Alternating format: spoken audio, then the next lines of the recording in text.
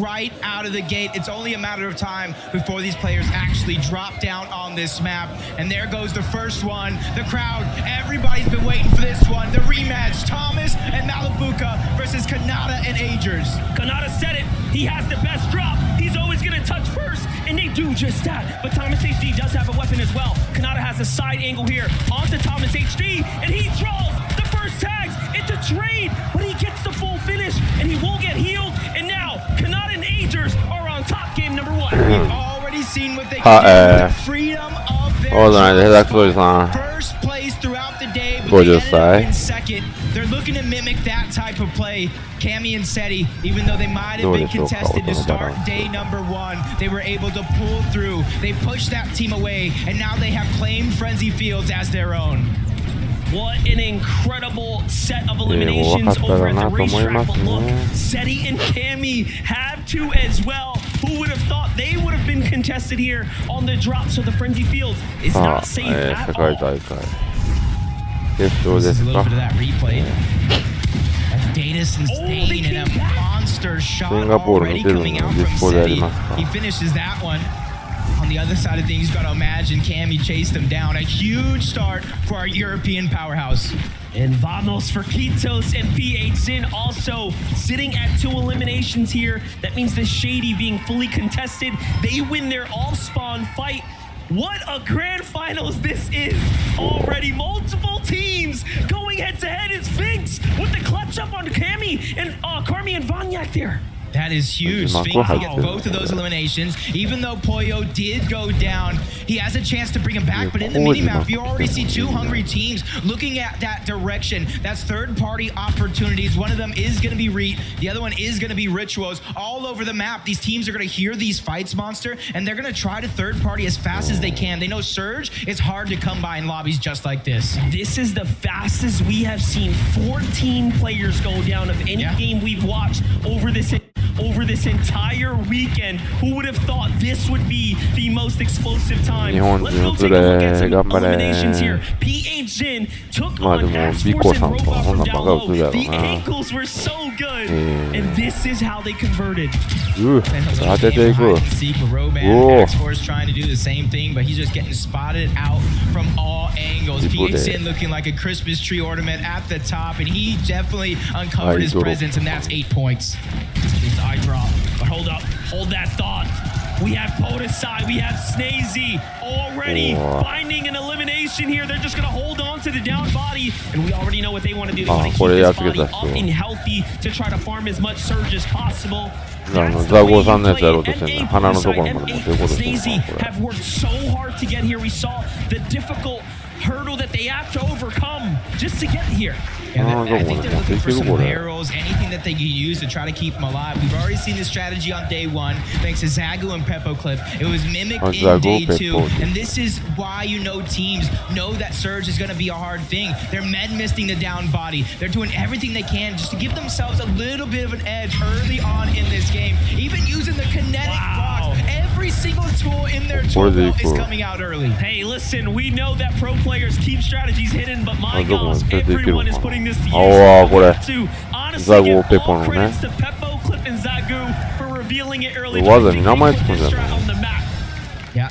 He's here. The French go very loud in the building. They like that strategy as well. And this is a fight I feel like we haven't talked too much about. Peterbot and Byla versus Booga and Threads over towards Sanguine Sweets. In theory, it's so big you can split this drop. There is a ton of loot, almost 100 chests, maybe a little bit fewer than that. But that allows for both these teams to play the way that they want. One of them has already captured that vault. It's got to be Peterbot and Byla. So Booga and Threads, instead of contesting it, they're just trying to farm up. They're just trying to get their loadout set and ready so they can make their first rotation when the zone begins to pull. Let's not forget, Peterbot used to play with Booga as well, so there is some history there as they're going head-to-head, but Kaizen, Clement right now looking pretty solid here, just trying to get their rotation down, back team right on their heels. Meanwhile, Teeny potentially up against Thoric out there in the feed. We get to jump on over to Scented and Polarized versus the youngins here. Fanyajin. 左上を見とかなあかんね。パソコンで見てる人、音のバランスいいですか。For this stage itself, Scented and Polarized did it. by brute forcing their way through with 左 already 上 one 見とって knock. くだ It's さ a いね。 2v1 見てたら situation. 誰か亡くなっ Trying to た。 regain 亡く as なった much って real estate や as られた possible. と All か。 those pieces are theirs. 日本の Moneymaker's 人 doing what he can to pop 誰かやった in と and out か of these covers, but his や back ら is れ up たと against the か。 wall. He's getting trapped little by little. The first elimination is going to be cleaned up. And they finally get the second. Moneymaker goes down. Polarized and Scented make a statement at their drop. Explosive, quick, easy, and trapped. Put down. Well played for Sentin and Polarized there. They're going to be happy about that. Threats lingering everywhere, though. How is this still happening? There are more fights happening. It's this time onto the Brazilian duo. これだけでもだいぶすごいことですよ。 Duo region champion from both OCE and NA teaming up with Paper. Paper's probably a very, very aggressive player. He knows how to play smart as well. Just a full-on balanced play style. They switched up their drop spot from Breakwater Bay. They wanted to be uncontested, but quickly find themselves in yet another fight. But you see all these teams in the minimap. They're converging on their location because they want to try to get that free surge of what they think it is. No one wants to fall behind, but now we get to look at Teeny and Misha jumping inside. This is how Thoric was taken down there. Thoric and Bolts have a difficult task in front of them now that we have Misha and Teeny.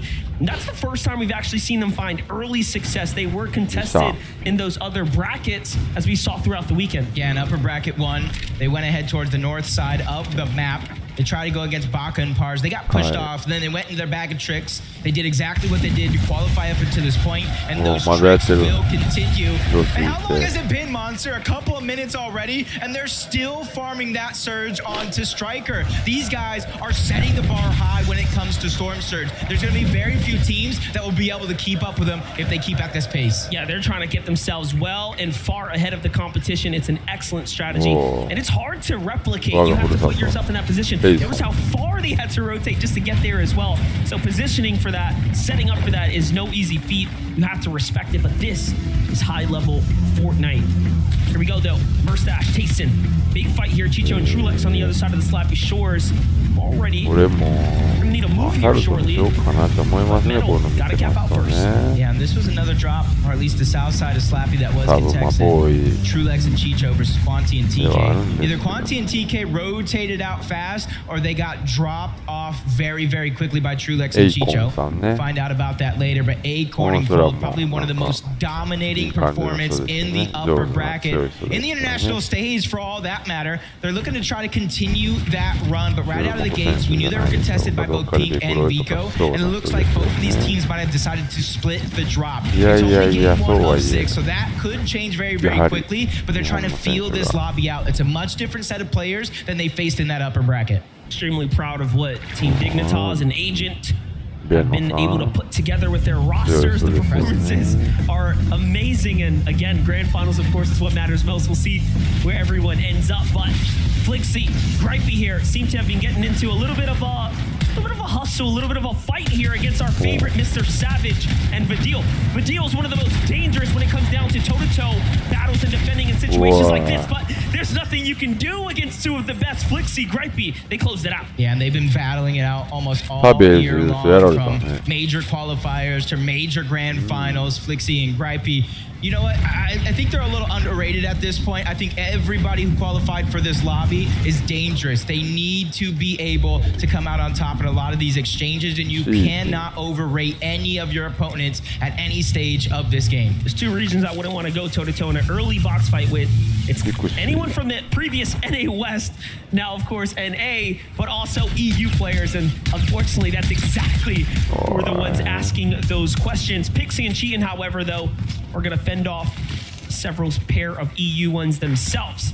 This is match 1 of the grand finals. Things are already heating up. 81 players remaining in the lobby, and Pixie gets punished. That's a huge amount of damage. Both of them getting dropped down low. Luckily for them, they do have the med miss at the very minimum, so they can get themselves up to tip-top shape. Mixon and Blaha are the ones dealing a lot of that damage. They have the early game high ground, and they're willing to stay in Storm a little bit, even though they don't have any HP heals, because they realize how hard it is for Surge. You can find bandages, you can find berries, you can find a leftover med kit, but it's that Storm Surge that you're not going to be able to find for free. They're very behind on material, so we'll see if they can bounce back. Duke and Edgy, what a performance we saw. Arguably stealing away a moment of the weekend. The clutch from them on honestly solidifying their position, their placement here amongst the best. What are they going to be capable of here this weekend?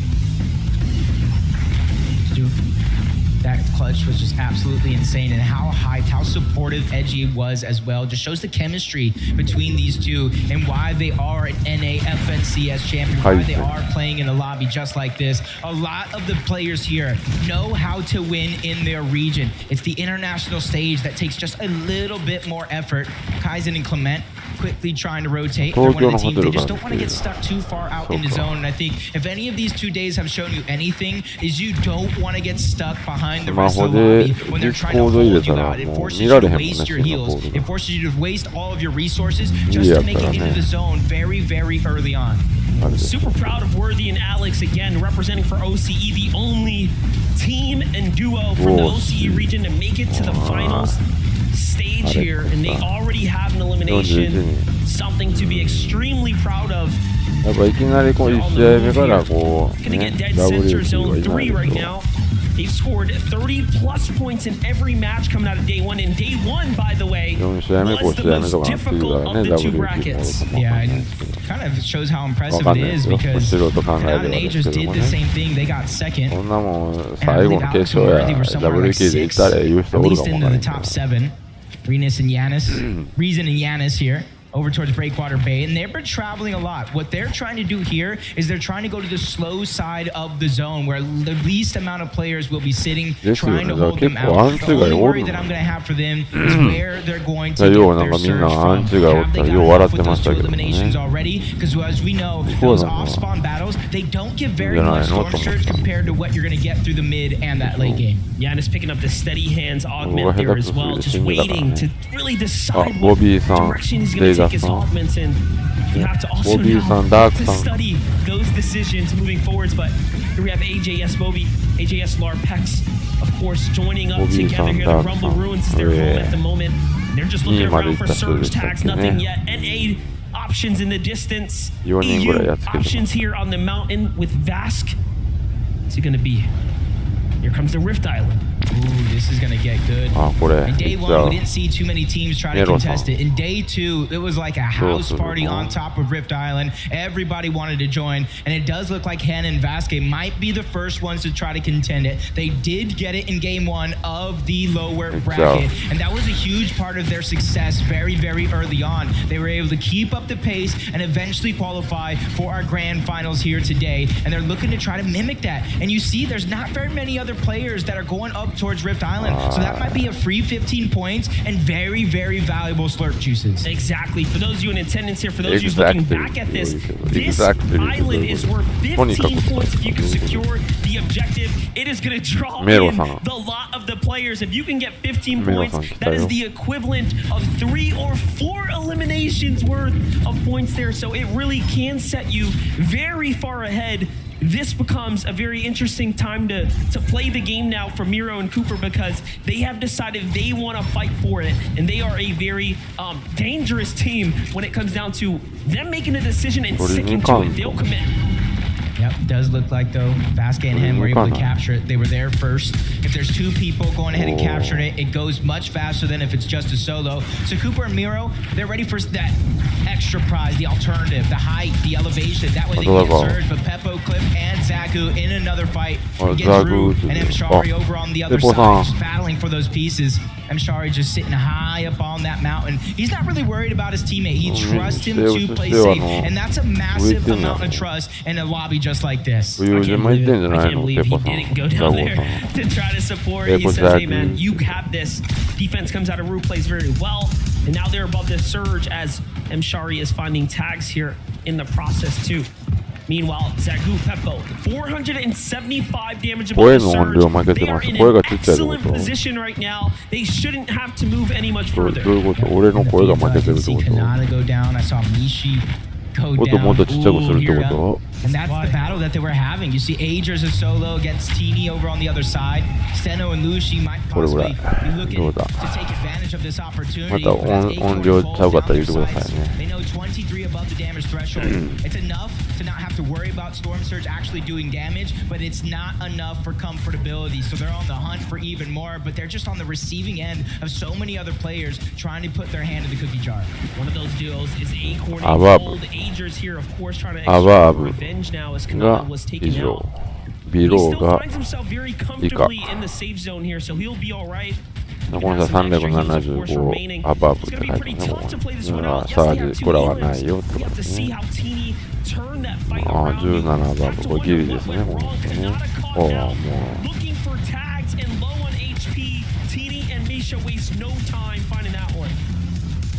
Immediately, and they are well above the damage threshold as well, giving themselves a good and early start. But Queasy and Veno, they know how to play almost every facet of the game, early, mid, and late. They made some quick rotations over towards Kenjutsu Crossing, and they're probably one of the most deep teams that land on that side of the map. They're over towards Shattered Slabs now, 193 above the damage threshold, and you can see that they're not necessarily going over towards Rift Island because they know in these next couple of zones, it's going to pull away from Rift Island. So they don't want to get too close, then have to rotate far if it does pull max. You know what? We haven't seen a zone like this. Hard West, full West, right? Really giving teams on this side an opportunity to have the advantage and start off strong. Momentum is everything. Sometimes all it takes is securing that first game. Teeny goes for the save in the zone here, so Misha will potentially be picked up.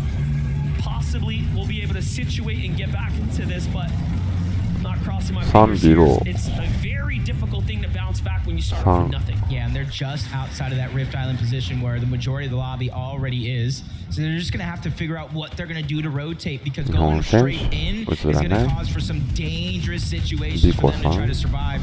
So they need to be looking for some heals, so that way they can go the long way around, find some safety, and just simply get into the zone. But Pink and Vico here, you can see the split. We talked about a contested drop, but they actually choose to go their separate ways. They're 225 above the damage threshold, and they're looking to figure out what their rotation is going to be. It is a pretty far rotation, but we're not too far from some of the other players here in this lobby. The first knock is going to get cleaned up. Steno's there by himself. But you can see they're not getting greedy. They're not just trying to bulldoze for it and try to grab that loot. They're just saying, hey, let's just grab this surge. That is going to be enough, but they get aggressed on momentarily. That was bold to try to make magic happen. But he goes out like a light. He tried to time that, and it just backfired completely as another team also started to look inwards, and they pick up a set of eliminations there with a huge point swing for Pink and Vico there. Meanwhile, in the feed, Peterbot down, Booga down, Trulex. So many exchanges here to catch up on. And the landscape is changing right before our eyes. Even Pink in the feed, Steno as well. Him and Lucy look like they probably went down. That was 3 straight eliminations on that side of the map. Yeah. Threats being a solo, though. I'm not really worried about Threats being a solo because he clutched up big for their qualification spot and got a second place. They had 9 eliminations as a duo. Now he has to do it with a surge just hovering over his shoulders. A lot of players on the move right now. If you look at that right map, all of those arrows flying are teams trying to navigate their way to the new zone. You do have to be very cautious. Take a look, though. Rise tries to go in with a hero's play here. Finds Cold, but Acorn is there to back him up. But Rise slips out of there without getting taken down. So he finds Cold and gets right on out. あ、ラークさんがやってる AJS。うえ。And they just bulldoze their way right in. You can see why barely being 118 above the damage threshold at that stage of the game. They were probably low, so they needed to go ahead and pad that stat. Now they have Cammy and Seti in their lines of sights. They don't have to move far. They got the half and half zone, so for them it's just a sit and wait scenario that allows them to be consistent. But there's so many superstars around them. I already mentioned Cammy and Seti. Queasy and Vino are to their right, so this is a dangerous area of the map to be in. I think it's a little bit more safe than all those players just to the north outside of zone. Yeah, looking pretty dicey right now for sure. But if you're a Yam Zone Rise, you're pretty happy that there's not that much going on around you. They can kind of determine who they're going to battle next. Alex and Worthy also comfortably positioned at the same zone here. Jumping over to Seti and Cammy. 2 eliminations so far from the start. Nothing else since then, but we haven't saw problems this time around with the surge, so they are in a 神 very, セッテ very ィこの人らも sweet 強い spot 人 here らで right すよ now. Also, ね just nestled so nicely here. And look, they can look down on players trying to come out the low ground. Yeah, so many big names are already out of this lobby, and we haven't even been given placement points just yet, so there's still so much work to do. We can't get behind that curve as Cammy and Seti feeling like they're comfortable in their position for now, waiting for all those players to try to rotate in. MK Papa and Shalom looking like they MK might Papa. get a sneak attack on the MK Podesai and Papa. Stacey. They just need to be patient here. They go for the 3-2-1 onto the cover. No shots actually go through to Podesai. That gives them information of where they're located at. So they're going to about face and go a little bit of a different direction now. It's like Rapid lost あ his でもま teammate. あサージは足りて That ますね he's 余 not 裕で nearby. ね To the ゼータ hands ザ of ゴ Sharp. ああゼータザゴ Too long ago. クイジーさん Here's Papa. Here's Shalom. though, やったけ still ど looking クイジー around, さんに playing やら the れた most みたい very になってん nicely のか done. な Everyone else is nestled pretty far off, so we get どう to いうこ jump と in なん with や Vino ろ and もう Queasy クイジーさん see 生 how きて they る are あれ doing. A little update, a single elimination, so not really turning online too far yet. As far as the overall heal situation, I'd say they're middling in the pack. Material count wise, is it enough for them to play for high ground? I think yes, and they're probably thinking we should go for it. Yeah, they're probably just gathering all the information around the map for now. Figure out what's the best position, who's already on height, how do we chop them down and make it our own. We've seen that happen to start our tournament on Friday.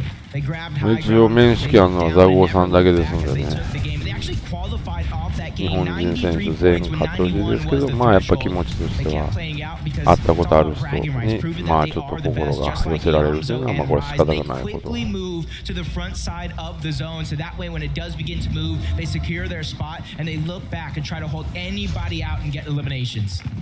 26チーム They're here early, and now they can ポイントどうなって start る to んでしょう determine か what they're ね going to do. Everyone's on the move here once again. Rocket Rams coming into full effect. Meanwhile, おあら on high ground, 上 Cammy, Seti 上 trying to be 一 the 番前 first か to ら set up. The base is wide, the base is strong, and they get the first dibs already. There are other teams cranking シ up. ーズンあんまないよ Just give ね them all this elevation for free. And the fact that they're committing with metal does mean they will have a problem. Meanwhile, Chico Acorn さんも does fall. So Acorn and Cold now taken out of this game. Chicho left by himself チッチョさん to play this one out as a solo as well. Those were his last remaining builds. He's trying to do it by himself. He's trying to play patiently, waiting for anybody to run past him, not knowing that he's there. Try to hit a little bit of a peekaboo. And that's going to be a massive refresh because not only is it hoping it gets the Siphon mats, it gets the Siphon itself to get his heals up. And that's going to be big. Duke by himself, though, on the other side. Which, honestly, I don't have too much of a worry. We saw a 1v2 clutch from Duke yesterday. We know anything is possible here this weekend. And now placement points are finally beginning to set in. It is very few for now, but there's still more to come if you get surprised. 探されへ It's ん an わ excellent time to update the standings, updating in real 頑張 time れ right 頑張 now. れ So from here on out, as teams fall, placement points will be rewarded. It is really about surviving this あーが出る of action to come right こ now. の人 The らも surge 5 is コピ equally してますん active. で Worthy's going to find the solo M. Shari. Big pickup for him. And Flitzy and Gripey leading here with 5 eliminations now. Front side of the zone, team gets right in front of him. He tries to see for the box up, but no, it's more important to stay safe right now. Look at the rotates here. You love to see it. Excellently done. Flitzy and Gripey are really playing well right now. Yeah, sacrificing some HP. That way they can go to the front side. The high ground battle is going to begin. Cammy and Seti, Vino and Queasy with the bounce pad. The fadeaway shot unsuccessful from Queasy and Vino. So the keys of the FNCS Invitational are still on the high ground for now. As Cammy's looking to come crashing down. He's built a little bit of a tower, so he doesn't go too far. 左も見ながら Battle's being forced low. 前も見ながらあムキムキパパさんやってる Trying to fight with his back up against the wall by himself. Multiple duos beginning to surround and hound him. Top 17 though. All these points as a solo are massive for their run here in this 16位ですわ This is a battle for ego, undoubtedly. Duke looking to see what he can set up, turns around, 潰 breaks していっ every た fight. Goes Cammy. And down comes Cammy, and then he's looking to target of Duke. Is the destruction here in the lobby by himself with the knock. What a beautifully timed landing spot there. But Cooper, hot on his heels here next door. They know he's here. Miro comes in. They're trying to hunt him out, but he's off to the races. Finds Pixie. Big tag. はいはいリーゾンさんもやってる Can he get it? In he goes. It's only going to take a single tag. He's 12位だ日本人どうなる Sit there. Nicely done. 残ってんのか日本人選手残ってるでしょう9位あれどうなってる falls into the もらん top の 10 we か go with Flixie also a 全然 solo 映らん in け this ど game. There's 4 total solos 9位 still よ left alive. No builds. He's trying to お make a い play, but from the outside of the zone, he goes down. It's Mappy. It's Moran high drop ka. on high ground. Take a look. Ring is still alive. Seti is still alive. Playing the backside of zone. Excellently done here. But the high ground comes down a little early. He has a true chance. Seti brings him down. And now he is the one on top. Can he close this out by himself against all odds? We thought it was over. But Reek has other words for everyone in the lobby. He goes down into that top 4 we go. The only solo left alive, Mero like you saw moments ago, it is going to be Seti. Cooper and Miro almost won a game yesterday. It was stolen away by both Bryce and Chubbs. Now they're going for some toe tags on Apoyo and Speaks. NA counterparts going at it. High drop on the other side, but he gets taken down by the NA duo. Huge shot by Miro, trying to go back to back, but they fall dodown the mountain. That's going to allow for Apoyo to survive momentarily.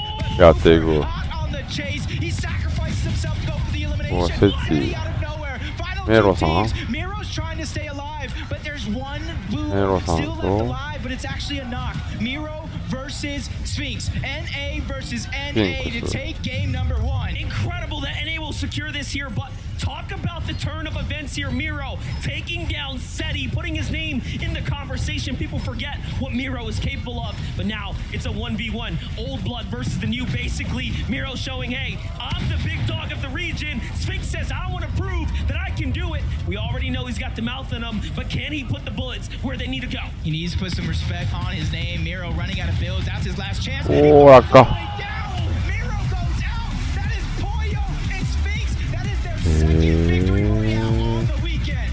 What an excellent job there. We already saw them take a win in the upper bracket to even bring them this far into the stage, and now they are proving that they can do it on the biggest stage. この人らなんていう人だ That's going to be it from us, though, because I want to hear what they have to say about being the only team with 2 wins on the weekend. Boys, you proved you can get a victory royale on LAN in the upper bracket, and now you proved you can get a victory royale in the grand final. Talk to me about those last moments in game. Did you manage to talk less? I would say so, a little bit less. I think my comms were more clear. I mean, you were having to come for yourself in that 1v1. How did you manage knowing someone was above you on the high ground? You know, I just have the best awareness at this LAN right now. So, like, obviously I know there's a man above me, you know. I'm just like that. But what are you thinking, though? Because he can jump on you at any time. I'm thinking I think like 25 builds about, and I'm best fighter, best piecer. So I was like, all right, I'm gonna just go up 200 pump. That's what I did. Yeah. You waited, and then he fell down, and he did the job for you. Poyo, what was it like starting out today with this man? I was dead. I didn't really do much that game, so he actually went crazy there. And you let him just talk his way through it. You didn't give him any advice or guidance. Nah, I just told him his maths and he did the rest. Now, going forward, you've got to try and maintain this consistency. You've managed to get your way through an aggressive lobby, but can you see yourself managing to top the competition again? Yeah, we just need to live off spawn. I think we can do good at literally every game. やっぱりこの真ん中の女の人の方がこう Congratulations. Everyone 英語聞きやすいですね。何言うかわからないんですけど、やっぱ両サイドの子供より英語わからん僕でもその単語が何個か聞き取れますね。Poyo and Sphinx looking to set the tone on the day. If there's anything I learned from game number さあ、クリエイティブタイムです。 These next couple of games are going to be chaos. I mean, that game was pretty much everything that we wanted, right? We saw the matchups happen towards that end game that we really wanted to see, but it was the clutches, right? We always talk about being on the global stage. It requires you to go ahead and clutch up when it requires. And honestly, Sphinx right here, this shot on the Cooper, this was the one that sealed the deal. Yeah, that changed the tempo of the end game completely. From that moment onwards, it's like he said, he's just like that, you know? He's going to go through and win the whole thing. And I mean, it wasn't an easy finish, right? They were going back and forth a bit. It was only the materials that was able to let Miro down, and Sphinx was just had a bit more left in the tank. Even though actually you can see he had none. He just was playing around with the stairs, and it wins him the game as well. Of course, again, a team that has already shown they can win on this stage, and they do it once again. Just being able to stay calm, cool, and collect in that situation. Many duos would look at their material count, what they have in the tank, and just go, this is it. It'd start Hail Marrying. I don't know anymore. But Sphinx just said, no. I've been in grands before. I've been in these types of situations. Take a step back. We know they're up top. Let's break those builds. Let's bring them down. And unfortunately, Cooper and Miro did fall, but still a second place for them.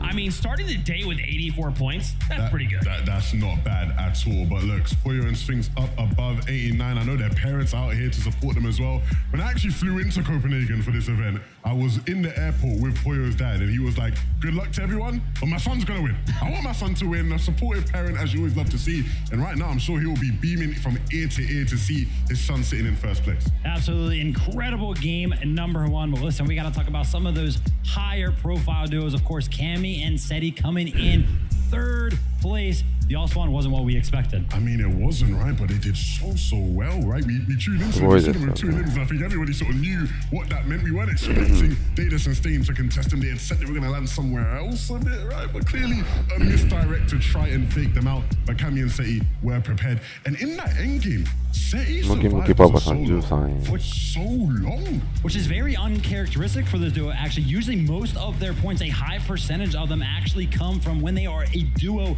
alive, right? Usually their points fall off whenever there's a solo clutch opportunity, but Seti's showing up. Yeah, you don't associate either of them, as great of players they are, you don't associate either of them with mega solo clutches, right? You look at some of the other elite EU names, a lot of them, you think of them and you think solo clutches. Thomas Malabuka, right? You know, Venno, even Queasy, you know, these guys you expect to solo clutch. Cammy and Seti showing us right now, yeah, if one of them's a solo in these games, they will step up. And I think for them, like obviously Seti's a little disappointed there. He wanted to take it farther. But ending as a solo in this situation, on this stage, and ending third place, my bad, Seti. I mean, I know you're king of consistency and stuff, so if you just do that a couple more times, I mean, we are in for the running. Queasy and Venno as well performing. I thought it was interesting. Like, I love seeing how all of these players in the lobby kind of act. We saw there in the mid game, Seti, Cammy on the high ground, Queasy, Venno on the front side of zone. So all these duels are just looking for those windows, right? Yeah, for sure. And in this end game with all these duels here, I do want to give a big shout out to Dukes, man. That was going ballistic, right? He wanted to put an end to everybody's game that he could as a solo as well, right? So a bunch of really sick solo clashes. Oh, that's painful. I didn't realize that's how Queasy went down there. The 4 damage again. Everybody so far in game 1. Yeah, 100%. Listen, that was pretty much the head-to-head battle that we wanted to see on the higher ground. Honestly, though, Cammy and Seti picked up more points for that.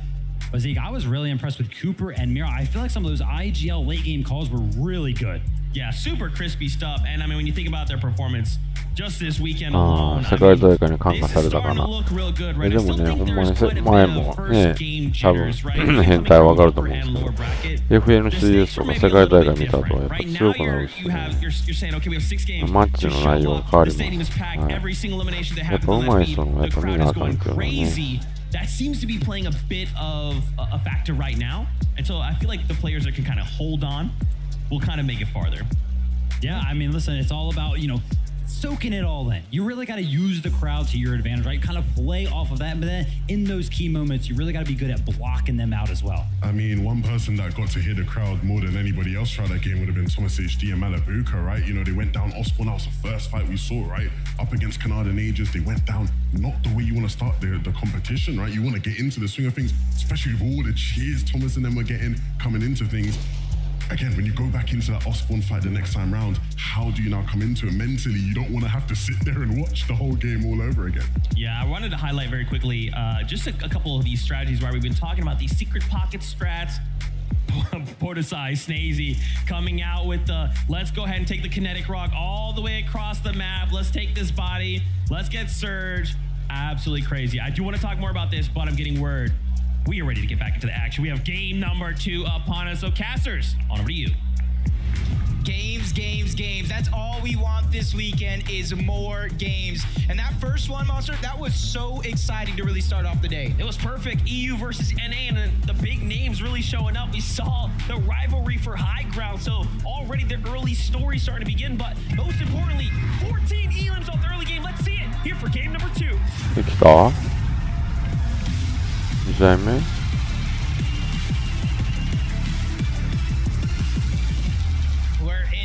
We're here to win it all. A huge early game that was won by both Poyo and Sphinx, and they carried it all the way to the end. I said they were the first team to get 2 this weekend. Will they be the first team to go back-to-back and get their 3rd victory royale on the weekend? Only time will tell for that one. But the rematch, probably everybody here in the arena wants to see. Thomas, Malibuca, Kanata, Agers, let's get it. Let's watch it. Sphinx is going to be able to watch in the distance there too. So who's going to be the first to touch down? Who's going to be the first to land? Shots coming in this time. It's Malibuca who gets tagged. So does Agers. So both sides already. And Malibuca gets a weapon. He finds Agers with a huge tag. Kanata's already down. And they're finished. They're done. That was a huge start for Malibuca. Gets that Havoc suppressed and immediately goes to work. And it was him. It was actually him who was getting tagged out of the sky. I thought that was going to be a huge advantage for Kanata and Agers. They weren't able to clean that one up.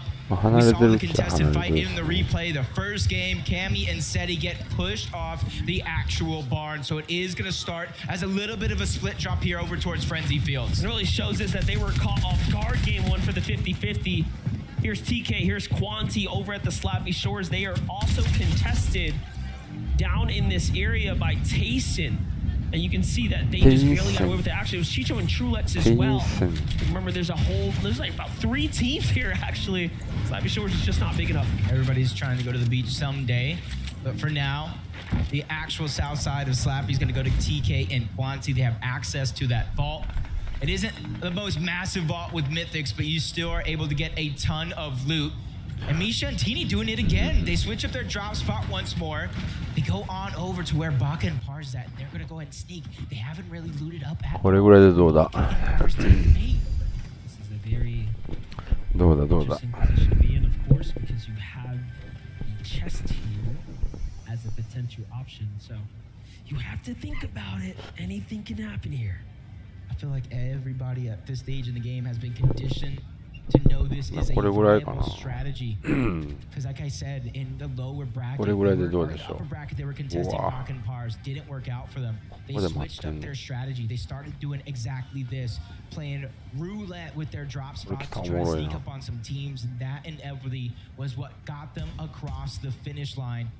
And it's only a matter of time before Baka and Pars go in this direction, just no matter what the result will be. And this is what we talk about, teams hiding strategies, teams really sitting back and thinking about, okay, what haven't we tried yet in the upper bracket and lower bracket that we're sitting on, that we're waiting on, that we can then put into play to give us the advantage on Championship Sunday. They have some sorts of feeling. See him hopping over the covers. They know they're around here somewhere. They probably already see them drop just a little bit. Down goes one of them. Misha and Teeny strike yet again. Now Pars is stuck by himself, and immediately you see him creating distance between him and his counterparts. He doesn't want to be the next one on their hit list. And we don't want to be the ones to give away the edge. これこもってるはどうちょっとマイク離してみて Was a tough one, but take a look at that. Misha and Teeny, 2 games in a row. Surprise, surprise. They have made so much adjustment from the upper bracket to today. It really has shown so far in the last 2 games, but now Teeny has to still close this out with Misha. Yeah, they went from 2 builds to 53. Thanks to that elimination. Pars is trying to fight with his back up against the wall. Shots also coming in from the third party. Everything comes crashing down. But Pars is still able to put up a good defense for now. But Teeny's hot on his heels. First shot could be landed. Pars goes down to the low ground. And the 2v1 has been secured. Misha and Teeny strike first. What a play. この辺でね、日本人選手がやられてないわ Definitely highlight worthy. Meanwhile, we jump with Vico, Pink. Their draw spot split by Acorn and Cold. You can see that they have lost a fair amount of the advantage of the general area, but it hasn't affected them that much. They have still maintained a very, again, more or less successful setup.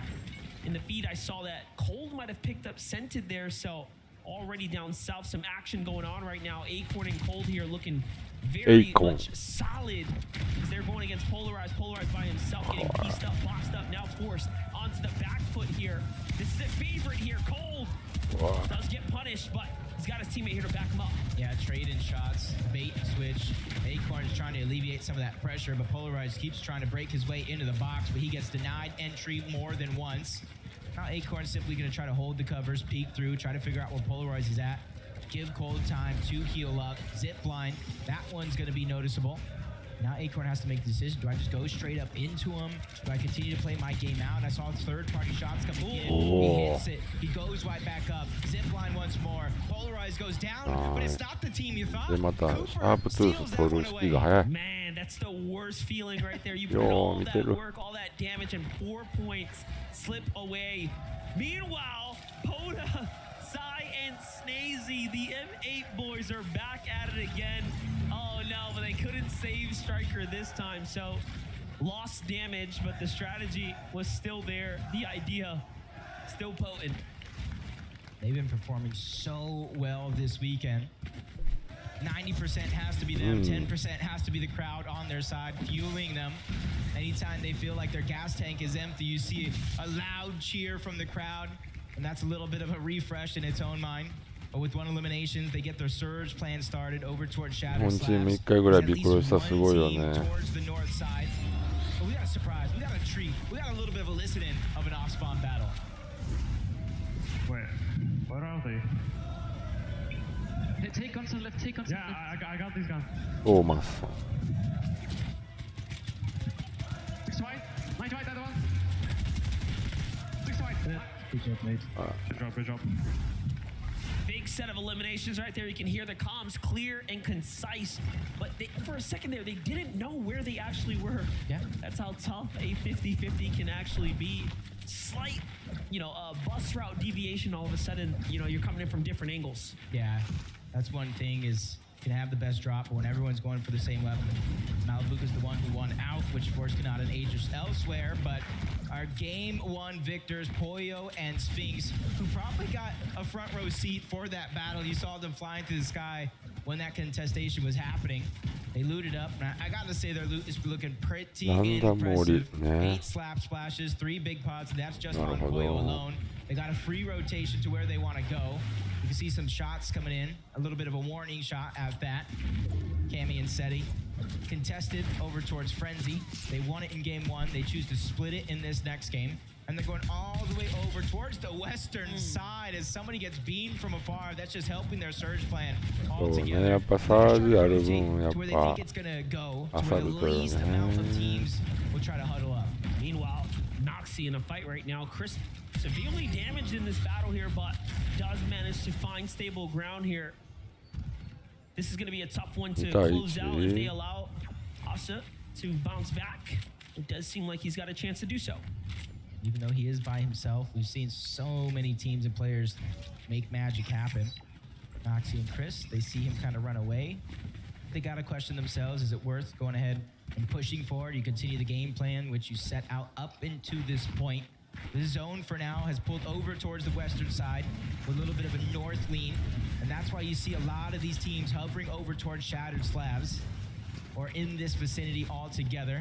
And you can see this is actually pretty unique. You see Kit's Boombo in his inventory. That's something I don't see very many people pick up. But if you have the accuracy, you can do a ton of damage on players nearby. Definitely one of those things. The option has always been there. Yeah. But yeah, you don't see it come into play. A lot of variety already starting to turn online. We'll see what he's capable of with that. Yamzo and Rise. Pretty strong game 1. Had some late game appearances there. Another western pull here. This time we're going a little bit more north. Up towards the Eclipse State. We'll see how this influences the majority of the lobby, but North teams are pretty happy right now. And this is why you saw early in the game, Cammy and Seti rotating in that direction. They had a feeling it was going to go on that side as Yamzo and Rise just sitting on top of their normal spots of the castle and the gas station. Pad up on Surge, and there's going to be a lot of opportunities from teams trying to rotate from the eastern portion of the map as the zone continues to pull on over towards the west. Cooper, they got that early game surge, but it isn't going to be much because they did take away that elimination from who did the brunt of that damage. So for now, it's just about farming up. Miro's the one that's in charge of trying to get those tags on top of that building. So impressive. So we jump in with Vanyak and Karmi here. Lucy and Seno listening nearby, holding those edits, trying to see if there's a chance to pounce in crash pads. But all in all, this is a pretty tough spot to be in. It's going to be difficult to turn this, situation around. It seems like there's been a drawn-out battle, and Lucy and Seno have been on the losing side.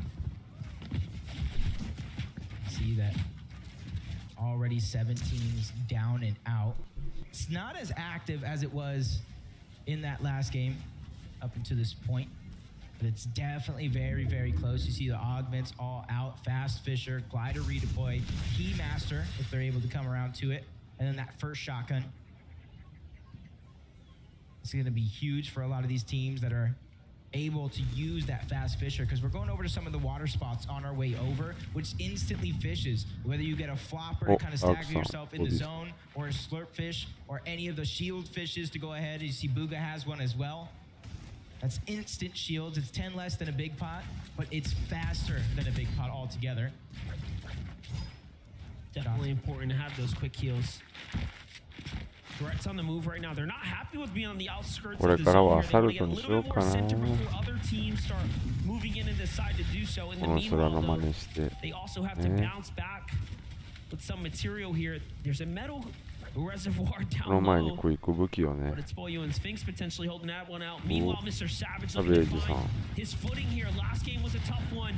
He gets the siphon for Vidil and keeps him in the game. That's true, Lex. And he goes. And Savage and Vidil clap back for the first time today. They have some wind in their sails. And this is big because we already seen at least one of the teams in our top 5 go down. That's iDrop and Mappy. And as long as a couple more of those teams at the top of the leaderboard go down, that opens the game up wide open for any of these teams to overtake that spot, since it is very, very どうやって世界大会見れるんですか？フォートナイトの世界の方の公式が YouTube 配信してますね。ヘイさん、それを見てるだけです。They have to cross a river. There's a couple teams they have to get through, so they're doing everything right up until this point. And already we've seen our first team inside the top 10 fall, which was Janice and Reason there. Getting caught on this rotate here, seeming like the west pole wasn't good enough for him. You saw Booga's HP there as we were flying by, very hurt as they were coming just past Oyo and Sphinx, but Rift Island spawns in. Beneath Stain and Data, it's a team that absolutely needs to make a comeback. What a better way than to find points other than to take the Rift Island for yourself. Will they go for it? I already see that they captured a weapon capture, Slurp Juice in his inventory, throwing a bush directly on top to cloud their space. That way they can fire freely. Not very many players able to kind of tag them back. And you can see the teamwork. Stain's there to try to break the build. They're timing it right, so that way a sniper shot will try to sneak his way through. This is going to be big as Batman, Booga, and Rapid are actually going to be the first team on top of Rift Island.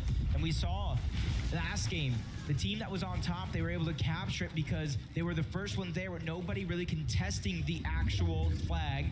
Let's see if that'll change around this time, now that's more than halfway full. Rapid and Batman Booga are well on their way to securing it here.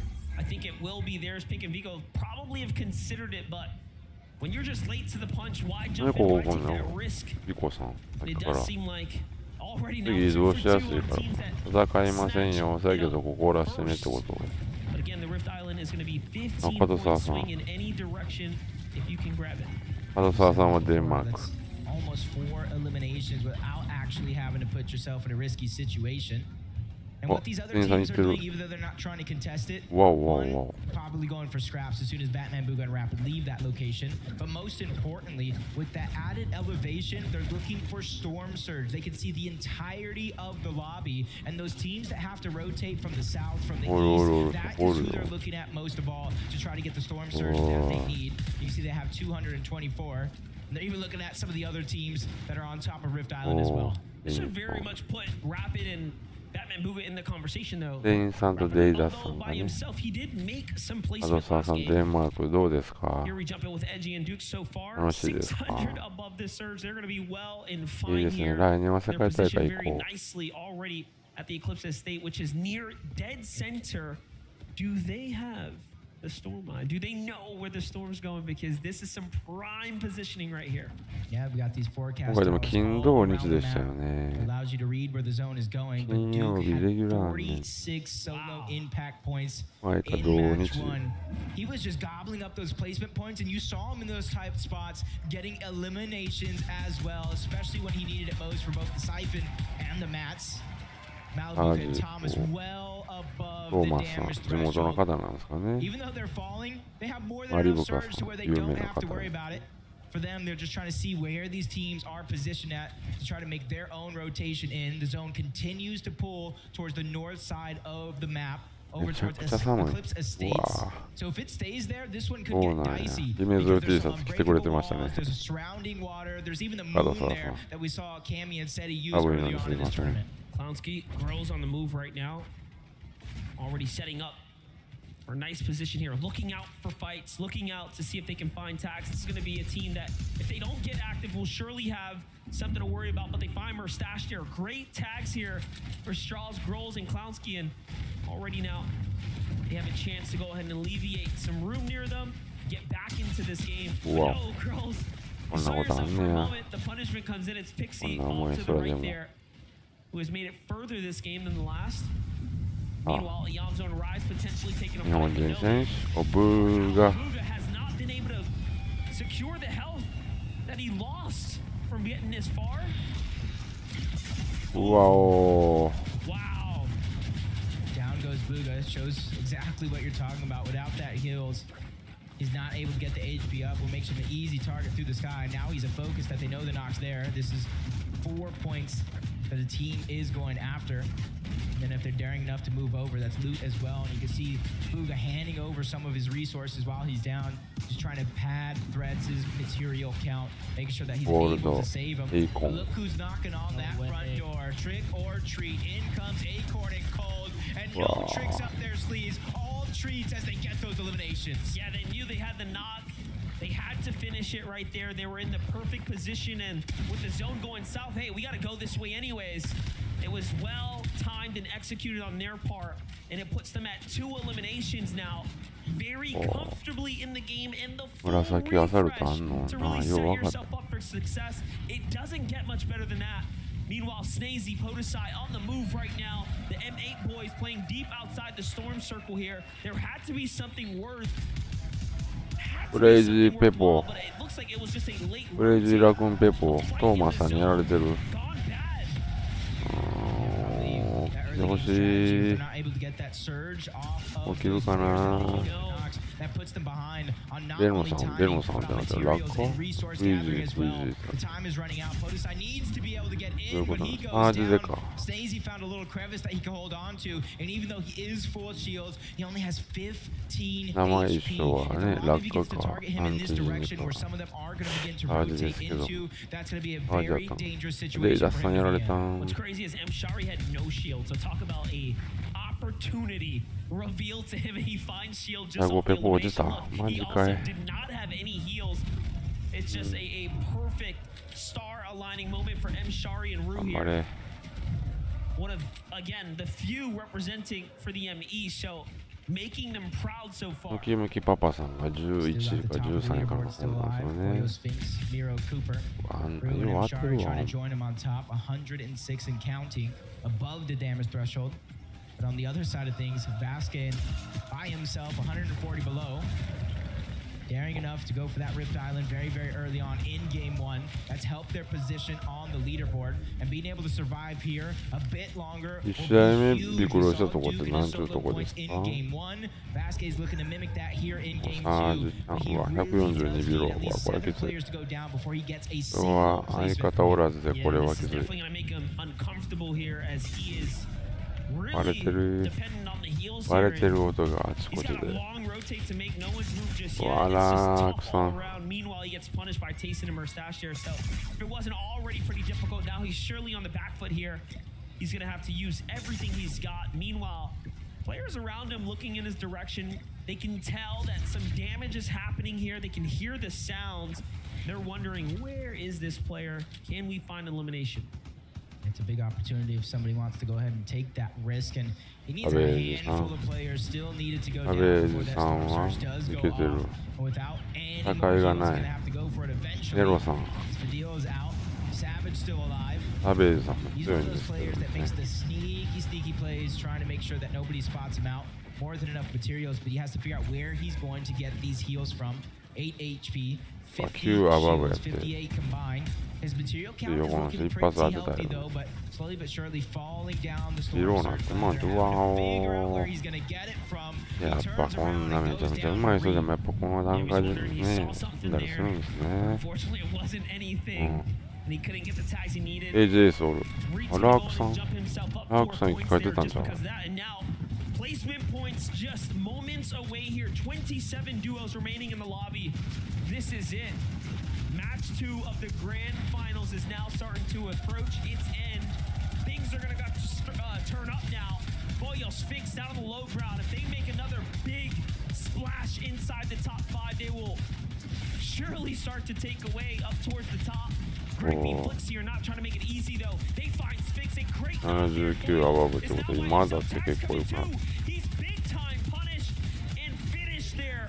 Spoken too soon. Down they go and now to the bottom. うわ、ステインさんやられた。 Huge. Cooper and Miro already taking first place throughout Miro. that game.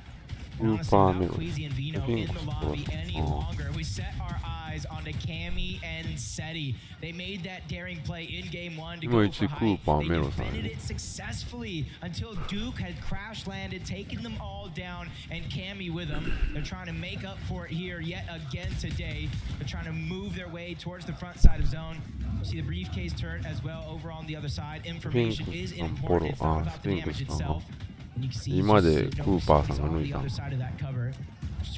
神さん、39アバブ。39じゃな。ラークさんやられた。 And it makes you wonder what went wrong this game for Cammy and Seti. Low on the surge damage, low on the heal options, not many material, right? This is a very tough game, and it's not like the zone went very far from where they land. It's just a little north and to the west here, so something must have went terribly wrong in that outskirt rotate. The resistance there a little too strong. Meanwhile, on hike, it's Striker and his duo. Asha from Team Monaco here. Asha's looking pretty solid right now. I do like the position that they are in as they're trying to play for height here. Yeah, and who's daring enough to go ahead and contest them? A lot of our heavy hitters are either weak or out of the lobby, so it could be free taking for them. Unfortunately enough, there isn't a twin mag. You just had that suppressed Havoc AR. It could deal some fast damage. But it's not as fast as some would think. 148 above the damage threshold, and they have a far rotation to go, just like Thomas and Malabuka. But they are so healthy right now in terms of materials and in terms of resources. And if you weigh their game versus Kanada's, they are doing far and beyond better. They have 4 eliminations. They're actually in the end game, and they have everything they need to succeed. That is what you want after you survive a drop. But let's look at Peterbot. Peterbot forced to play by himself. He's known for when he can go in as a solo. He's one of the most capable players on NA, especially when it comes down to fighting. He needs to finish this here. He's already got the knock on to MK Papa, but no, he says, I have to play for myself here. Goes around the outskirts, reading this perfectly, but he is running low on material. There's another elimination. It falls through, so the points will be his. And he's on the hunt. He's like, where is that solo? Yeah, he's just trying to figure out where he's going to get more siphon. It's not so much for the heals as it is the material, because he's running dry. Cammy, Seti, they don't got the high ground yet. They're going around the outskirts, trying to bypass a lot of the teams, recycle some of those builds. And if you look at them, they're going towards the front side of the zone with Thomas down. Release the pressure of Malabuka of the tiger on his shoulders. But he's another one of those mechanically skilled players that sometimes when you lose your duo, that gives you freedom to go ahead and move around, make moves you weren't normally making if your duo was still alive. Regarded as one of EU's greatest on high ground, though, it's Axe Force. It's Malabuka. It's Peterbot in the mid. Peterbot still up, looking for the fight. Jumped into a box. He's playing spoiler. Was that Cammy there? He takes out potentially in the exchange in the full finish. Peterbot has shut down Cammy's dream and hopes of making it far, but Seti is still up. Once he gets left to clutch, Malabuka turns things around here, goes for height, even though he's by himself. What is happening right now? We saw Axe Force by himself on height. Malabuka's taking a page out of that playbook, but he instantly drops down low into the mud, trying to go ahead and survive as a solo, and he gets to the front side of zone. This is a whole different page. Also a solo, but less heals, less materials to work with. Peterbot is continuously on the hunt and finds a shot onto Acorn. Even though he's not going to get the spoils of all that what he's done, at least there's another heavy hitter out. out, but Cole wasn't happy with that. He tries to hunt him down. Peter Bob 左ばっかり見てるよ。 of HP, barely anything to siphon from 左上ばっかり見てますよ。もうおらんか。お、ボビーさん。7位。solos right now, and there's just a single duo in here. Potentially, it is Cooper and of course Miro there on the front. ボビーさん。 Three solos ラ left ー in ク the さん。 game. One of them is going to be Malibuka, continuously dropping down low. He's letting all those いるの players かな。 above him ボビーさんで最後。もう結構一桁順位でしたね。 They get into the box, and they send Malibuka back down to the lobby. Cheating and Pixie at the high ground. It's a 2v2v2 now. Things will start to settle, but our solos have gone incredibly far. Miro, Cooper, try to do it again here. Look at Miro, the redemption Cooper. run. They got a hurt team in front of them. Off to the side they go. These are points that need to be earned. Cooper is earning his strength, but Miro is here to back him up. He holds it down. The siphon comes in now. This is it. This is a 2v1 situation. Pixie and Cheatin, they're trying to go ahead and go against him. That's Chari there as well. An all-solo endgame. Cheatin trying to join Poland's space as a team with multiple wins this weekend. Back-to-back shots. He's already been able to get one. Miro out for redemption in that last game, but he has no materials. Zone is taking him out until the final shot is in. There it goes. Pixie and Cheatin take the game. They do it in spectacular Pixie. fashion from the high ground. Securing the dub, securing the win. What an excellent performance. An excellent performance indeed. Let's see. いやいやいやいや、ナイスナイスナイス。GG すぎです。はい。英語タイムになりましたので、オーナー。How does it feel to get yet another win? It's feeling really great, bro. We are full sect again, like yesterday, and we just played it out again. Do you think that these duos are letting you have it too easy? Yeah, of course. It's interesting because you guys were not a duo at the start of the year. You were with different partners. You had to find each other. Why do you think the two of you have come together and managed to dominate this round so far? We're both really smart, good fighters. That's all we need. Do you not need brains as well? We have enough brains. You've got enough brains, but really you're all about the firepower. Listen, I want to give you the opportunity to talk to your fans right now. I know that you've got quite a few in the audience as well. Have you got anything you'd like to say to them? メロの押し座。And would you like to say that in 2回連続に。すごいね。No? Okay. Would you like to say anything? Thanks for my family who is watching right now and everyone who supports us.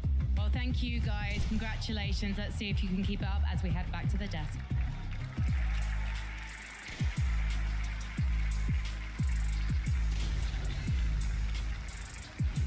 Big congratulations there. Cheatin and Pixie finding themselves yet another victory royale. This is now the second time today we've had a duo. They've already had a victory royale. Picks up another. But man, this all coming down to solos. That could have gone any which way for a moment there. For a moment, I was like, if this is Mrs. Miro, Jean's like, oh, my bad. Whoa, Z, don't get ahead of yourself there. The games have been absolutely insane. I mean, obviously coming down to the 1-1, but throughout the end game, it felt like there were so many solos alive, clutching up the points. Yeah, these end games are manic so far. It's like it goes every which way, and then eventually one name or two names just start popping out of the place, and you start going, wait, can they win the game again? In this one, my eyes were sealed to Miro and Cooper. I really thought, okay, last game they couldn't quite do it. They're gonna get their redemption now. 1v1 for Miro again. He couldn't quite do it, but you know, I'm sure there'll be more chances for him to redeem himself. Pixie and Cheatin, a team that, if you aren't familiar, right, these are very hard-working players. Like Frankie said, they didn't start the year playing with each other, but once they did get together, things have just been clicking for them. You love to see it. And of course, if you're just tuning in, you've never seen Fortnite, or maybe you just don't know. Victory Royale, of course, even coming down to second place, if you don't get the Victory Royale, it's not that bad, right? A Victory Royale is worth 65 points. Coming second, third, still a massive amount of points as well. But again, congratulations, Pixie and Cheatin. There's so much that happened in just that game. It's like every time we tune in with another duo, they're either in shambles situations or they're pushing a team, they're busting out these crazy strategies, and has not disappointed so far. Now, Viv, as we bring up these standings, take a look. Cooper and Miro, they're overtaking. They started with a little bit of a lead, and now they have just said, you know what? We're jumping out in front. I mean, back-to-back second places at the Global Championships. Both of them by Miro, solo clutching to that point in time. And Levin, whilst we were watching that game, right, we were getting close to the end of it. You asked me a question. What was that question? I said, are Cooper and Miro about to win globals? It's looking like it. They're sitting up on the leaderboard looking comfy, 2 back-to-back second places. I mean, if they keep playing like this, we're going to get to game 4 and it might be a done deal. The consistency. That's you're going to hear us say that a lot today over the next 4 games. But man, if Miro and Cooper could keep this up, they very well could walk away champions. I did want to take a look more at the standings, though. Let's highlight a few more duos up on this board. I'm looking at Vico and Pink. They're in 3rd place. I mean, with how their weekend's gone so far, I think a lot of people in here were obviously supporting Acorn and Cold after how well Acorn and Cold did in the upper bracket finals. I don't think many people would have expected Vico and Pink to be above them, let alone sitting in the top 3.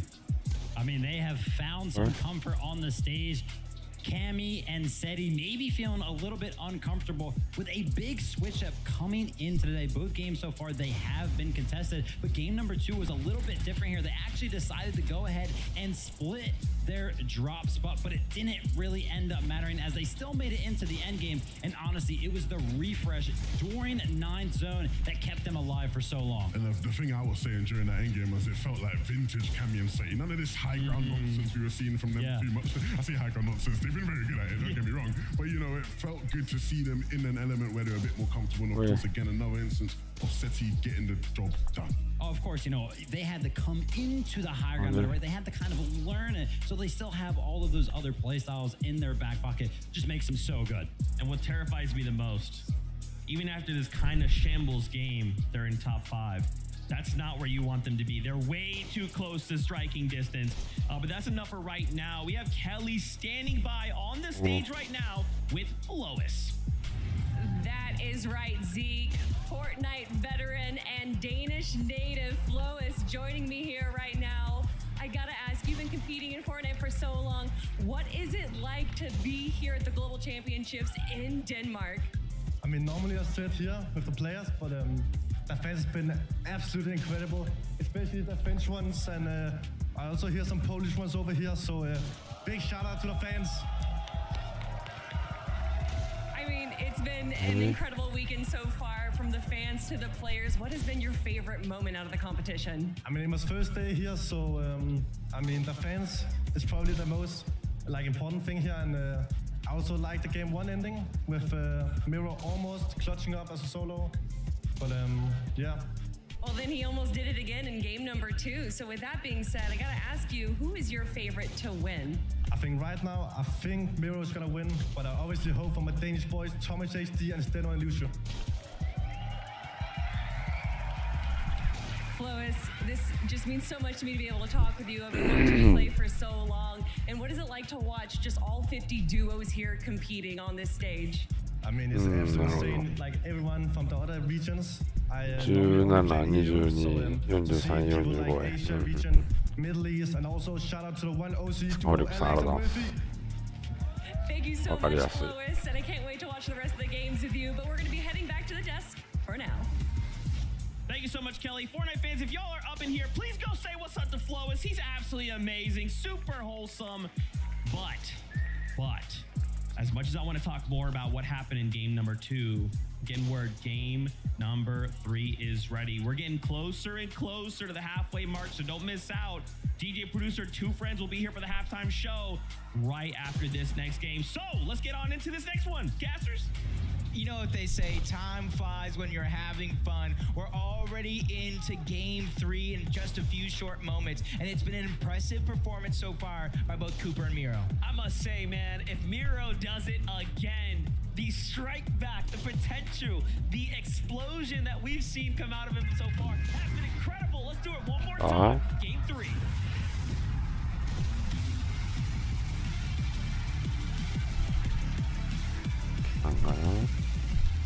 Game 3 of the grand finals is is here. It is time to see how this one's gonna play out already. We already know that 14 players have fallen both games back to back in these early moments. That means 7 duos have it out for one another. This is the moments here that kind of make yourself one of the best in the world. This is the last game before that halfway point. You gotta get as high up on the leaderboard as possible. You don't want to leave it to those final moments. Kanada and Agers, Thomas and Malo. Maribuka Thomas. You even see shots coming in. Well, Kanada takes damage. Thomas is already half health, and the fight has barely just begun. Kanada gets the first strike. Thomas goes down. Malibuka by himself. He's on the chase for Agers. Agers doesn't look like he has a weapon. It's all Kanada, and he strikes while the iron's hot. 2 for 1, back and forth. Kanada, Agers have an opportunity now to potentially run away with it. The problem that they have, though, is how far can they take it when the chance is in front of them? Uh-oh, I already see Baka that's down. Giannis and Reason. They go for that 50-50 at the top of the tower. Pars, he hasn't even been able to launch pad over, and that's not going to be an option. They both got ARs and SMGs to go ahead and take them down if they try to make that a part of their game plan. The hunt. They even get a shield briefcase. Oh, this is a very, very daring play. Pars just go ahead and bulldoze his way through. He's trying to make magic happen. Shots on the low face players. Pars almost does it. Takes down Reason, but Giannis saves the day. So close, and he seals the deal in the final moments. You wouldn't think it would be possible, but he does do it. Here's Chicho, here's Trulex. They have TK nearby. TK had that explosive entrance coming out. Of course, that lower bracket, they managed to turn online, and already they have taken down his teammate. Unfortunate for TK now. He's going to have to figure this one out. Play this one as a solo for now. Meanwhile, Muzz and Paper getting active here. Ready to battle it out. They changed up their drop spot. Normally going over towards Breakwater Bay. They qualified to the FNCS Global Championship. They qualified to the Grand Finals over towards Breakwater Bay, but sometimes you got to be adaptable in the bush, trying to go for a hide-and-seek style play. Paper getting taken down low. Muzz there with the bait and switch to try to go ahead and save the day, but they got to be careful. Misha and Tini yet again, all around the map, all around the world. They're ready to take that top spot. Misha and Tina might be the most flexible duo in this lobby right now, and they are showing how it can be effective. Even while you try new strategy, but no, Bryce comes in, he's got his attention to put on the matter. Where is Chubbs here? Will he back him up? Misha has to back out of here. We have spoken too soon. Paper will get the final finish, but Bryce got the nod, so the rewarded points will go to them. Invitations were sent out to everybody this weekend. You can join the party if you want to. If you want to take their chances, but Paper and Muzz get taken down. They get cleaned up by Bryce and Chubbs, who already have 4 eliminations so far.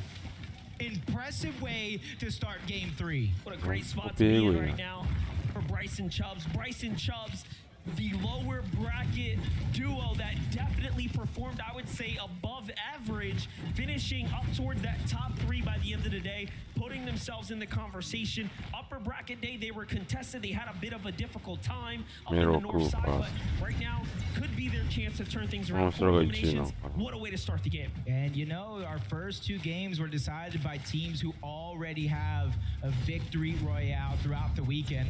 Bryce and Chubbs have one as well, so that trend could continue. As TK goes down to Chicho, he gets cleaned up, probably trying to go for Quanti's reboot card. So they're going to be out of this game early on. But Cooper and Miro, I like this. They go ahead and get it uncontested. They loot up. They kind of switch to figure out who's going to go for the early surge, who's going to go down into that vault and try to clean up all that loot. Jumping over to Batman Booger, rapid.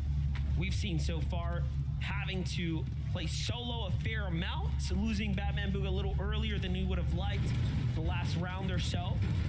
But this drop spot, man, Mega City, obviously highly contested, plenty of action to unfold here.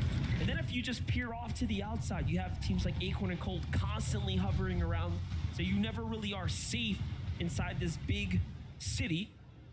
We jump over with Kanada. David says Kanada, already starting to look up and over. Getting a little dangerous here. And you can see his streak. He's the only player in the world to go for 20 for 20, reaching a grand finals. He won his first one in the FNCS Major 3.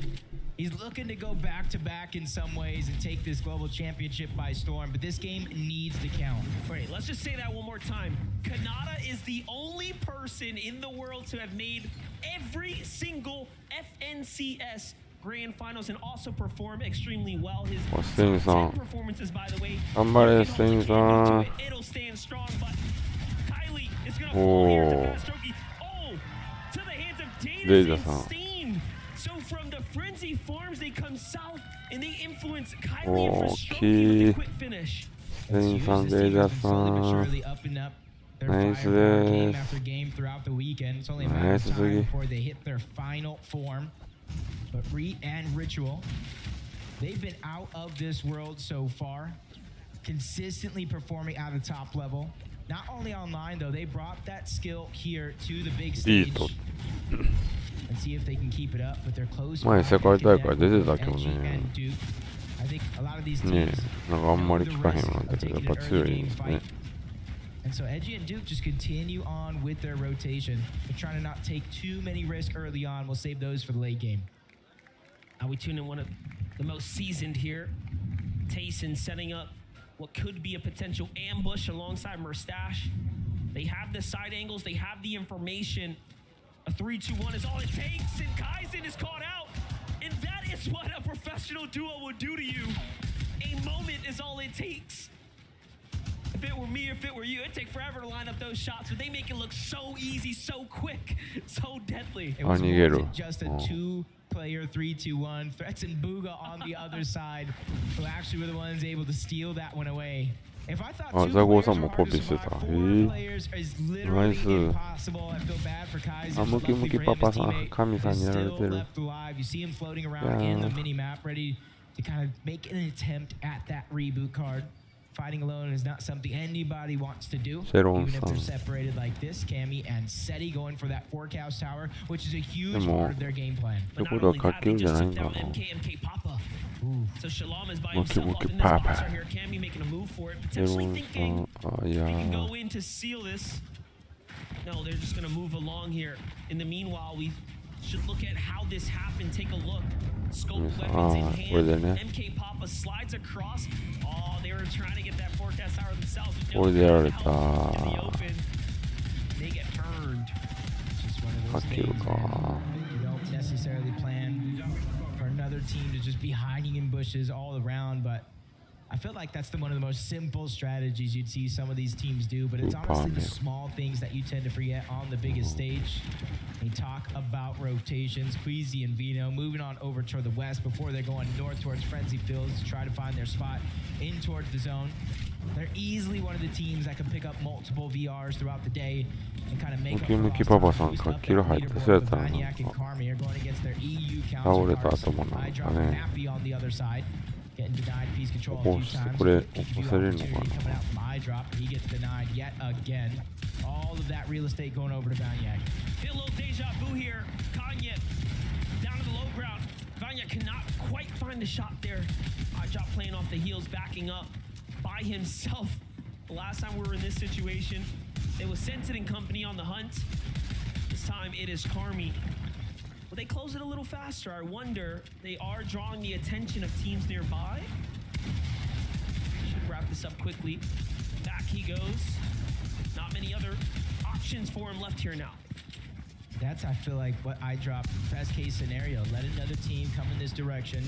Start to fight off both Vaniac and Carmi. That way he can try to slither his way out. But no opportunities are coming. A big shot fires through.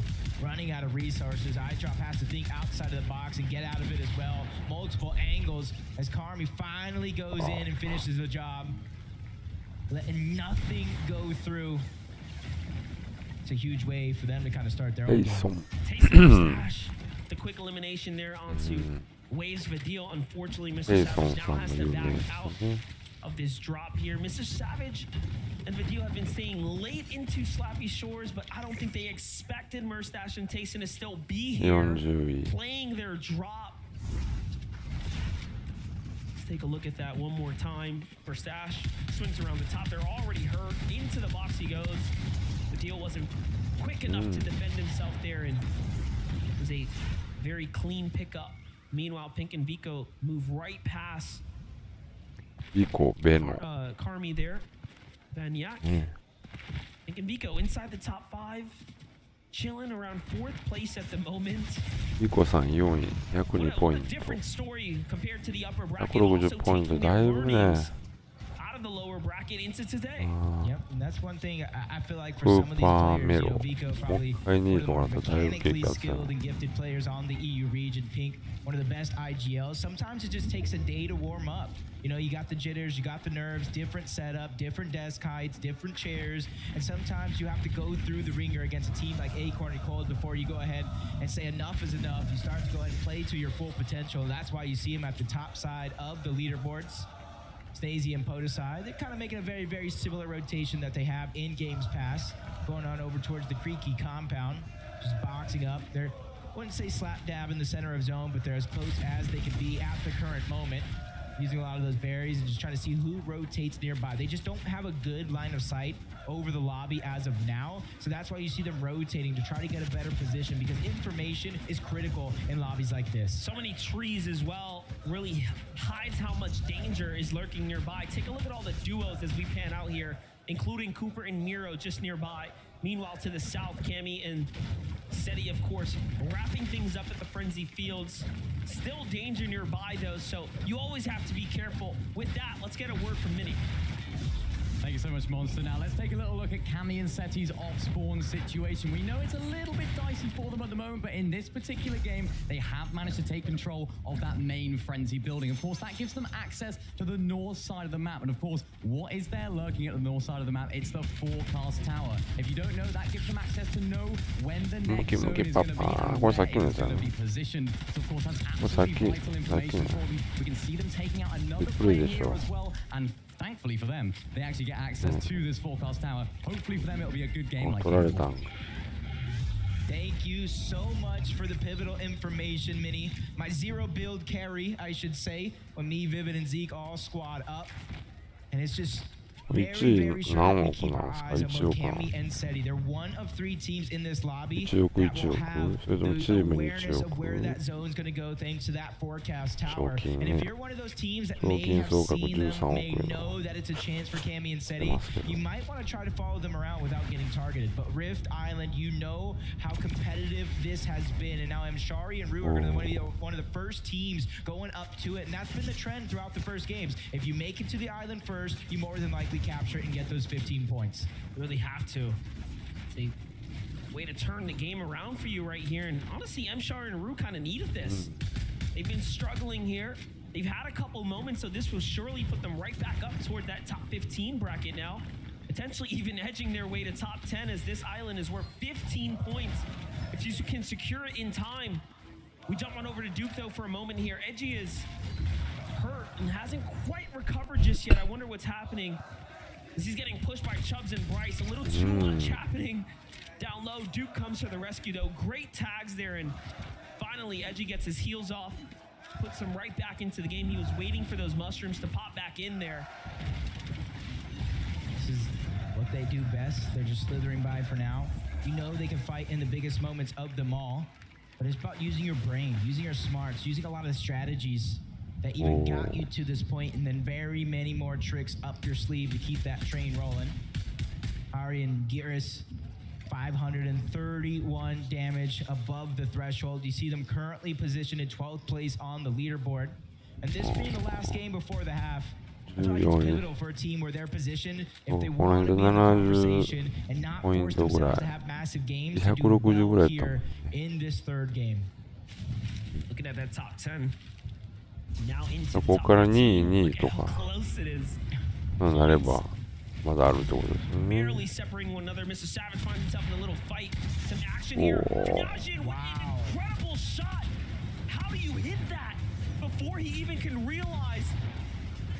And now Vidil has to clutch up here. Vidil cannot allow him to wait this one out. And by the way, they need this damage. They actually have to force these fights here. So should he save up? Should he clutch up here?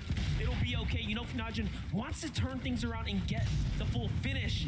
So Vidil does have to be careful. Ooh, even third-party shots coming. Oh, he saved him just in time. outside of the zone and inside as well. The breacher for Fnayan is going to be the huge money maker here, but a nice shot from Vidil trying to make up for him going down. Oh. He burns. Says you are out of the lobby. Oh my gosh. Oh. That was the grossest shot of the day by far. Watch it one more time. リンゴショッツが Look at how quick this was. You think it was over here, but he hits it just in time. Oh my god. Pop the slurp juice. He didn't even give him enough time to heal. He just went in trying to finish it off. But those are the risks you take. 1億じゃあ We get rebooted, 3000万とか forced to get surged yet again. That's exactly what happens when you can't control your own destiny. 1億3000万が一つのチーム1億3000万ずつ1億3000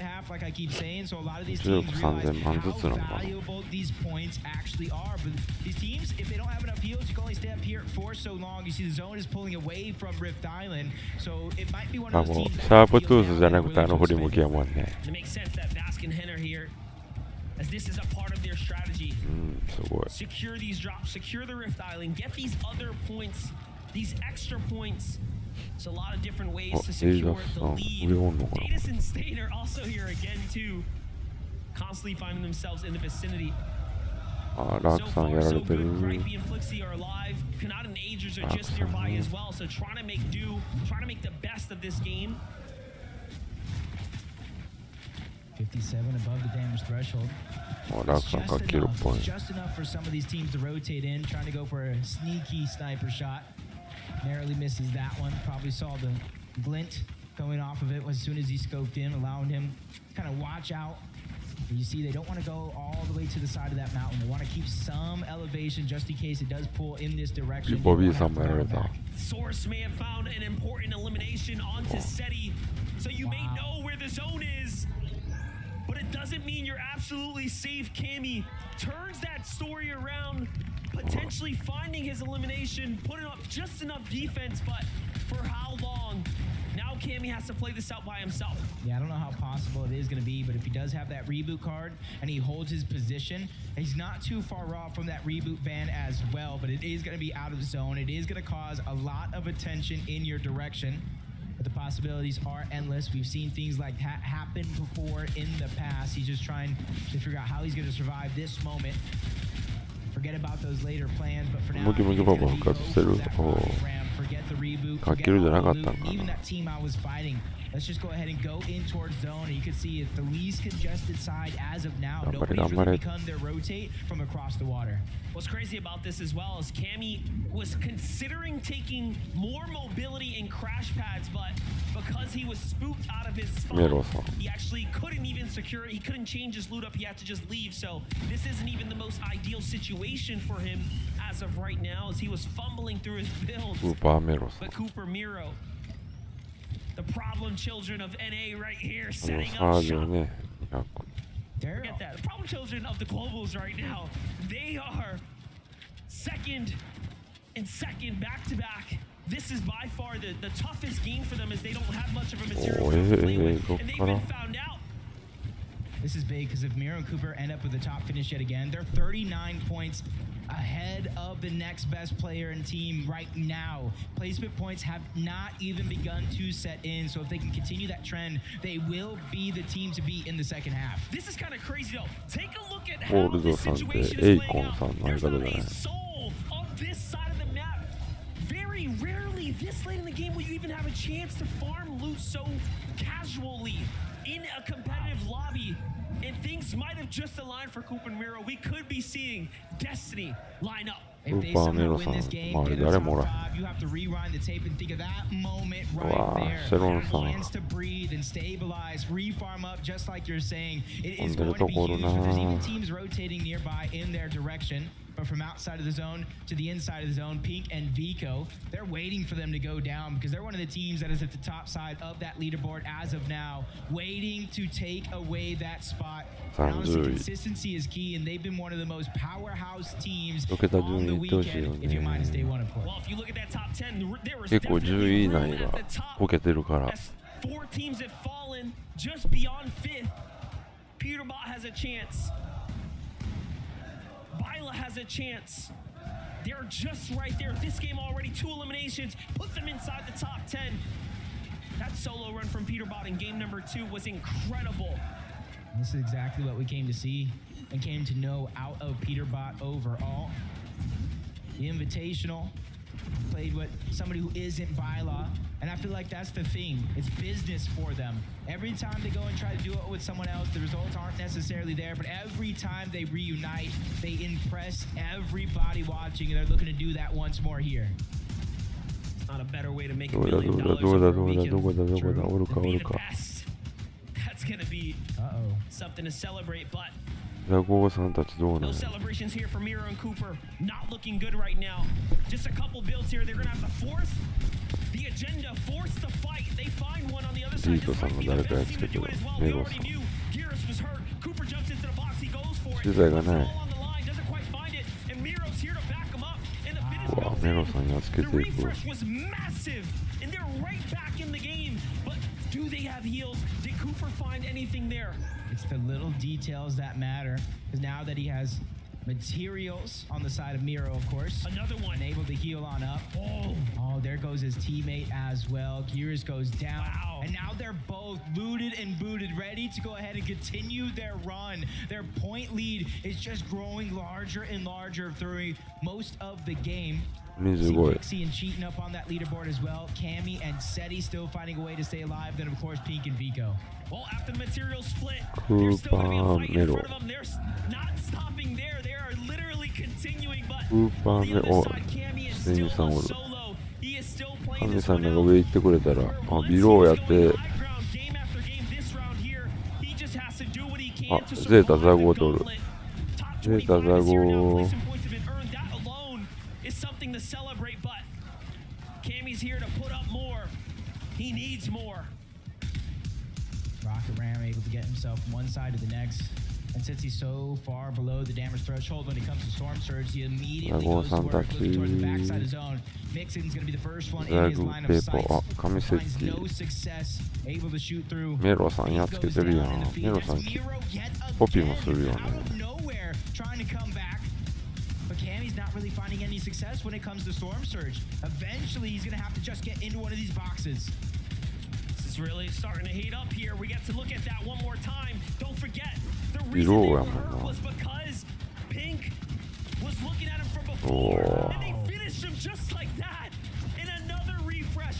But more importantly, it's more points, and that's a top 5 team. Pink and Vico have been truly heating up here today. Miro and Cooper are just the unstoppable force at the moment in this lobby. Now they've made it to the point of the game where you're getting placement points for every team that goes down. And this is where Cooper and Miro really do shine the best in these end games, being able to be a little bit more aggressive and take those risks. Peterbot and Bila, I can say the same thing about them. They were in the situation that Cooper and Miro were in not too long ago. They have to take a page out of their playbook, but that's Kanata and Agers over on the other side. See Peterbot trying to take the space, but finally moves to the He hears a lot of teams crashing in and just any part of any of that. Bila and Peterbot still on the move right now. Meanwhile, Peterbot is finding more and more. He gets the finish, but there's duos down low. It's not safe by any means. Starting to run thin on material. Plenty of teams down low. He's got to get out. That's Duke. ザゴーさんやっつけてる。ベノやっつけてるよ。神もおらんってなったらハイぐらいいけんじゃない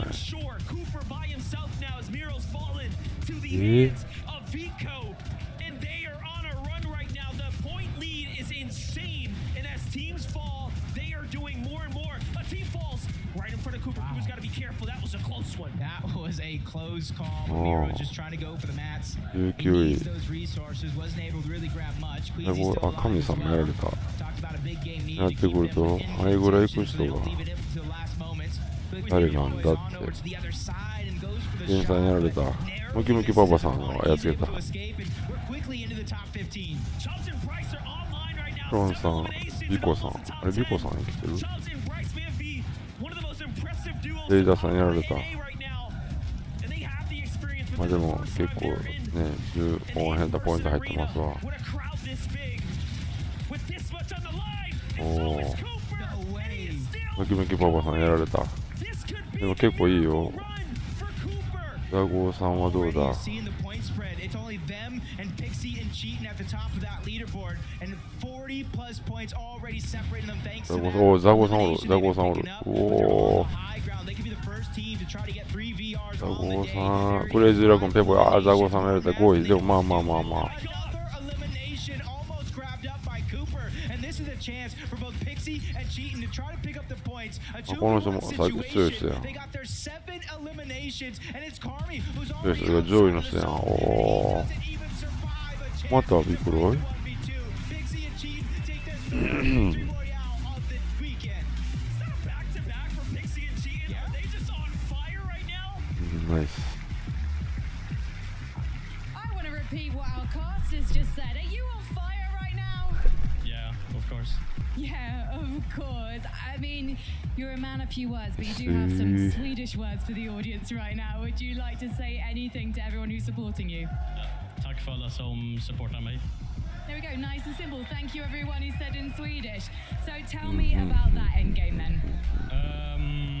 We are full stacked again and just played out. Like we had so many mats and stuff, and we just full tapped to the end game. We looked at high, and then we looked up, and it was free, and we take it. すごいね。 So do you think the key to your fantastic end games is actually you're having great early starts as well? Yes, we get like good search, good mats, and just get into end game. And what's the secret to this? Have you spent a long time preparing your game plan, or is this just in the moment when you sit down, you just know what you want to do? We have prepared a lot of strats, and then we just play from there. And who is responsible for those game-winning strats? We both.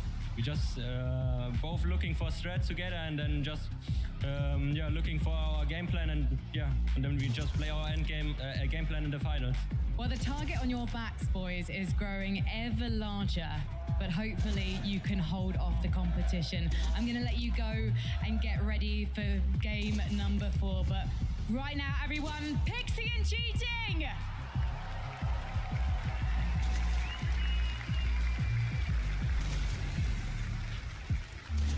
Bro, no shot. No shot. There's 2 stories we're going to highlight. We'll start with the easy one. Pixie and Cheating, the back-to-back. Guys, understand, this is a globals stage. This is it. This is the peak level of competition. And Pixie and Cheating say, victory out? Nah, let's give you 2.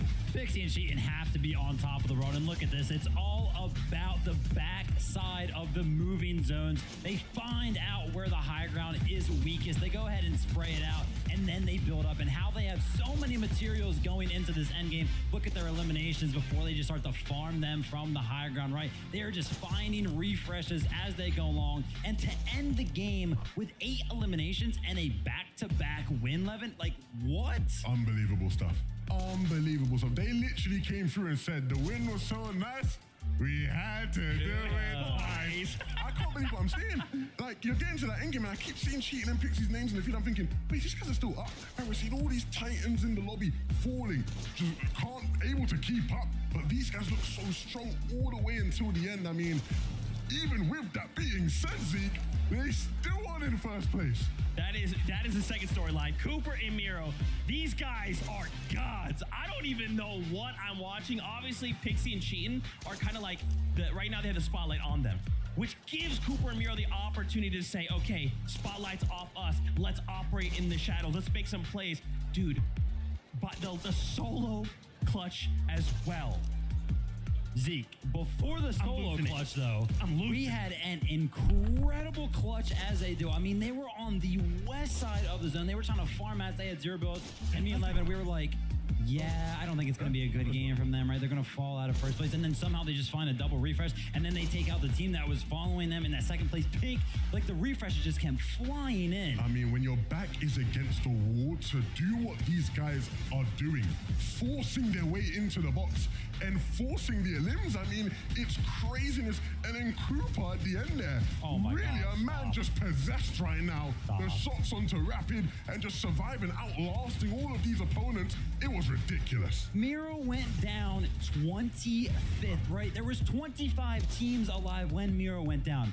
Cooper just went down in top 5. He solo clutched for that long. Which is kind of crazy to me because a lot of times when we talk about this duo, we tend to focus a little more on Miro's side, right? Kind of a little more decorated, a little more experienced. But Cooper's like, whoa, why am I getting disrespected right now? I mean, unbelievable player, right? He was given the chance by Miro to compete, and he has not looked back since. Every opportunity he's taken. Flip the coin. If anybody has seen that on the timeline, basically how this duo ended up forming, Miro was like, hey, Cooper, flip a coin, and if it's what you guess, whatever it was, I think it was heads, we'll duo. And it ended up being correct. So they formed a duo, and now here they are on the global stage in first place after 3 games. Best coin flip of his life. Just insane. Okay, so really quickly, I want to talk about more of the standings overall. I did kind of just want to double back to Cooper Miro there. I'm sorry, Cheatin and Pixie rather in second place. So they've not been able to overtake Cooper and Miro. And they're kind of, you know, gentlemen of very few words. I was kind of curious if you guys had insight as to how they are just going wild right now. How are they making this happen? I mean, for me, it looks like it's the high ground play, right? Like somehow, you know, we talked about it coming into the day. We expected a couple of teams to be battling out up there, specifically Queasy and Veno and Cammy and Seti. But honestly, we haven't really seen either of those duos in a healthy enough position to go ahead and contend for it. So it's kind of left that area of the end game open arms for Pixie and Cheatin. Yeah, and I think you can see from the interviews, they're not really letting the moment get to them. It's like they're playing at home, chilling, playing some scrims or something, right? It seems to be very low pressure right now. And for a team who isn't as experienced in these kind of moments, that's very alarming almost, right? You don't expect to see that. You expect the players to be shaking and wobbling over their words like, oh my goodness, we're on the stage and we're winning games. What's going on? No, these guys are cool, calm, and collected. Absolutely. You talk about another duo that's cool, calm, collected. Vico and Pink in third place right now, halfway through the competition. Guess what? Frankie, she's standing by with Vico right now. So let's hear from him. I am, and Vico, I think this is the least nervous I've ever seen you. Why are you so calm right now? Well, it's 3 games in, and well, there's nothing to really win right now, so nothing to lose. So it's just like there's nothing really that we need to like have pressure about, because no one really thinks that we're gonna win or anything. So I think you've got a good chance. You're in third place at the moment, and right now the drop spot feels quite safe for you because Cold and Akon, they're not trying to grief you, they're not trying to 50-50, they're actually just giving you space. Yeah, they're just giving us space. Like we're giving them space, they're giving us space, because there's not really a reason why we would fight, because it's just gonna get delayed. And if we both play our end games, like me and Acorn, and like we're just both gonna do good. Who do you think has the stronger end game out of the 2 duos? Probably me and Pink. And why is that? Because we practice a lot. Like in these last 3 months that we have played together, we've practiced like almost every day, or like almost every second day. So we have a lot of prac in between us. So I just saw your coach Bloodex walking past as well. He told me I haven't had to teach this guy anything, but there must be a reason you're working with him. So what's he brought to your duo? Basically everything. Like he's teaching me how to actually understand the game and actually play the game. Like there's a lot of stuff that I didn't know before having coaching from Bloodex. So what has he really taught you about playing the game then? What does it mean to play Fortnite? Well, there's like stuff like you need to understand like how to play mid games actually, and like look for surge and all that stuff. And that's like something that Bloodex is really good at. And like, yeah. It's one of the things that's ever changing about Fortnite. Given that you are in this third spot, you can go either way now. You can go up, obviously you can go down, and you can go all the way to that trophy. What are you feeling right now in terms of your chances? Do you already see yourself lifting that trophy on that stage? Well, I don't see myself lifting it right now because there's a huge point difference between first and third place. But these next 2 games, they just show everything. Like Mero and Cooper can choke, as well as like second place. I think second place is Pixie and Cheatin. They can also choke. It all depends on these next 3 games because a lot of people will get nervous. Exactly, and yesterday you did get a victory royale where you scored, I believe, over 100 points. So it might be 100 points separating you from the top, but I know that you can pull off a big game. So Vico, thank you so much for talking to me. Good luck to you and Pink, and let's head back to the desk. Can I just say, I don't know where he is in here, but Bloodex is the biggest liar there is. For him to say, I've not had to teach Vico anything, I've been there. He's had to teach Vico a lot, like Vico just said. And my oh my, we're grateful he has, right? Because look how Vico's playing, look how he's improved. It hasn't always been the smoothest, it hasn't always been the easiest of rides for that duo to get to where they are now, but it's the perfect time for them to be peaking. Absolutely. I mean, and I think too, him being able to kind of take that step back and humbly say, look, I still need to get sharpened, right? I still need to focus myself. That's how you improve. If you're just assuming I'm at the top, I can't do anything, I'm the very best, you'll never actually improve. Now, we kind of talk about the standings, a couple in the top 3. Let's talk about the duo in 4th, Seti and Cammy. Again, I'm just terrified, man. I feel like this happens all the time. Cammy and Seti, though, they might have this like, they haven't quite made it up in the standing. They haven't got a victory on, not even a top 5, whatever. And then they end in 1st place, right? From this position.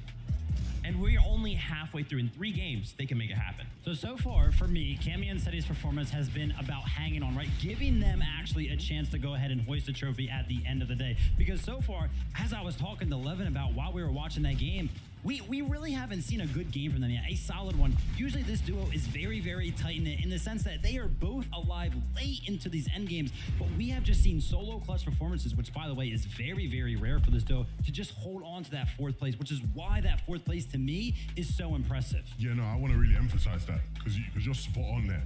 They have not had a good game by Cammy and Seti standards. Like, the best is still yet to come from these guys. And the fact that they're in 4th, and you could argue their performance hasn't been anything amazing by their standards, just says everything you need to know about this duo. You know, and we're talking about it a lot, right? Obviously, of course, right now we are on a break. So there is some time to maybe sit back and actually talk with each other, kind of figure out what's going wrong. So maybe this is the reset that they need. I think so, right? I think all throughout the year when they face hurdles, even at times when it maybe looked like maybe this duo would split up and things weren't going to work out for them and it was going to be the end of Cammy and Seti, they've been able to work things out. They've been able to get together, get on the same page, and it's paid off every single time. Absolutely. We saw 3 games, right? Anything can happen. They just need one insane game, and they could suddenly overtake that #1 spot. There's a point differential, but we can't focus on that, right? We have to focus on the job we have to do. As we turn our attention back over to the standings, let's just take a look here as well. I'd love to highlight Carmi and Banyak. They're in 5th place, up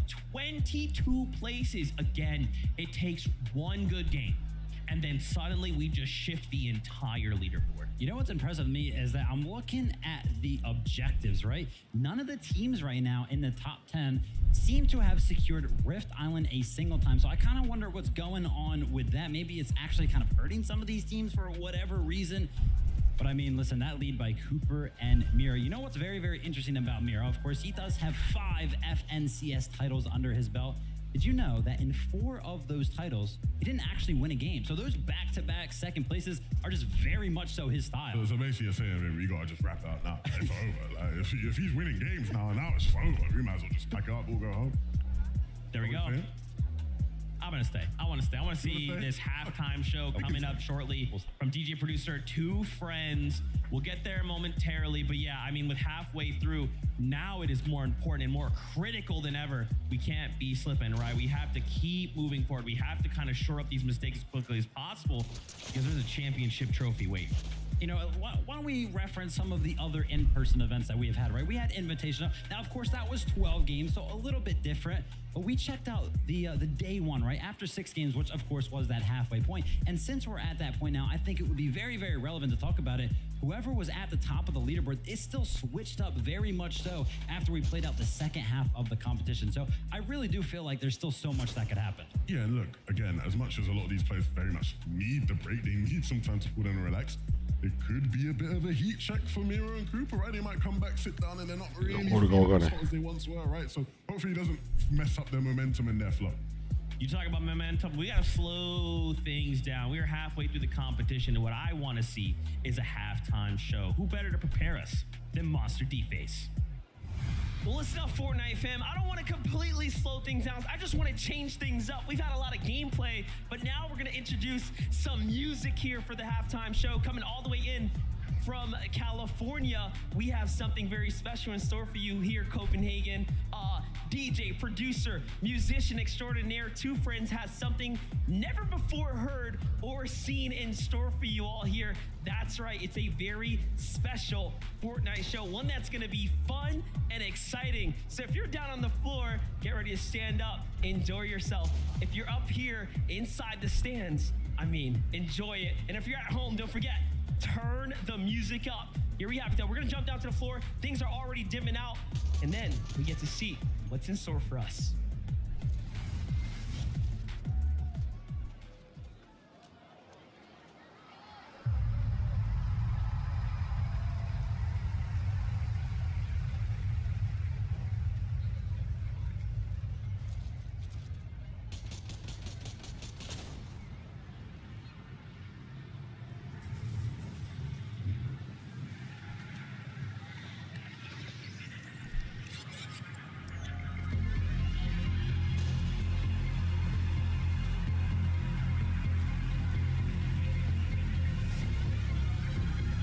ちょっと待ってね。音だけ切らしてるの。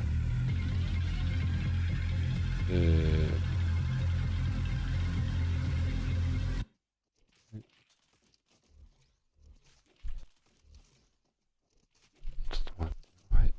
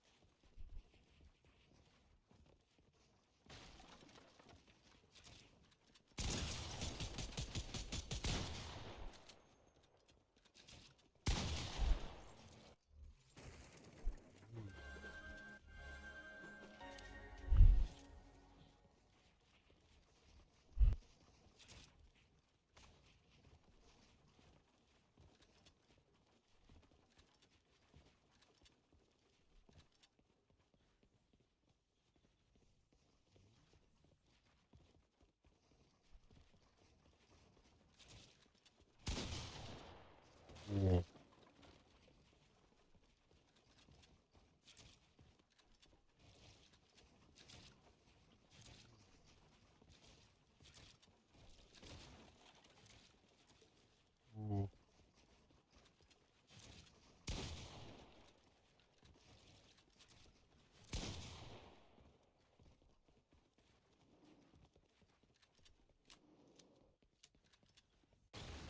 でこう。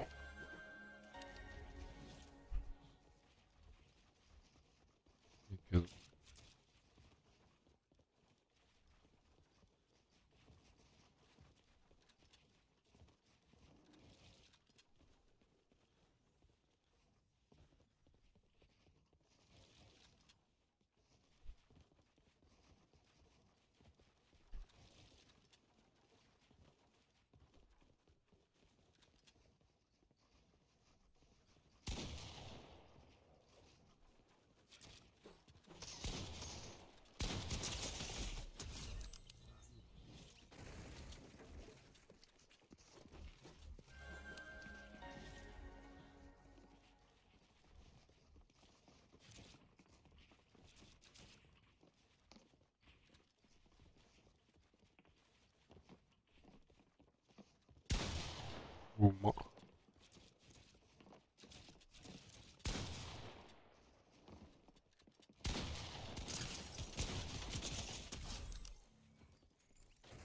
イェー。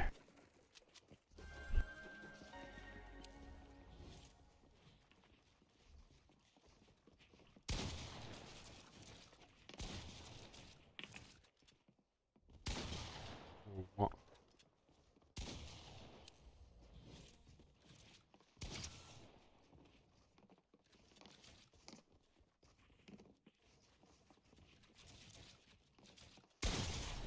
うわ。ナイス、うまっ。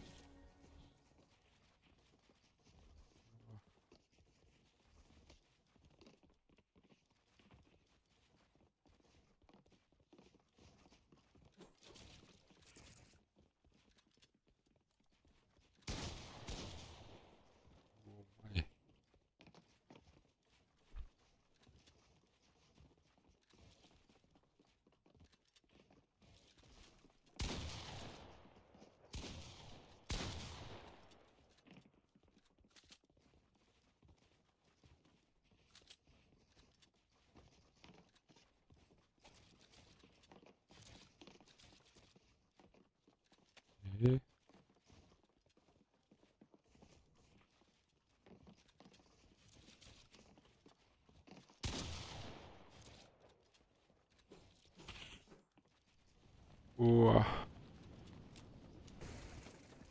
ごめん。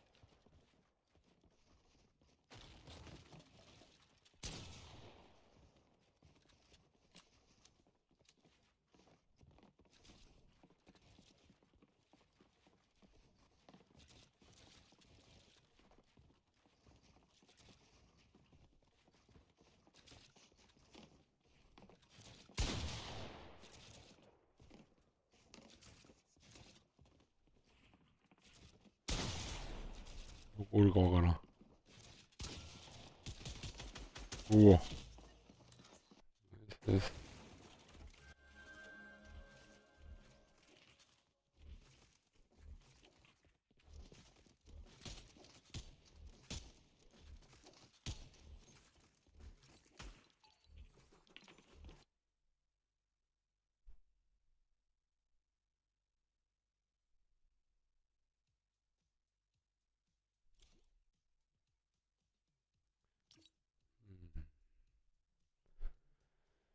アイミフィッシュやってますね。さあ、じゃあ、どうせやったらね、世界大会。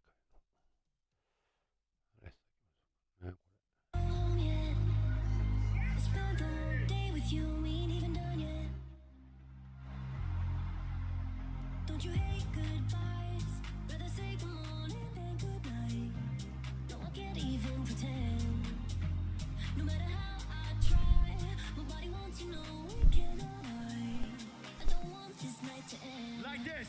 If only I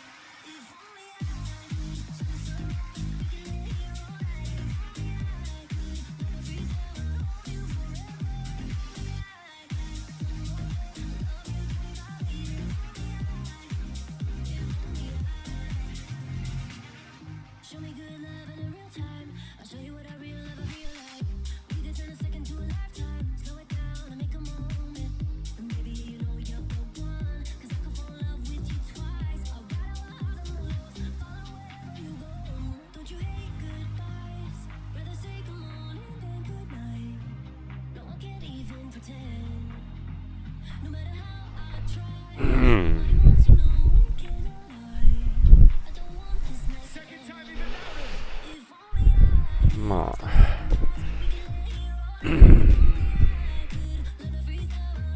著作権は大丈夫でしょうか。ほんまやね。もうあかんやろう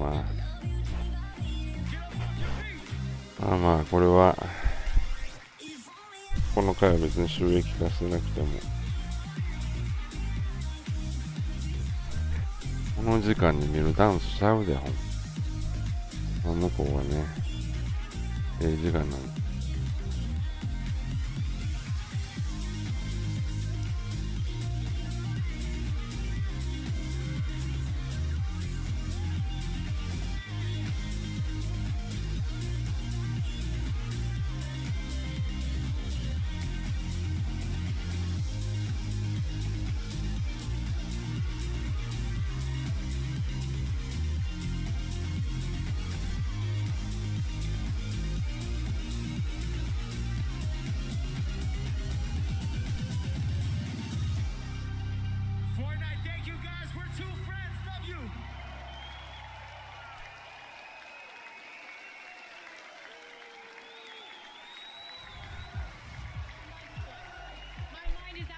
Blown. I was just watching the halftime show on the screen. We were having a bop outside with the rest of the Fortnite team. Yes, I know no one has referred to it as a bop for about 30 years, Kelly. Well, to age us even more, when Meister Brightside came on, all of the 30-year-olds in the talent show were going crazy, and then anyone younger than that pretty much didn't know what was going on. Gold star goes to Zeke. Zeke has got some moves.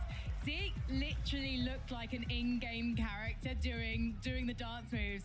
I thought he was going to bring out the floss at one moment. I was like, Zeke, that is so true. I think he did. I think he actually did a little bit. Yeah, just a little bit. That's how much he loves Fortnite. It's true. Well, how would you describe your moves? Terrible. That's one word. Yeah, I was kind of like a fist pump, little groove on the heel, a little groove on the heel. Can I say my MVP from that performance? Yes. Man with the sax. Oh my gosh, how could you not? And that was live. That wasn't a pre-recorded guy just sax syncing. I don't know what the saxophone equivalent of lip syncing is. He's like literally walking down a stair. I find it so hard to walk down the stairs of the main stage, let alone some narrow stage steps while playing a saxophone, Kelly. Oh, as soon as the two friends guys jumped up there, I got scared. I didn't know if they had any harnesses on. Is it one friend? Is that what you would call singular of the two friends? That's when one of the friends misses the jump, but he didn't. He's been working on those glutes.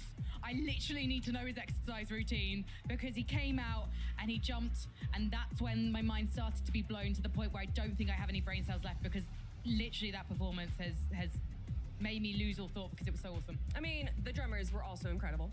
Yes, they were. Yes, Great they were. job, The guys. drummers, Thank the you. dancers, everything was thrown at this one, and now our players are going to throw everything at these last three games. Do you like the segue? That was good. That was really good. Thanks so much. Been working on it. 3 games left, and there's obviously a few duos that we have to talk about that are on the top of the leaderboard.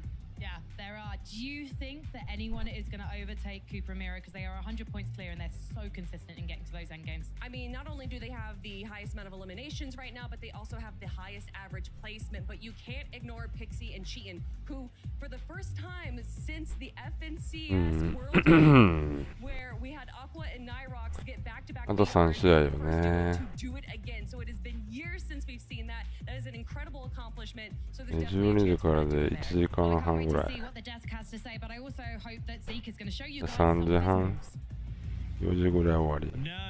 Listen, Frankie, you're not gonna bait me into that, okay? Look, those moves are way too powerful, okay? But man, that was a crazy set by DJ producer Two Friends, and I gotta agree with Frankie. When Kahcy on the sax came out, I was just not ready. Like, I was like, yeah, this is amazing, and that just dropped, and I'm just jumping like crazy. That was so much fun. It's so fun being in here, right? Because we're standing up here on the desk. And the whole ground is like shaking as this is going on as well. And then the flames start going off, and it's like, whoa, whoa, whoa. Why can we actually feel the heat from those flames? I want to keep the party going, bro. I don't want to stop. Let's just keep it going. Tell them to come back out, man. We can keep it going, Just man. keep going while we continue the competition. Just let it run wild. And of course, I don't know if y'all saw, they had the wristbands. So as they're changing the songs as well, it's just the arena lighting up kind of in like tandem with the songs. Man, that was amazing. Thank you so much. DJ producer, two friends. We appreciate y'all. Casey on the sax. We became best friends. The GOAT. The GOAT. Now, as we kind of get ready here, we have some time before we jump back into the game. The players have kind of taken a bit. They're stepping back. They're getting some food, talking with whoever they need to talk to, and focusing their minds. Let's take a look at the stats by the numbers. Let's take a look at how things are kind of going here in the grand finals. When we take a look at the numbers for most eliminations, you can see Cooper and Miro. No surprise, currently sitting in first place, right behind them, Pixie and Cheaton. Yeah, I mean, you know, first and second place, obviously eliminations are very, very important. But Peter, Bot, and Bilo with 12 sneaking up there for me. I feel like they just started to warm up in game number 3 there. We saw Peter, Bot, the mechanics were coming out, and that's what he's known for, by the way. So if that can continue that momentum, they might be flying up the leaderboard. Yeah, it feels like a blast from the past from those guys, right? Obviously, back when they won an FNCS many, many seasons ago, that's the kind of thing we saw from them so often, right? Popping off high elim games, and it's good to see them getting in on the action today. I was curious to kind of get your thoughts. So how do we slow down Miro and Cooper right now? Are they contested? Because it seems right now like they're uncontested there. Or if they are, they're just winning off every spawn. But they are so dangerously far ahead right now. No, I mean, seriously, what it comes down to is making mistakes out of them. And literally game number 3 was that, right? They made a mistake. They had so many things to come back from in that game. I mean, positionally, right? They were pretty much out to the west side of the zone. They had no builds. どうでしょう。 Finding the refreshes in that game tells me that they are even ready for those situations that are tough, で especially も神さんとかね、 it just means that it might be hard to ベノさんも途中でやられたりすることやっぱありますから、 Many games we play, そうなってくると全然チャンスありますね。 the crowd are going to make noise, and that's what just happened a second ago. He's clearly back from his break, and they're all, you know, on top of ビコさん、ビコさん、ビコさんらが結構困ってね、くれたら、2回連続ビクロイとかなれへんかな。You know this might be the only opportunity you get to actually play out a game, and there's even more pressure that gets added with that. Yeah, and here we kind of turn attention from 11th down to 20th. I want to highlight 17th place, Hen and Vasquez. We've seen double Rift Island claims. You can see the 30 points. The 30 points, just under half of their total points from Rift Island. And it's still just so crazy to me. More duos aren't just sending it. Because actually yesterday we saw a moment where there was like 4 duos that landed on it, and they're like, okay, look, you got here, that's fine, we'll just let you have it. But at least they went for it. Yeah, and I actually saw some respect there in game number 3, right? We saw Datus and Stain, right? They were right under the Rift Island spawn, and we were like, oh look, they're probably going to get it. And then they just didn't go up for it when I really feel like they were in a position too. So still a lot of these teams not willing to go for it. Yeah, it's weird, right? Because like you said, they went from showing so much respect there for not going for it, then the next game they get an elim and they start, you know, doing the gritty on their opponents. Right? So clearly, you know, where they choose to give and not give respect is a bit different, and it depends on who it really is. すごいよね。テイソンとかより上ってことでしょ。 In that Rift Island gambit, right? I think again, for a team to have claimed it twice now, and then Vasquez, you can't be letting that happen. 結構まだ拮抗してるから。 On better performances to add to those Rift Island points, then you start looking at a team that can start to contend. Okay, I like it. Let's take a look at the numbers for Rift Island. So obviously we highlighted them, Hen and Vasquez, 30 points. Okay, so Batman, Booga, and Rapid, we did see that not that long ago. And then remember, we've got the forecast towers being 3 points each. So Cammy and Seti and Bryce and Chubbs have also claimed 2 respectively. So, and I think the other thing we want to kind of, it's not necessarily gone under the wayside, but that forecast can be so powerful for a duo. I wonder if that's why Seti and Cammy, though they've kind of been in somewhat shambles situations, have still played so well. Yeah, for sure. I think you look at the game played without forecast, and they're already a team that positionally is just going to dominate everybody else. Like, they're going to be in good positions, and they're going to make you think, how on earth do they know? 来年は世界大会行こう。行けるスケジュールやったらいいですけどね。 Intel, the insight beforehand, and it's like, yeah, they're just always going to be in a good spot. And even though the performances, maybe there's a bit in terms of the fighting ability and where they're on the same page there in box fights, they're still going to make it deep into games with those forecast towers. Yeah, and if we think about the strength of Frenzy as it stands right now, of course, it is going to be the fact that it is so close to that forecast tower. So the fact that they're kind of like splitting their drop spot right now, I really think it's in favor of them. And, we're talking about how, we really don't think that they've had a Cammy Seti-esque game yet. That forecast tower has to help them out in that category so much. Yeah, for sure. Well, getting word. As much as I enjoyed that halftime show, games are ready to go. Let's send it up to our casters. This is game number 4 of the FNCS Global Championship. That's right, we're up here. We have Taco joining us right now to, of course, close out the remainder of the day. We already know it's getting intense. Players did have a short break. The very first 3 games today. nothing except deliver. Action after action. So many insane moments, and we're here to get 頑張れ頑張れ。 is ready to go.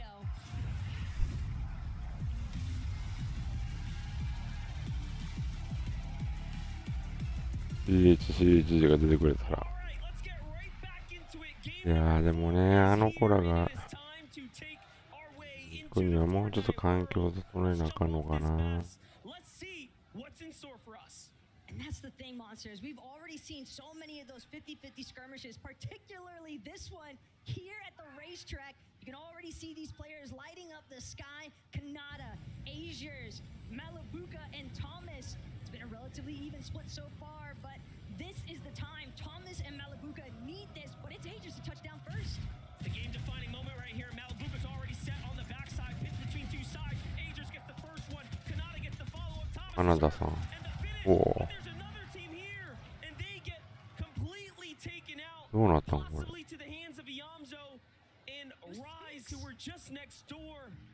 Spinks actually with the final elimination shots there, and that's part of the risk as well. With some of those early third-party contests, it's just such easy pickings. The sad part about that is Kanata has won that drop now more times than Thomas HD and Malabuka. So Kanata and Azures also had equal amount of time to run up the points on the scoreboard, and they were doing it. Finally finding their stride. That's going to be a huge setback for everyone here. But entertainment for us nonetheless. We get to jump in now with Clement and Kaizen, who already have an elimination. If Grols is by himself, then he's having to run off of the distance as well. Seems as though Pars going to meet an early demise. Baka tried doing his best to recover, but it's just not enough. Giannis and Reason going to collect the wins, and that's primarily just them getting the luxury of being able to continue farming out resources, materials. But we can take a look back at the action, and we didn't get a chance to witness the first time around. Reason with a nice drop down from the overhead view. Baka just unable to find those finalizing shots. That's unfortunate, but when you're in those 2 versus 1 situations, it's hard to come out on top. It makes you wonder if Reason and Giannis didn't, come out of the lower bracket. Baka and Pars CHJ がこうなるには、どっかのサーバーにきっちり出る。でもやっぱセンスもあるやろうけどね。豆さんとかだいぶうまいのに。おお。Finishes the deal, gets his elimination points, gets the credit, and finishes it off when it matters. Worthy though, making sure to not go down without a fight. At least a minor setback there for Misha and Teeny. But the revive will definitely be a success. Decent amount of action sprinkled across the north side of the map so far.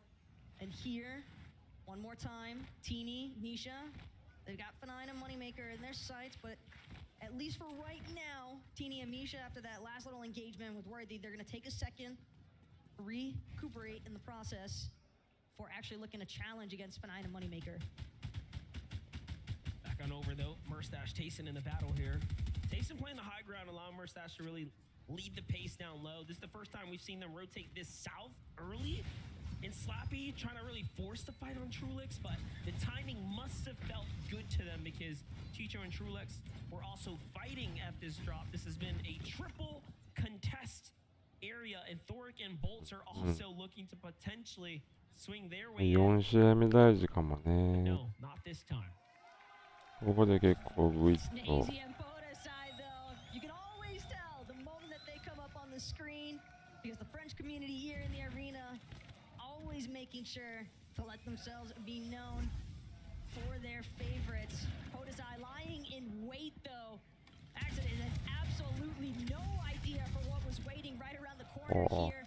A nice pickoff, though, for Podesai and Snazy. Curious to see what they choose to do, though, with that knock. High likelihood that they look for that strat they've been trying to repeat where they can farm some damage. They've done it though. They've continued to. If they can't get to a mushroom, they're using med mist. They're using everything in their power. We love the "Let's Go Snazy" cheer and chant there as well. Hey, feel free to join in on any of those you want to celebrate with. That's what this is all about. Karmi set up on high ground, looking solid, scented, and polarized. Need to find their footing here. Can they do it? We've only seen 3 games. There's 3 more games in this finals, grand finals run up. So anything is possible. As quickly as you flew up, you can come down, or there's room for others to come and join you at the top. Right now, Senate, he's trying to spread his wings here up against Gab-Zero and Polarized to back him up. Nutty in the sights. But right now, Polarized and taking their time before making the attack. Want to make sure that most of these edits actually belong to them before fully pushing in. How many times have we seen players run into the wrong box after all? A nice peek of the shoulder there for Polarized. But it seems as though more could be joining the fray. These guys aren't able to find it soon enough. Nutty, Gab-Zero applies some decent pressure, but again, keep in mind, Muzz and Paper, they're seeming to close in. I was just about to say, what is happening right now? You got Muzz and Paper just saying, hey dog, y'all want to fight down here? Y'all want a clean fight? Well, Hey, guess yeah, what? you guys can fight. We're not going to allow that to happen. They come in and put some shots down, and again, with that visual sound cue, everyone here knows for sure there's a team lurking. It's not worth it. Scented and Polarized make the rotate out. We might see some NA on NA action here. Agent Paper trying to set up right now. They say, all right, we'll take your scraps. Now they might be looking to fight Nutty and Gab-Zero here.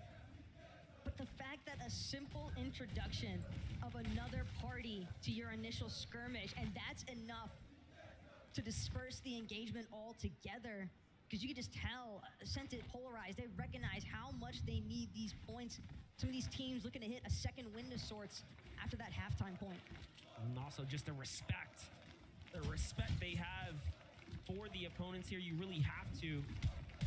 Let's not forget, for Match 4 Grand Finals, to get this far into the tournament stage, you had to qualify based off your performance all year long, and then qualify for the weekend, the most difficult and the most competitive of formats we've seen so far for the Fortnite community.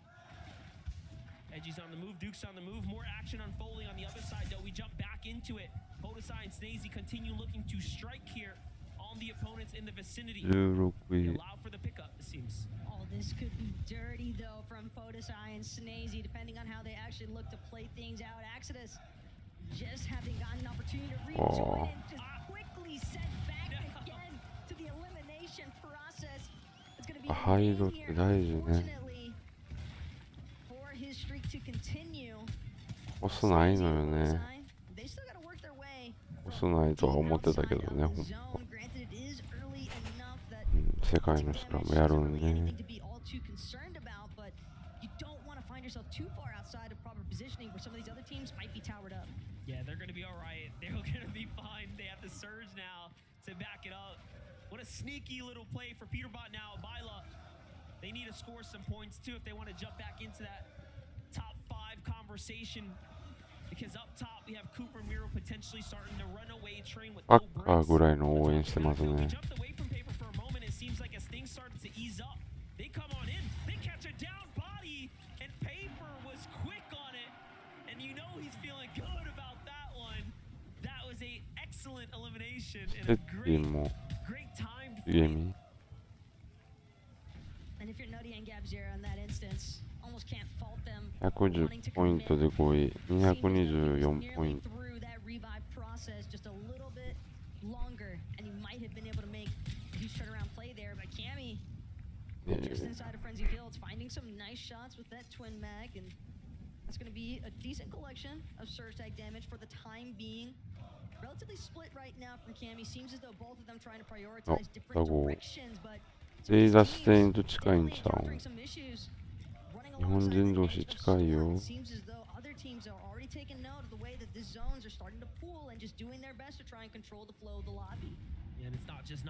うわ、レイザスデータ戦ってる。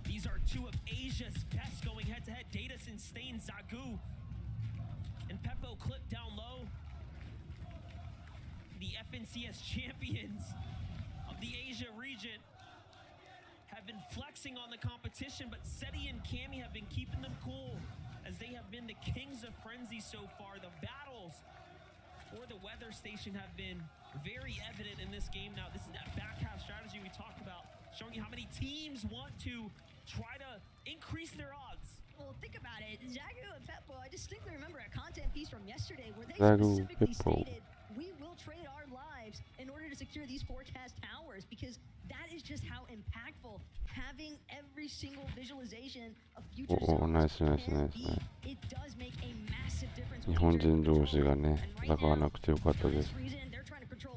中盤終盤やったらしゃあないですけどね、まだ44に、44チーム。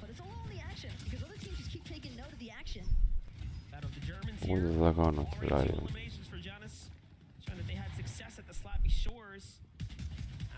And Robot Kebab definitely a strong two, but then you have Pixie and Cheaton just nearby, ever lurking, hungry for more points, already on 世界大会でこれ wondering how have they done it. It's just timing. Their timing has been impeccable. ジュースラポもでかいよね。 Correctly, they'll be right there, earning themselves a good number of points. But no, things slow down. The weapons cache might just go to this team here of Axe Force and Robot. Could be massive though for Pixie and Chi when you consider that their drop is super far north on the map in general. Relatively. Oh my gosh. Yeah, that's all it is. レイザーさんやられてる。 Rebooted like 3 times this game already. レイザーさんステインさん。At different stages, what a difficult time it has been. It would have been a lot more menacing though if it was Podesai and Snazy somehow. Different duo this time, but Seti. ムキムキパパさん、ザゴー。ラークさんなんか昨日めっちゃ良かったのにね。昨日か。1日目か。おとつい。ね、良かったっすよ。Seti and Cam are going to take this rock and go ahead and get as much distance as possible. Should be just fine to go ahead and get to the zone, but no strangers, Cammy and Seti, to playing deep zone. We've seen it just about the bulk of the games on the day. Meanwhile, Miro and Cooper have continued to have success in the middle. Let's catch up with these teams. Let's catch up with what's going on with Vivid. All of the games so far throughout the day have featured some very early aggression, but that is not the case for Cooper and Miro, right? They're just landing over at Rumble Ruins all alone. And honestly, one of the best things about this POI is going to be that Temple Vault. So much loot in one spot to make sure that they can quickly get the loadouts that is needed. And the other thing good about this POI is that it is centrally located on the map, so they can get some storm surge and some early rotations out. So much, Vivid. It's definitely clear that their drop at that Rumble Ruins POI is certainly making a pretty impactful mark on their run so far today. What's even crazier still is when you think about the fact that Miro quite literally has more FNCS title wins, being 5 over Cooper's finals appearances. This is only Cooper's 4th finals appearance, and yet here they are, game number 4, leading the lobby on that first place in the leaderboard. Well, with Vico and Pink on this Rift Island, they're looking to lick their lips, rub their hands together, and pray for something good right now. That's 15 points their way, but they're going to have to fight for it. Moneymaker, Fnagen, understand that they have to come back and make a big turn, a big stride up the standings, and that's why the battle for the Rift Island checkpoint is going to be important here. Vico and Pink would love to secure this right now, though. It would really make the difference. It's 15 points. The fact that Hen and Sasuke have managed to secure 2 of these Rift Island objective capture points is insanity because it stacks so quickly. But Cooper, Miro, they seem to have other intentions, and the game is afoot here for these two as they continue trying to see whether or not they can close in on any of these other teams surrounding the Rift Island that might be a little bit more distracted with each other still. Well, it's going to get pretty interesting. We have first, third, and fourth place all nearby. Make that fifth place as well, because Vaniac and Carby are under the Rift Island, so a lot of our very important performing duos so far just to hit here. The first, Tina and Misha. They've had a good game so far. They finally found their footing here, but they're going against Pink and Vico, who were just warmed up after the first 3. Already, though, what can they do? Pink's got to be careful, though. Pink and Nico don't want to wind up as the team being sandwiched with so much commotion happening here at the Rift Island. Still trying to break through these wall edits from Misha and Teeny. But capture point, it's been claimed. Oh. That is a massive 15 points bonus, regardless of what happens next for these two. But it seems as though they still want more. They've got the loot, but they want some elimination points to go with it. Yeah, look at this. Now they have everything secured. A weapons upgrade as well. And look at all the other teams looking to scavenge what they can, essentially, from the Rift Island here nearby. But it might just be time to go for most. For Mira and Cooper, they're listening to all this go down. They have the material that they wanted from this low-ground reservoir. And for them, that's a small victory in its own. It wasn't the checkpoint they wanted. That was too risky. The material count was welcomed. Little rocket ram on the exit there as well for Miro. Sure, he's bound to get some decent utilization out of that. Up towards the north side, a lot of teams now starting to find their way into the zone, and a couple of teams still left over here at Brutal Bastion. It's a relatively large POI, and seeing all of these pre-established edits, it's got to put you on edge. Vino's hurt, Tayson's hurt as well, but they did manage to find the elimination. Team Monaco on Monaco action, and now Rapid and Batman Booba jump in to try to put their touch on the take, and Vino and Queasy want nothing to do with it.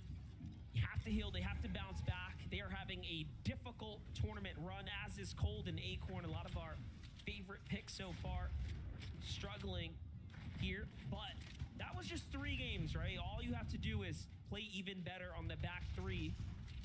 You can be very much in the competition, in the conversation. I mean, we've seen just how impactful even 2 games can be. Yeah. And considering that we still have 2 games left to play after this one, would never want to count out Reno or Queasy. Circumstances. Following up now on Iyamzo and Rise. Just kind of surveying the area right now. So many elevation up here towards the north side of the map. Very easy to lose track of some of these teams. Down just a little bit behind some of these icebergs. But Rise seems as though he's got at least one party. 114やから5位とかは全然圏内よ。ムキムキパパさん、シェロンさんが受けたとか言ったらいい。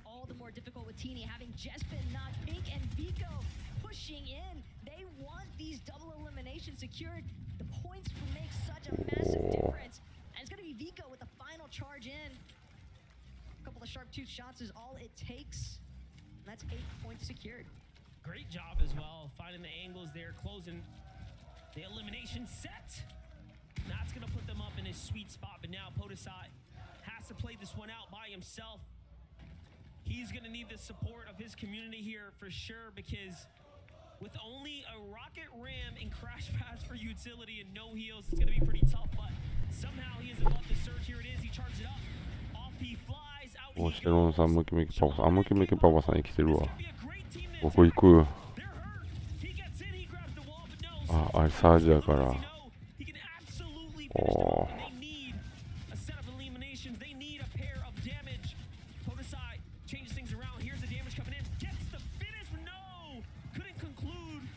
シェロンさん、ムキムキパパさん、これどうだ。ビローきつい。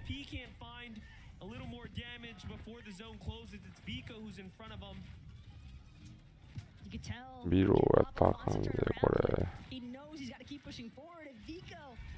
isn't even a second. The zip line at this point. Wow. 8 HP and he goes across unscathed. That is incredible. Combed up for a moment, trying to get this mini shield potion off. Willed successfully. Oh. Until Basket knocks him out of the field entirely. The turn and burn though from NK Papa is Basket on the retreat. Nah. Asia's last hope of the top 10 right there. KB. For now, take it out and finish, but not before putting up a crazy fight against top 5. クレイジーファはゼータザゴ But hold up. ゼータザゴも行かれて We る get to see this Miro and Cooper starting to find their footing ペポ again. さん They が need to fight for it. 押せるのかボビーさんもやられちゃった We saw very much similar circumstances where they came into the game and the mid game was such a struggle. Material count, health そ wise, し just て in general, very, very scrappy duo. ペポさんを They 起こ do し find a set of て refreshers there. Meanwhile, Seti and Kami, complete different story. We've already know they play deep out of the storm line, but they're looking pretty fine right now. It's going to be natural high ground. This is looking like good old early chapter days. Cammy and Seti have definitely found a decent spot just on the side of the mountain north of Brutal Bastion, but they're not the only ones looking this direction. Uan threats, box just beneath them. 変なアンチね Surrounding the edges here. Peterbot and Bila, though, they're trying to put those mechs to work. Bila gonna force his way in, just now getting barely above the surge damage threshold, but Peterbot, we've been watching him do it all day long. The elimination onto Thoric, the revive onto his teammate, and bolts will fall as well. That's the kind of refresh that Peterbot and Bila were hoping for. This is what Peterbot does right here. This is what he does best. Solo play by himself when it comes down to clutching up, and he's got that charge. This thing hurts, it hits hard. He can finish player off with one charge up. It's Axe Force though. Will he become a victim of Peterbot? But no. On his first, Peterbot has to dig into his heels now. Decides, hey, I gotta get out of here. Breaks through everyone. Oh. Why not just cause chaos? むちゃくちゃする Flying in the process. Give it a moment. Give it a お moment. ー You might find elimination. ボビーさんやられた Sphinx probably has no idea what just hit him between Axe Force and Peterbot. Those were some of the most ペポさんもやられてないと信じたい that we have seen all day today. But Axe Force putting himself into some very strong positioning for the time being as a solo. It's so common to see players try to move from that very backside of the zone, but Cheatin as well. Seemingly the same idea here. He's just trying to wait for everybody else to start moving first, but when you're hanging just above the damage threshold, some pressure is bound to start building up. Well, placement points have been given out, and finally now we start to see someone inside the top 5 fall. For Vico in ラークさん生きてる it was な a worst case scenario as they were just there at the placement point threshold. Falls to the hands of the Brazilian duo, Kitos and PH Zin. For Seti, for Kami, they've elevated themselves enough, recognizing that low ground was too dangerous, and they're playing a vertical box here. For Miro, for Cooper, they're getting to the front side of zone. They're on the hunt right now. Miro loses them though for a second. Lot going on around him. Miro trying to make sure that his feet are protected. How many times have we seen players shooting just underneath some of these box edits and walls that are made? The smallest of gaps towards the bottom of them. But Cheatin, again, as a solo, still finding a way to keep moving forward. And this is just so paramount for Cheatin and Pixie's run. They've got to do everything in their power to stay as close as possible, hot on the heels of Cooper and Miro. And Cheatin just looking like he keeps finding moments to find that breath of relief. Just what an incredible story for Pixie and Cheatin. Jumping in this 日本勢おるかな a final moment, so making the best of it now. Think about it. If they fall now, メロがまだ生きてるっていうね potential runway that no one can close the gap on. It is getting that close right now. Mixin, Blaha though, high ground is theirs. They've had it since the mountaintop, the first to claim it. Have not looked back since. Still have crash pads and more to work with. Very curious, though, to see what exactly is going to happen.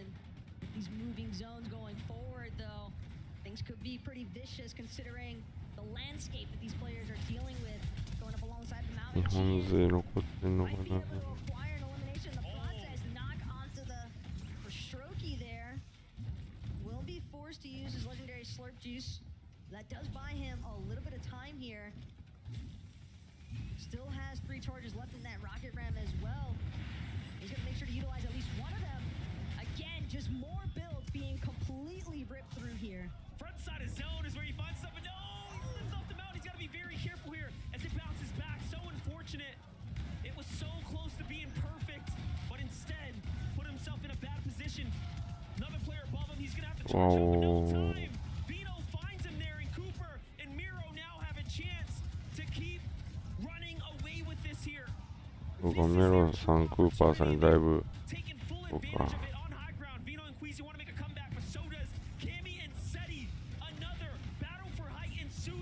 ミセッティが4位で残ってる。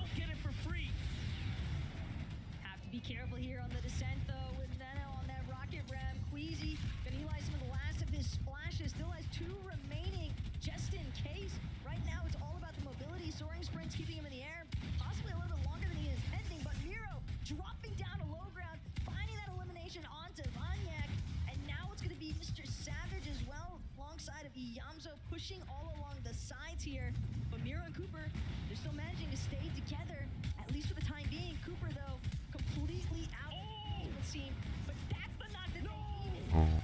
He needed to finish to stay alive there, and Cooper sacrificed. クーパーさんやられた。メロさんも。神セッティが。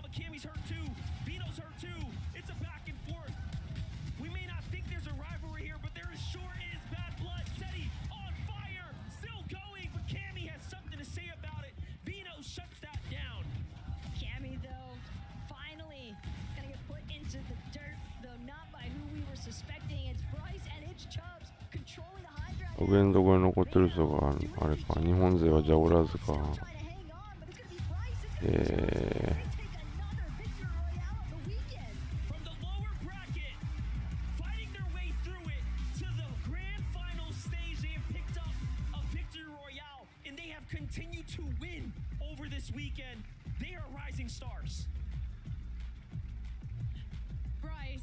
The sight of you winning a victory royale is going to be one of the most enduring memories of this entire event for me, because every time you guys have success in the lobby, you just can't believe how good you are. What does it feel like to take a second victory royale in Copenhagen? CHです。It feels amazing. It's exciting. And what did you guys discuss in the halftime break? Because you needed the points desperately, and now you're in 4th on the leaderboard. We got this. We're better than everybody here. Is that literally the conversation you had? Yeah. Now, I know that this is a first time on LAN for you, Bryce. What about you, Chubbs? How much experience have you been able to bring to the stage this weekend? Not much, but our skill is there, so we're here to win. Is that what it's all about? Just the skill? Yes, that's it.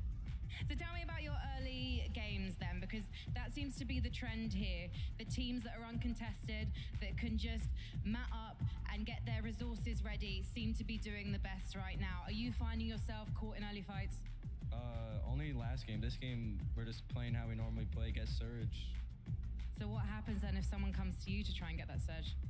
We're better than them, we'll just kill them. Do you believe this, Bryce? Do you believe in yourself now after you've had so many epic moments here? I do. I think we could win. And do you believe in this, man, Chubbs? I do.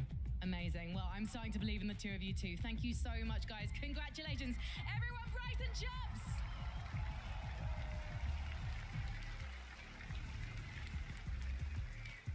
Bryce and Chubbs showing a lot of restraint, right? They could be going crazy, they could be popping off, but no, they're focused. They know there's only 2 games left to go. Now with this lead, with this victory royale and the eliminations as well, they could make a run of it. Now, very quickly, before we even get going, Kelly Link, Mini Miner, welcome to the analyst desk. Okay, now hit me. I mean, wow. This is something that we have seen from this duo this weekend. They have got victory royales in the previous rounds, and we just seen it again. I think there's a few question marks about whether they could do it on the big stage. I mean, Frankie mentioned it, maybe the lack of experience compared to some of the other duos in the lobby, but they're not showing any nerves at the moment. They're on top. No, and they were on top of that mountain as well. Yeah. Once we saw Mixon drop down from there, we also saw Vino, Queasy, Seti, and Cammy all fighting for that high ground. And when you have the mountain there, it is so important to おー、10位以内にはいなくなりましたね。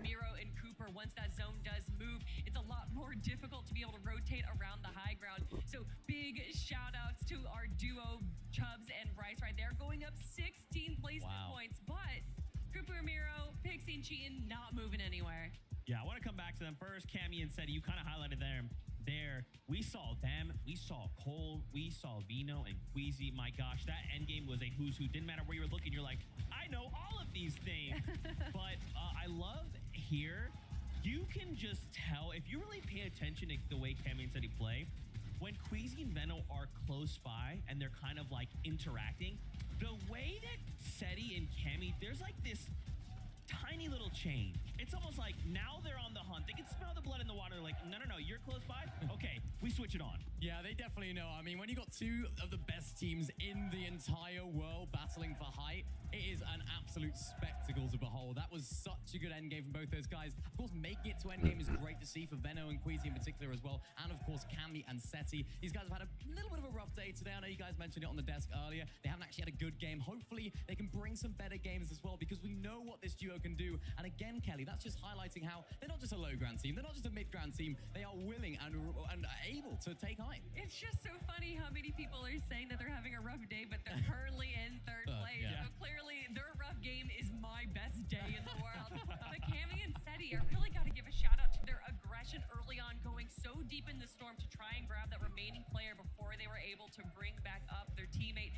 However, they realized that once they did, they backed off and said that this isn't worth it. We don't want to get knocked down early because we want to make it to the end game, and they did just that. And that's what they've been doing all day. They've been sitting inside of that storm. That's one of their strategies that we like to see from Cammy and Seti on this big stage. They're trying to get those heals, and particularly when the zone pulls north, of course, it goes into that jungle area where there are those shield mushrooms. Of course, there are those bounce little mushrooms as well that you can use to rotate. And we even saw them in that game using one of those kinetic rocks. And that's what they're trying to do. They're trying to stay back. They're trying to get out of fights and ensure that they can make it to it. And another thing that they're doing pretty much every single game, except for one, is being able to get that forecast tower, which is obviously so beneficial. But we got to talk about the top team, Cooper and Miro. Miro just going absolutely crazy. And there was a moment in that game where I wasn't too sure how they were going to do. You can see here, 102 below storm surge there, and that is such a risky place to be this late in the game. But also, I mean, can we talk about the rocket ram in this game? I don't think I've ever seen so many builds destroyed in just 5 minutes. Yeah, and I think the reason for that was just because of the natural elevation in the zone. The rocket ram is the item just to smash through so many builds and get to where you want to be without anything getting in the way, or at least breaking everything that could be getting in the way. This is a fantastic end game from Miro. And I know on the cast there, I think it was Monster, he mentioned that there was like 4 of our top 5 teams all surrounding the Rift Island. That's no mistake. That's no mistake. All those teams are identifying, Cooper and Miro being one of them, is that they don't have to go for Island and claim it to get all of the beneficiaries that offers. Of course, you can have so many of those mats that you can refarm. Easy high ground. There's a reason why all of these top teams are going for it, and Cooper and Miro are showing us how it's done. I swear in the mid game, every single time that we go to Cooper and Miro, they are farming, and it has been every single game, and they are one of the best teams to be able to efficiently farm and use that mid game so that they can have a better late game, and that's what we're seeing. And we've seen a lot of west zones today, right? Games 1 to 3, all on the west side. And of course, Miro and Cooper, they land on that west side. So for once, we're seeing a zone that isn't in their favor. And I was definitely asking a few questions about, I was like, if the zone doesn't pull their way, what are they going to do? Are they going to be able to sort of play to that standard? They just answered all of my questions. I mean, guys, Cooper and Miro, they have a lead. That's a 100-point lead. We have 2 games left to go. As long as they can stay out of their own heads, we could be looking at global champions. Now, we quickly wanted to highlight Veno. This man's is popping off right now. He is fragging out like crazy. Veno is doing what he does. This is great to see from Veno, and I know their sort of game strategy and their game plan has been so masterfully crafted by his team, of course. BloodX, of course, on the coaching side of things, just doing things fantastically well. And Veno's been such a great player that's developed so much throughout his entire gameplay. He hasn't just been an all-out fragger, just jumping in boxes brainlessly. He has developed into such a fantastic, almost half IGL. He tends to take control in these end games, whilst also fragging out. What can't he do? Well, especially when you're in a solo situation, you kind of have to IGL for yourself just a little bit because you know your situation the best, and that is exactly what we saw from Veno. Guys, I want to break down so much. There's just so much happening in this game, but I'm getting word. Games are already ready. We're jumping back all up into the you. Thank you guys so much. Always love getting that little bit of analytical insight during the analyst desk segments, but they're absolutely right. We have seen so many pop-off instances from so many different players, and I just want to see if they can keep the ball rolling here in game number 5. Lucky for us, we can do just that. The battle bus is here. Let's go.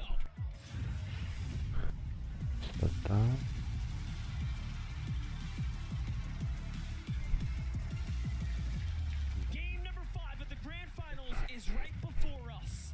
This is where we are now in the final stages of the tournament here.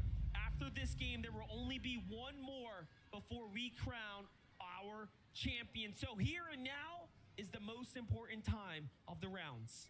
We're watching every single one of these teams begin to depart from the battle bus and look to drop at their respective points. It's always funny too when you see the players in between those brief segments, when they're pointing out which chest they actually want to prioritize on their loop paths depending on the bus pathway itself. But right now, Thomas Malabuka, they're trying to prioritize this drop and winning it. Big shots coming in already from afar, and that's going to be an assist there for Kanata, even if indirect. Malabuka still shuttered up, but it's not going to be enough. Kanata and Agers will yet again take over the racetrack. But again, the help from afar just did so much there for Kanata and Agers. This is all he wants. This is all he wants to say. He came to Copenhagen. He showed up to the grand finals. Who had the best score at the end of it? Right now, Kanata and Agers clearly have been kings of the drop. But what can they do after this last game? They unfortunately were finished so soon. They have a chance now to at least fight for more earnings here today. There is still so much prizing on the line. The grand finals mean so much more than just first place. Everything in between. It's your legacy. Reason Giannis getting into a fight here against Baka. Baka and Pars are about due for a turnaround fight. Finally, they get to find their wind, their chance. Baka and Pars for NA now gets put up a little bit of numbers. A lot of NA representation so far to start things off with some of these more heavily contested areas, but as far north side of the map, Crude Harbor section is going to belong to Pars and Baka. Definitely got to be feeling really good about that, especially when you consider in the way that this fight initially started. Almost looked as though Giannis and Reason were going to get the better end of things, but Pars doing a beautiful job to just displace the two, finding that side maneuver to really just approach them from a different attacking side.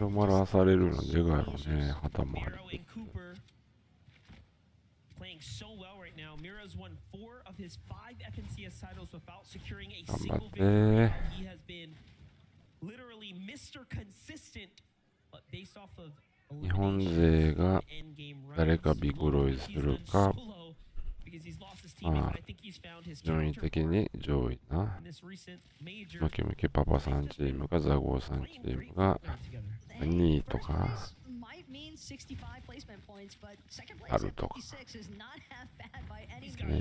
Especially when you're able to back to back them like what we saw from Miro earlier today in those solo clutch. でも2回ビコロイしてる人でも1位じゃなかったからね。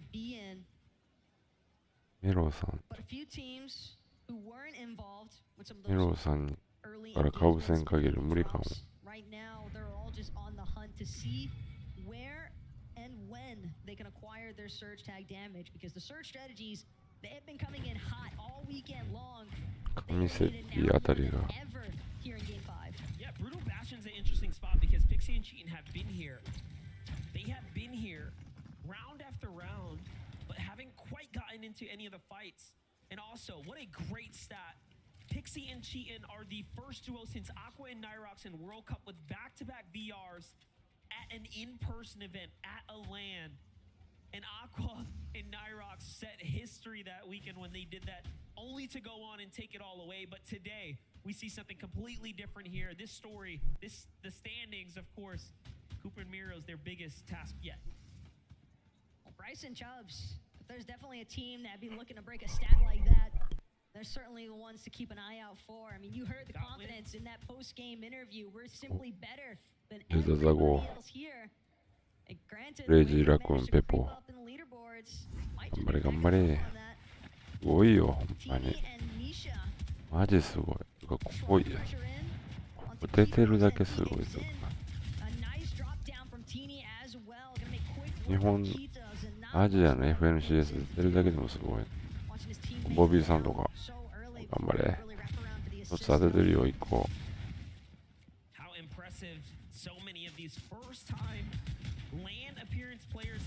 わあ。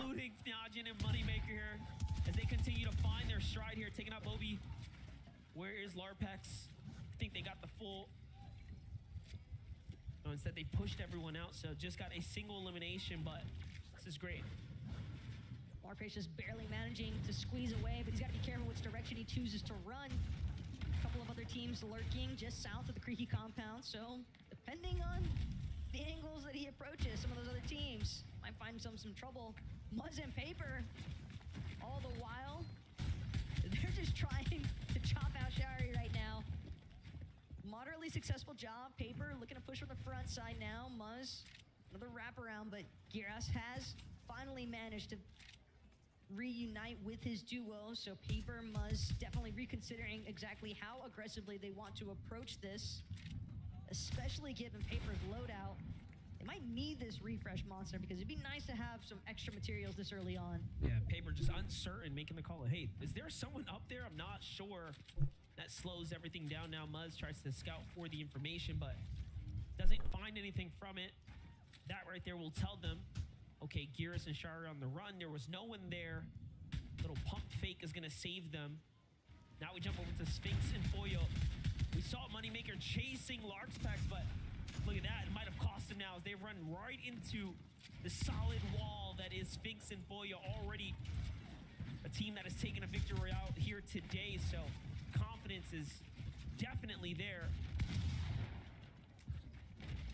Moneymaker, though, won't be able to find a shot just yet. Cancel that. Seems as though he did sneak one up onto Sphinx. A little pause here now. Fine, debating which augment he wants to select. Maybe if he can find one that might help him out in this circumstance. But Foyo and Sphinx, they seem as though they might run in to finish. But Moneymaker had started. Not too far off from where the little skirmish is taking place, but again, no, he got finished.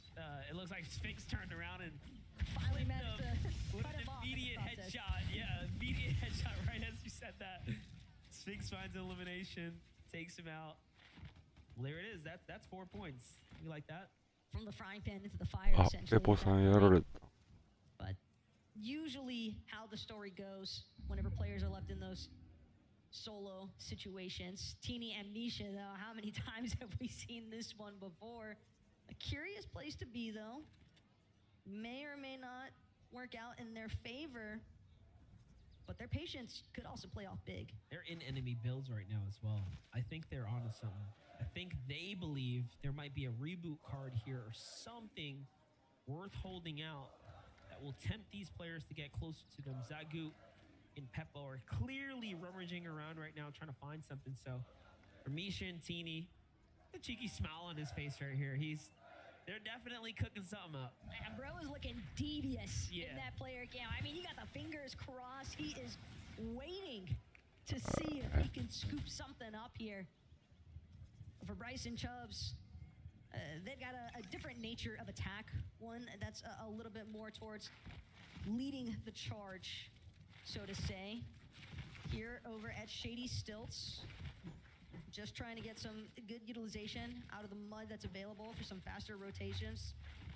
See if maybe they might run into any teams that they could acquire some surge tags on as well. And I've seen quite a few teams sort of hovering around the edge of that north side of the map, just trying to gauge whether or not investing into a full rotation would be worthwhile, given some of the elevation that comes with it. It's always nice when you can get a good aerial view of the lobby. Definitely that information down there is so important, especially in this game. Stacey and Podesai on the move right now, trying to get situated. Little weapons cash for them, but Teeny, Misha, they catch Peppo out in the open and they come crashing on in with a rocket ram. What a way to start. Very explosive, very aggressive. Misha taking a wall by himself, no builds. What in the world is going on right now? うわ、ほんま。ザゴさんやられる。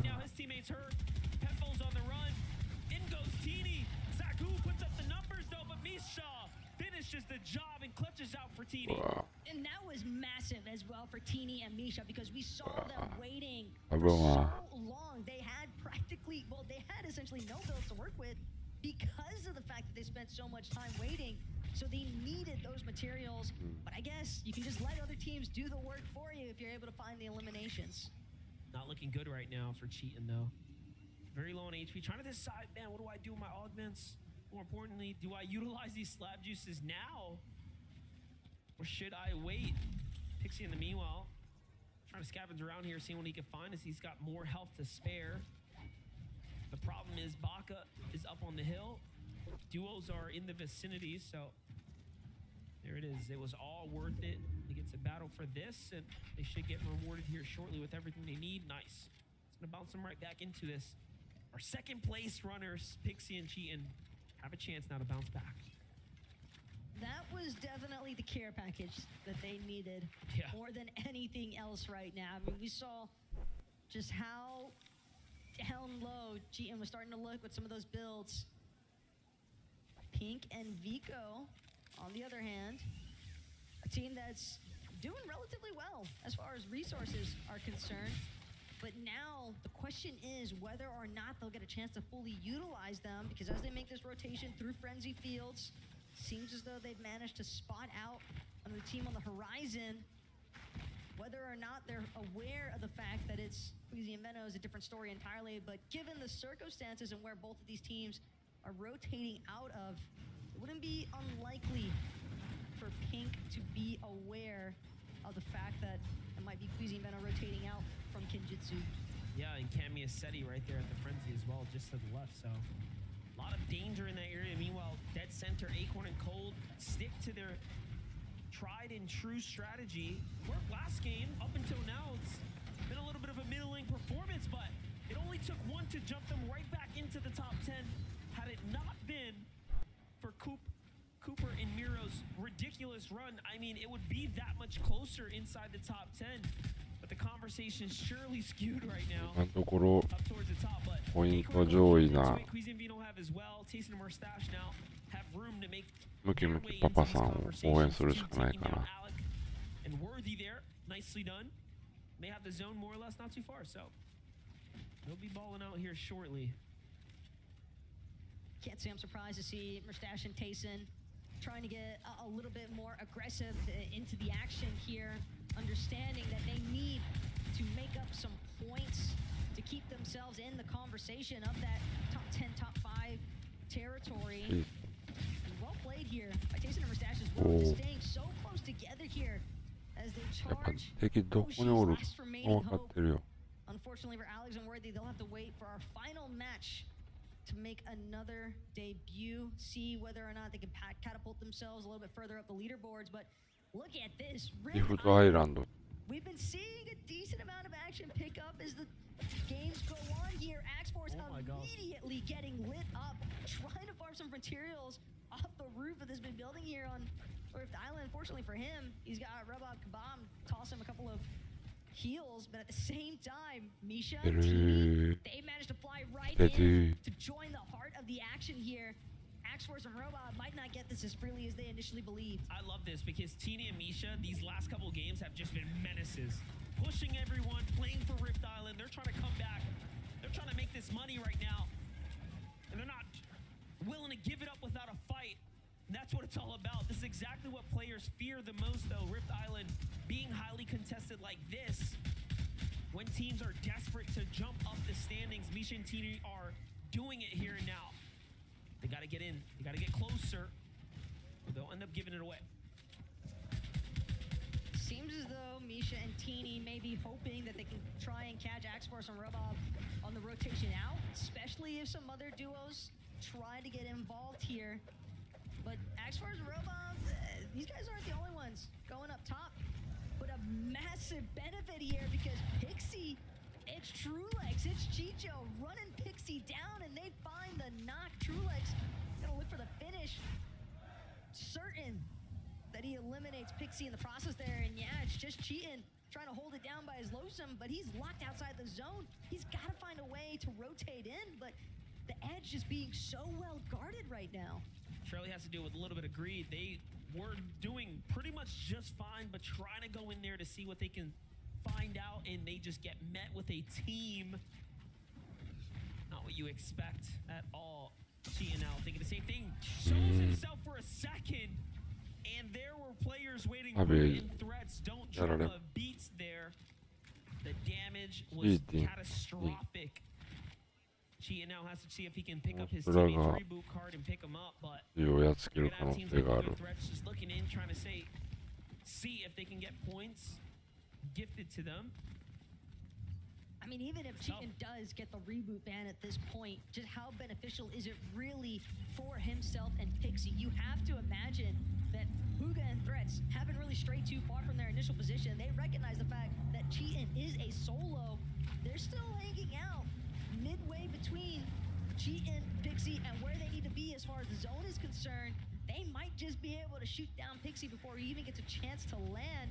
Pixie doing his best to try and juke inside the air, and well, it does seem as though Bugha and Threats have started to move off now, recognizing that they need to keep pushing forward. But Cheatin and Pixie, they've got a lot of ground to cover. It seems like Queasy possibly has fallen as well. Big trades happening everywhere. It's going to be Queasy and Mano that have actually met their fate here in game number 5. They'll have to wait it out as well for the battle bus to depart in match number 6. And who better to be the one to possibly shut him down? It's Bastroki and Kylie applying so much pressure. Queasy and Meadow, they were in 7th place here.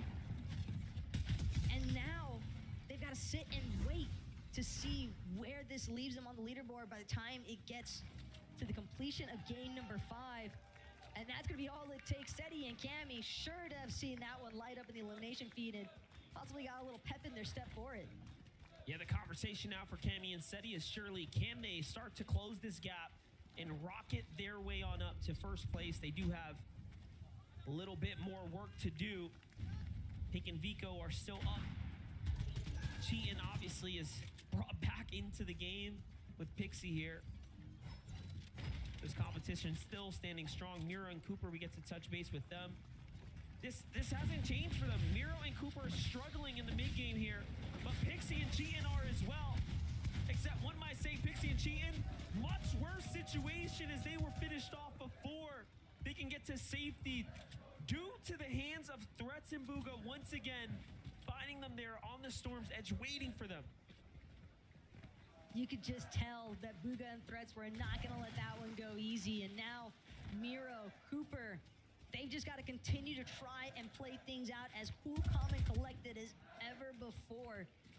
Behind them, recognizing the fact that they might have some pressure on their backsides, Miro trying to be attentive towards how they continue to rotate in.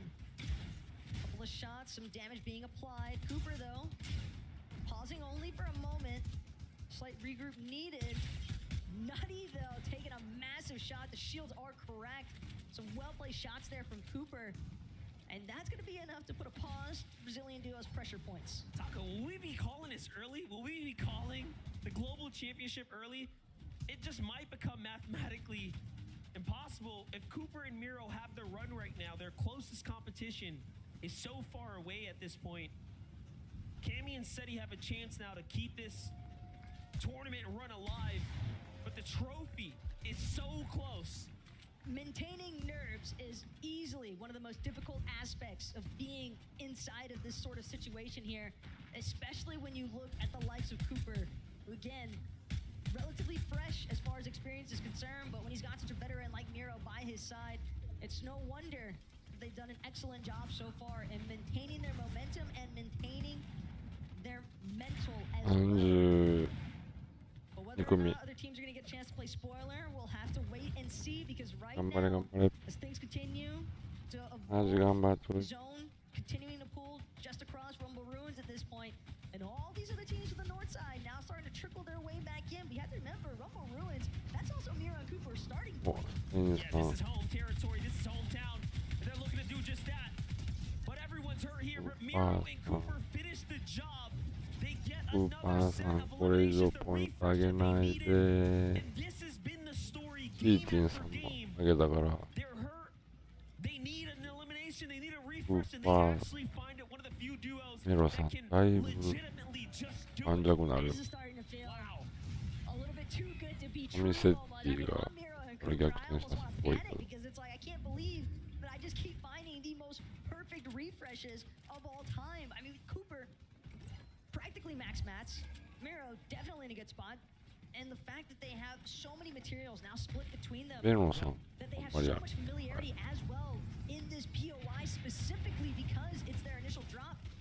All they got to do is try to continue playing things through. You can see Miro making a push towards the high ground as well. That's what I'm thinking. I'm thinking they want to play for height right here and close this chapter out. But no, things start to change. Teams start to rocket ram on up. Destruction is ever so near. Head nearby. You can hear the shots. Miro makes the call out. This guy's hurt. I'm going for it. I can use these materials. Finds the wood build, but no, another team below him. Has to back up now. For a moment there, it was almost all over. Shots coming メロ again. さんピンチ This time, Hen claps back for a little bit, and it is getting very, very dangerous here. Bryson Chubbs are still standing. Vico and Pink still in this as well. Decent discipline though from Miro to not try and push that situation any further. He knew that Cooper was simply too far away to actually play backup, and they don't want to necessarily forfeit this positioning. メロさんクーパーさん Be Miro and Cooper's 決めてまうんかい another 4 points to be added in the elimination process. I don't think it gets much better than that. I think he knows that right now, so we'll see if he ends up going for the loop. But Vico and Pink have a lot to do, a lot of work to put in right now, and a long rotate to make here. 頼むよ Almost no material. They would love a refresh and hopefully a rocket ramp to get on out of here, because this is going up and over. The last two terrains have been very difficult to traverse here. And they have a crash pad, so off they go. Up they go. Miro's out. Rocket ramp in full effect here. Lands him on the side. Cooper's here to meet with them, but a team's behind them. Good block there. Keeps him up. 金スマって言った Now, looking for the refresh. It's Seti here in front of him. So close, yet so far. Meanwhile, Cammy's on height, holding things down as Duo meets with them. The big heels come out. They need a bounce back. They need these wins. Cammy and Teddy might be at the very top for the time being, but just across the way, it's Kanata, it's Agers. These zones continuing to force these players お pressing るかな forward. ここでムキムキパパさんおる By Miro ム and Cooper, キ and パ that's パ very さん high ステイン level. さん Rocket ramp ended. あ Not the flight path he うわ was hoping for, but for Bryce, 誰撃たれたんや talk ろ about a tag path. Those are some massive shots that he just landed. 23位ポイント圏内になってきた頑張れ頑張れ This big shield potion. Make sure that he has 100 full shields, 'cause he's ムキムキパパやっつけてるおい For Bryce, this is worth hundreds ナイ of ス thousands of dollars if he can hold on. Vico in Pink as well. Top 5 is definitely the sweet spot to be in. And any higher, you're extremely happy, but Vico by himself on the move right now. Looking to swing his way around. 5 builds. Teams in front. No one behind. Make that 3 now. Lurking. Can he get a refresher? Can he find a メロさ player? ん No one's behind him. メロさん盤石やなこれは Comes dashing through here into another end game. It's all placement points from here. Cooper as well, landing just slightly further セッティもやっつけてる but they found their moment. Good chop of the builds. They're on レイザーさんやられた gonna displace him momentarily. Miro マステインさんがやっつけてるレイザーさん forced to rocket 飽きるなったか finally getting a chance to reunite here, but they've got セ to ッ keep ティ forward. They can't take a moment to ク pause. ーパーさんらすごいな後ろから来たもよ Burns down Vico, the savior of his run. He's still on fire here. Kupo now by himself, trapped in the storm, and he falls inside the top 15. Bryce is still up as well. クーパーさんがやられた He needs more. 神セッティが生きてたら As a solo, Victory Royale might あれ be か reach your crash pad forward. The roaming redeploy gonna get him straight to the front side of the zone. Polarized in the box underneath him. Bryce though, not taking a second to pause.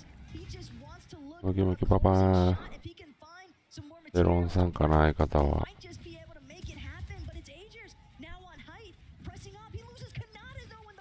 おお。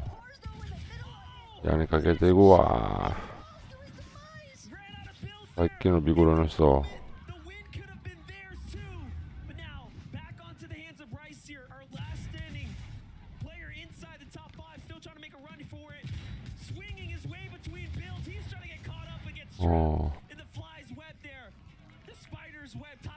ムキムキパパはもうおらんか。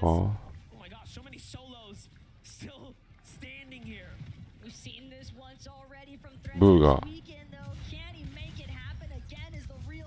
ーがの相方。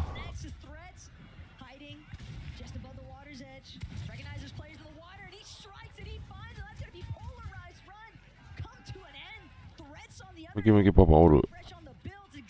ムキムキパパすごいすごいすごいすごい。ムキムキパパおるよ。あ、やられた。でも5位か4位か。ナイスナイスナイス。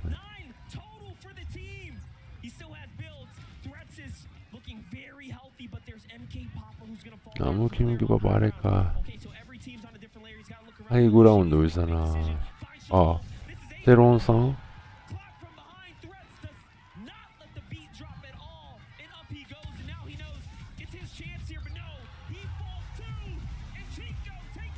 テロンさんにやったんじゃ今。すげえ。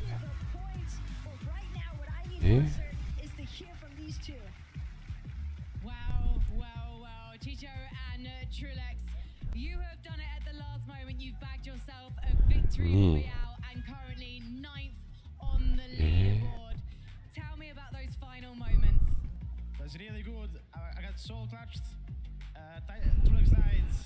First moving, he got full max mats, so I just started, got height in last moving and won. Yeah, and you managed to maintain the focus. What was it like watching all of this? It's crazy. In first moving, no, in like second moving, I landed in like four people in the box, and then everyone died. So I just told them like to come take all the mats and just play the game out. I gave him a rocket. He went to the zone and did the impossible. It's so tough in the top 10, boys. What are you playing for as we head into the 6th and final game of the FNCS Global Championship? I mean, we're just trying our best. We're contested every single game at one of the worst spots to be contested at. If we were Uncon, we 100% place the best, and we're conned by, he says, one of the best Ospan players in the game, but really doesn't look like it. Because he's in top 50. Who is the off-spawn battling duo that you're having to face each time? Banti and TK. And clearly, you guys are coming out on top. Good luck in the final game, boys. And congratulations on your victory royale. Copenhagen, please give it up for Trulix and Chicho! Chicho. Trulex, Chicho, congratulations, the victory royale. It's gotta feel so good going into game number 5 with only a single game left to go. Getting that's just gotta energize them so much. Especially in the way that they did it as well. Of course, Chicho saying right there, solo clutching since, was it first moving zone? Incredible stuff. And that just shows how important it is to have that teammate that can make those big calls right there at the end, which Trulex was doing so well. That's exactly what I was gonna say. Trulex communicating that you have to take all of my material that I have, everything that is in my loadout, and use this. And the fact that Chicho went for high ground as a solo towards that 10th zone was so courageous and really ended up working well for him. And that's something that we like to see out of solos in end games. It's very, very easy to sort of box up and try and play as much big space smile on his as you can. face. Oh, he's loving it. This is for good reason, because he's just done something right there that's so confident in going for high as a solo. So many players will just sort of back off a little bit, be a little bit more passive, but it's the players that do take huge risks like this, even though you're a solo, are the ones that pay off. And look at this, Chicho. We did see this play very similar from like Cammy and Seti, Queasy and Veno, right? The difference is when they chose to do it. We kind of did it in these other much larger moving zones with like 25 people left. Here in this like 1v1v1, you're like, okay, it's me and 2 others. If I disappear from the equation and I reappear someone else and slam down, crack all these builds, It's going to be enough. It's going to give me a moment to try and strike. So incredible. Let's take a look at the leaderboard. We have one game left to go. Can anyone stop Cooper and Miro? ムキムキパパさんたちは上じゃないんか。お8位。なるほど、なるほど。8位。172ポイント。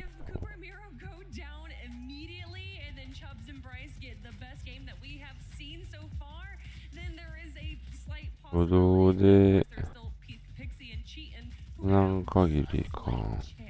They do. I was looking at that leaderboard right there. 27 eliminations for Miro and Cooper. And throughout that game, we saw exactly how they got to that number. These guys are W keying goats. I don't know how they're doing it, yet still staying alive. And something that I noticed there throughout that whole game was Miro was so confident in their storm surge strategies. He wasn't even carrying a shotgun throughout the mid game. Their strategy then, going into that 7 zone, 6 zone situation, they try and go for a big refresh. Then he picks up the shotgun. He drops the assault rifle. Then he has that SMG and shotgun to play so well in endgame. And the way that they're taking walls, of course, we have Miro who's actually spraying the wall, and then Cooper's the one that's claiming it. So well played. And Cooper and Miro, when they ran out of builds in the very end of that game right there, you saw that they waited, stayed on low ground, and where a lot of people will try and stay at the front of zone so they can kind of peek behind them, they stayed behind and rotated just on the edge, and were even able to get another elimination in that moment just because their positioning was so smart. They knew that it was going to be so chaotic, either on top or in front, so they stayed in the back corner. It was perfect. Just disgusting. Their average going into that game, their average placement 5.25. Wow. Just nuts. Now, before we get going, it's highly likely we're looking at our global champions, but what I want to focus on is the prize money. Yes, $1 million, a championship axe, a championship trophy, and a title. But keep in mind, as we watch these duos go head to head, think about this for a moment. Second place and third. If I'm a duo and I can get a single point difference, that is literally $250,000 of difference. So y'all need to make some attention because every single interaction is going to be huge. That's absolutely right. I mean, there's 1億、今150円ぐらい ?1億5000万ぐらい7500万。Oh, could you imagine Cammy and Seti taking a page from the book of Queasy and Vino? We'll have to wait and see. I would love to, but you know what? We've got something special lined up for you. We've got our man Levin2K on the stage to get us hyped for game number 6. The final game is here. It is time to crown some champions. Royal Arena, are you ready? めっちゃさ、マロマロ言うてましたね。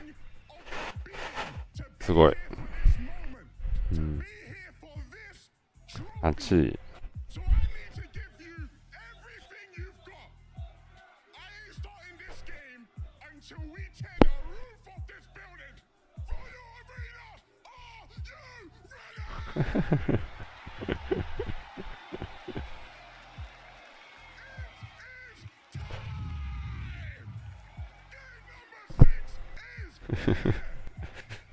貧血で倒れたらおもろいけど。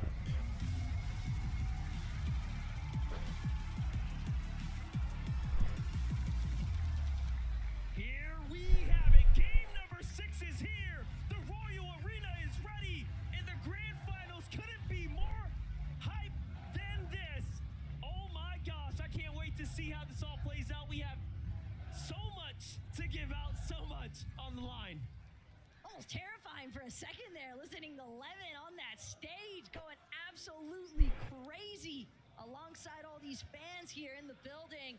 You guys have been ecstatic to witness and watch you cheer on. But some of these players still need your energy for one more game here. Royal Arena as Thomas HD, Malapuka. They've managed to survive the initial drop, but the damage is still yet to come next. Because Malabuka, Thomas, a little bit further away from Kanata and Agers, they wish to play this one out to give themselves the best opportunity possible to work their way up the leaderboard. Could see some action coming back, but for Pixie, cheating, trouble for sure. Pixie already knocked Cheatin though, might have an opportunity here to revive his teammate. They're off to a pretty rough start right now. This is gonna set them back time, resources, and most importantly, damage, as that is the hardest to come by after you start losing these opening moments. But it does make you wonder, why couldn't Kanata and Agers just split racetrack before? Why couldn't they survive a little longer? They clearly played so well when they were able to survive, but that's a story for another time today. For now, really just Kanata and Agers. 6試合 Thomas and Malabuka wanted that just as badly as them. 野川さん Neither side really faring all ナイコバでスピン well, we're gonna have to put a button on it. Grand Finals match 6 is here. Coop and Miro have ナイコバ an です incredible lead over the イ competition. エン And that is, of course, the battle for a million. But back at the racetrack, there's a little more action going down. Kanata and Agers are on the hunt. I spoke too soon. They want to close this one out in good fashion. いやもうビクロイ狙ってほしいっていうかまあこうなってきたらムキムキパパさんたちでいいんかな。まあでもザゴーさんビクロイでもいいな。 Fully situated here to 2v1. Agers and Kanata close the deal here. Thomas HD left to pick up the pieces. For Agers and Kanata, not a whole lot to grab there off of Malabuka, but at the same time, elimination points is 4 elimination points that they'll be more than happy to try and take away. Kanata and Agers, though, seeming as if there might have been a little bit of a rise of interference there in that elimination process. I was going to say, find out where that puts Kanata and Agers. You know, they might just have that late tournament stride comeback. Hey, there's still plenty of money on the line here. A lot to fight for outside of the bragging rights. Vidil and Mr. Savage, though, in the meanwhile, are fighting up here against Thoric. And I got the update. It looks like that puts them at 13th place. Not bad for a team fully contested. Meanwhile, Vidil, though, claps back onto Thoric. Nicely done for Mr. Savage and Vidil. If there's ever someone who loves a good box fight, you're definitely going to be looking at Vidil here. Kylie for Strokey. Also trying to see if they can win their own little mashups here. Deep outside of Steamy Springs territory for Strokey, though. He's a massive home shot. And just like that, going to be forced to take a step back here, leading Kylie on the offensive. But Kylie's got some great Datus, though. No chance that he's going to be backing up Stain anytime soon. He's got to hide behind that tree. 2 versus 1 pressure, and Stain just not able to match up.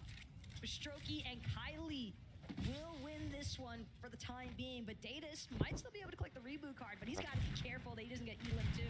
Just doesn't get better than that when your team is hitting you shots like that. The backup can't even come in to support you. Axe Force and Robot. Robot had the run of his life last game, really turning up. And this was the same story. It's all early game fights. They didn't find much. They were hurt, but no. Sniped from behind. And Axe Force is going to pay the price too as Sherry takes the elimination. It's Paper and Muzz here. They know this team had to be hurt because Robot had full advantage before that happened. And Paper is devastating with that sniper, but Breacher Shotgun's going to let him open up any door he pleases. They find Gyros. Big tags there. Not a finish, but he's hurt. Absolute miracle that Gyros did not go down in the process there, though. But Muzz, Paper, they are relentless with this charge. Jerry doing everything he can to try and create some distance, but just look at how far apart the split is now. Gyros left to fend for himself. Paper, Muzz now have their choice of pickings. Seems as though they're going to divert their attention to Gyros for the time being. Paper, though, recognizing the fact another interference play, this time coming out of Nutty, just outside of Shady Springs. And I can't believe this right now. 最初にやっつけてもらっておお Just the fact that Gyros and Sherry 味が出ないようにお Mr. Savage and Vidil close the deal, close the books on Bolt's run here. Back to the tournament lobby he goes. レイダーさん For his grand finals run, and for every team that falls now, for every team that closes their chapter here at the Global Championships, you have to respect them for making it this far. Your 50 best duos across the entire world competing against one another here today, giving us クーパーさんたちはまあそらそうか。なんとかポイントをちょっとでもってことかな。周りのおらんだけど。う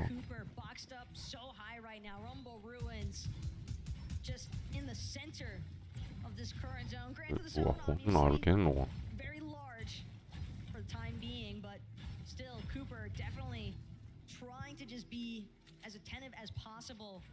to see where he might be able to secure some good surge tag damage from, because you have to remember this team, they've been uncontested all day so far, and yet have seemingly not struggled all that much as far as their surge strategy is concerned. So they're definitely making up for the damage elsewhere.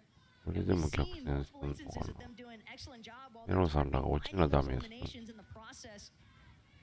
You know, and Queasy though, here at Steamy Springs, they've got a Pink and Vico smashed in between them, but Queasy and Eno, they want to take their time here. Don't want to panic by any means. Wow. Not looking good right now for Pink though, as he loses all his shield. Look how quickly Vino is coming in to constrict. No, he's gonna back up.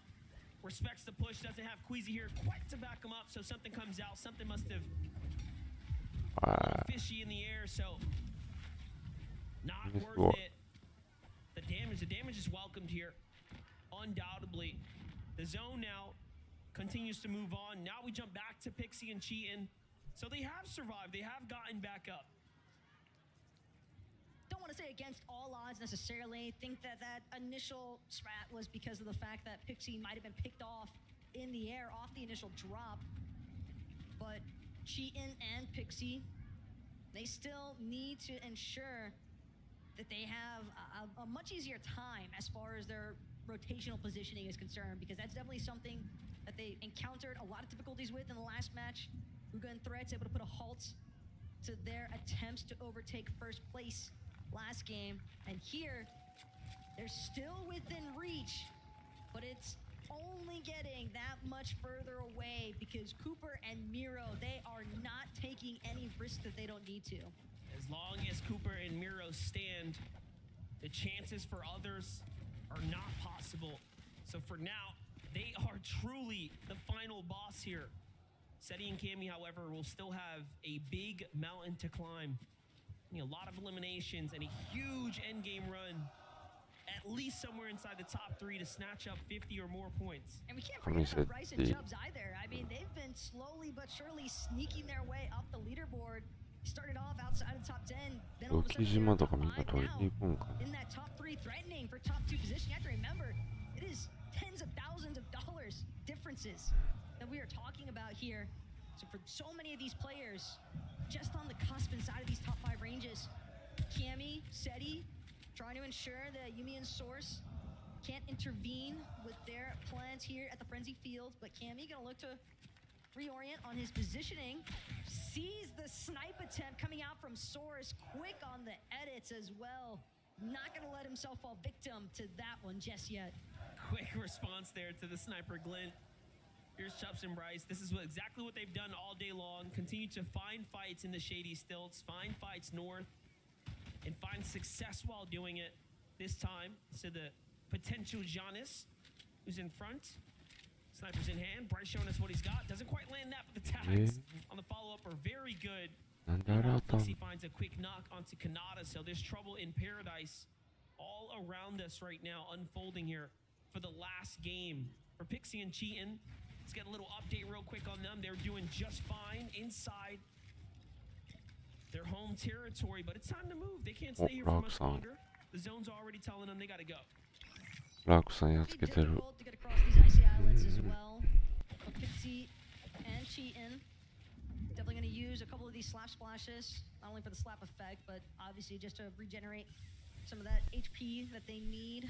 We've seen how efficiently some of these other teams can be as far as those 3, 2, 1 countdowns are concerned, and it doesn't matter if you started off with 200, you might just end up with nothing in the process here. Clement nearly proving a point.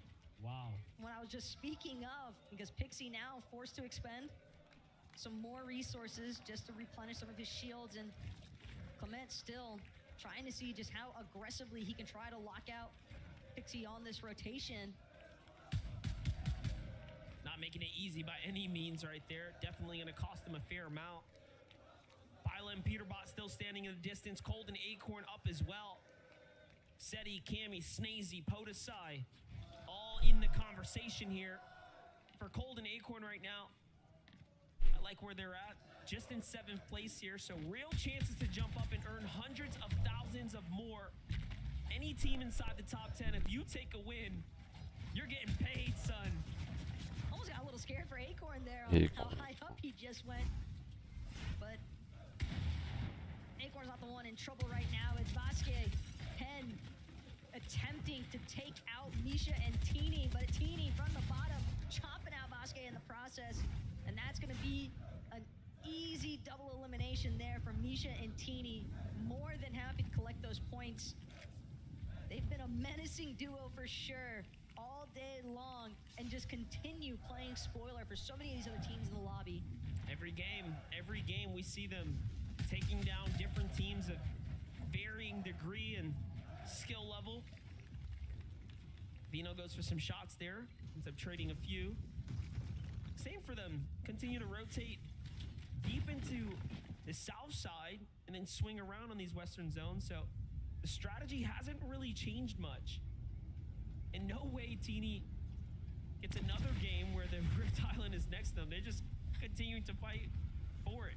They might have the best 3-game tournament run, at least for teams that were down at the bottom trying to come back. They haven't quite the comeback so far. They're definitely attempting it, and so far, so good as far as this capture point is concerned, but you can definitely see a couple of neighbors starting to work their way into the Rift Island. Teeny and Misha, though, they're just looking to secure this capture point as quickly as possible. Again, 15 points that they could potentially acquire here on top of all the goodies that come with the capture point. They were in 35th place coming into this game. If they secure this, they jump up into 29th. And think about before this, they were so much further down. One of the last placing teams, and all of a sudden now, they're at 4 eliminations in a Rift Island with 15 points secured, potentially to be theirs now. Just really fighting their way back into this tournament here. Look, I know that the business turret is primarily used just to get an idea of where your opposition might be at, but it seemed as though iDrop and Mappy had no idea that that business turret had even been placed in the first place. Well executed mission there from Misha and Teeny to secure a Rift Island for the time being. Capture point does seem as if it's going to go their way. We'll have to check back in on that a little bit later on, but Pixie, Cheatin continue trying to keep that threatening position here for first place. As long as Pixie and Cheatin are out, Cooper and Miro cannot count themselves as our global champions anytime soon. Nope. But Cheatin has to be careful. Truelex and Chicho were the same team that did finish their last tournament run, so do have to be careful. Cooper and Miro, however, do have the Rumble Ruins, continue to be the safe zone for now, so a lot of time to work with here. Metal struggling as they don't really find much here, but otherwise, so long as they've gotten their tags, they should be just fine. And given that they're bound to have spotted out some teams looking to make the rotations in towards this center part of the map, with the way that the zone just continues to pull their direction, but now, finally, they'll be forced to reposition for the first time in a while. And still, it's not too far. They need to be careful with some of those dips in the elevation. You don't want to get caught out inside any of these jungle trenches. Let's see it. Tayson Mustache on the move now. They have to move in. Zone's going west once again, so we're going to have some very interesting tournament at play. Thomas HD and Malibuka survived the drop somehow, escaping away, remaining back in it. So Thomas actually managed to save Malibuka, get the reboot card, bring him back. Oh. And they could be the players that topple the Giants up top, but they have no idea. I thought they did for a second. No idea. Ambush comes out and Miro puts up a fight already. Now he knows, wait, there was someone lurking underneath us. Be careful. And it's not just anyone that's lurking underneath that. It's Thomas. Malibuka. 2E Titans, well, they might not have had the day that they were hoping for.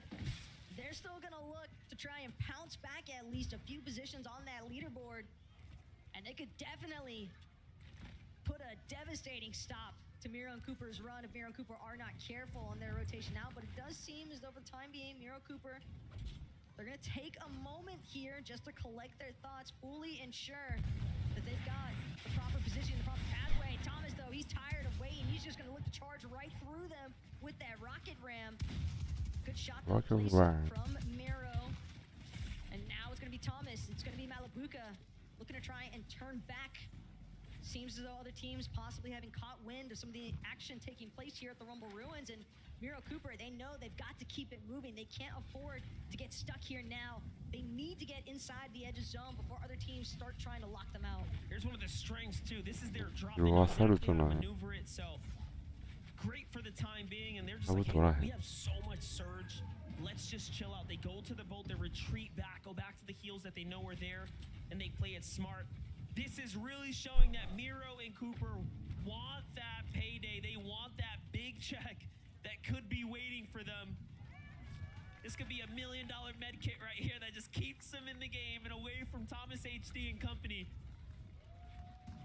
Every play now matters. Every play so important to the remainder of this game for them. Could potentially give them the ultimate dead side rotation if you think about it, because nobody else is going to be trying to stick around. So you can see other teams like Queasy and Veno, they've continued trying to just aggress ever forward into the next zones, but danger from above here. Queasy gonna need a moment just to replenish some of his shields. You know what? Re and Ritual as well. You got to give them so much credit. They are continuing to find eliminations. They may very well be another team fighting for top 3 by the time this is all over. For Pixie and Cheatin here, they're just trying to hold on to their second place and fight their way to number 1. They've already gotten 2 victory royales. Asking for a third feels near impossible, but it's got to be done if they want to be the global champions. Cheatin, Pixie running past the team here.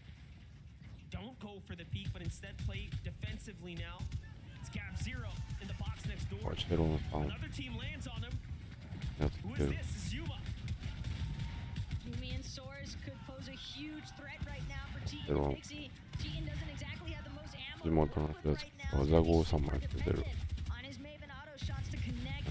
Pixie as well trying to break through builds with this breacher, but it's going to be Source Yumi still just outside of their box. Pixie now trying to see if he can buy his duo a little bit of time here, but they're just caught in between this entire mess. That might have been the biggest mistake right there. They pulled Source into the box, but they are so deathly afraid of losing second place. They are getting pushed back when they could have easily finished the elimination. But this is tournament fear. This is placement fear starting to kick in here.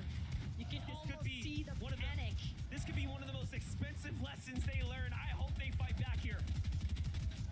It is just crazy right now how hesitant Pixie and Cheatin are, and the hesitation is finally going to cost them. Cheatin has been knocked in the process. Pixie picking up his teammate now, hoping, nobody realizing that he's just below, but he realizes now he's gonna have to forfeit it. Tries to wrap around now to UB and Source, won't be able to find the breacher shot that he needs though.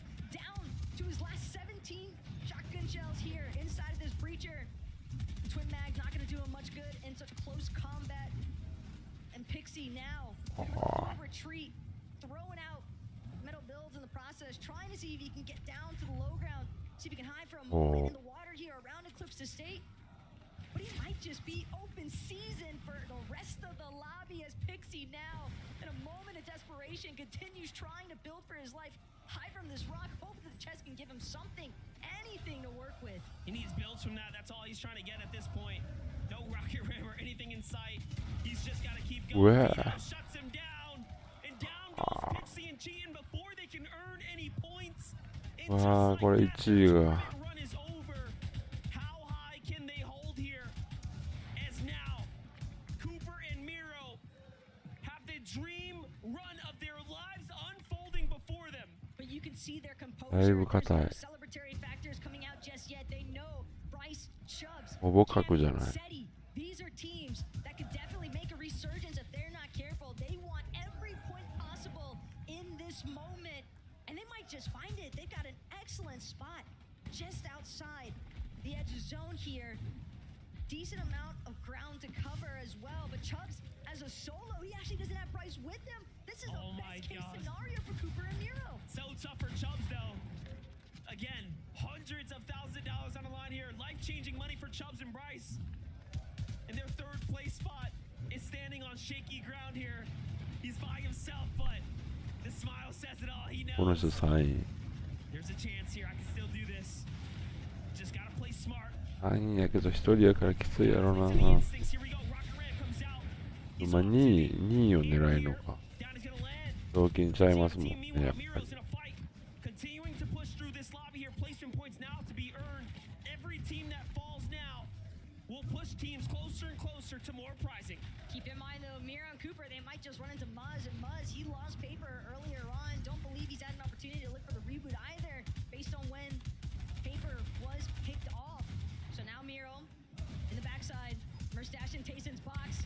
He could go massive here. He wants to find the shot to connect. Both teams gonna get dropped another layer here.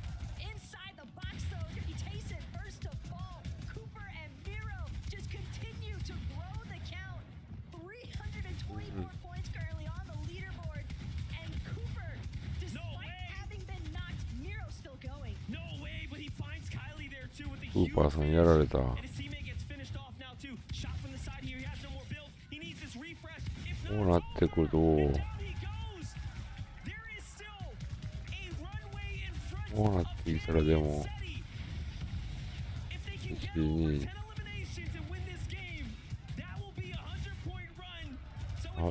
3位もやられかけてる。フミセッティ120ポイント、115ポイントで、112ポイント。フミセッティが、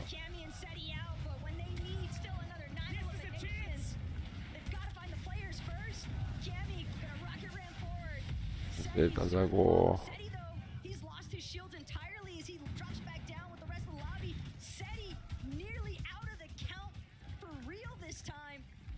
ラークさんにやられた。ラークさんもやられてる。振られてんのかあれ。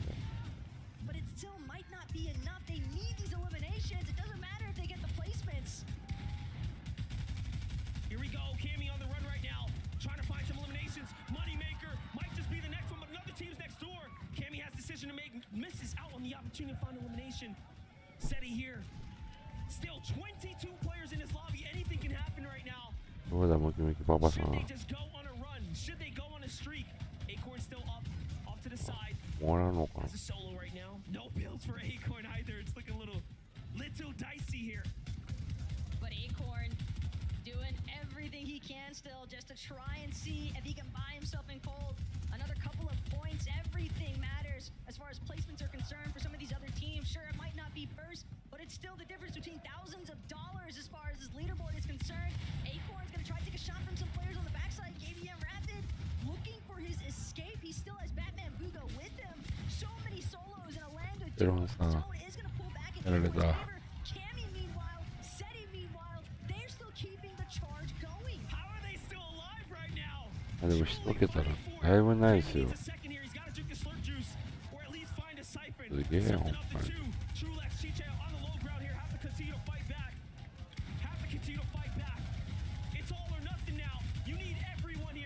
ムキムキパパさん、6位、7位ぐらい。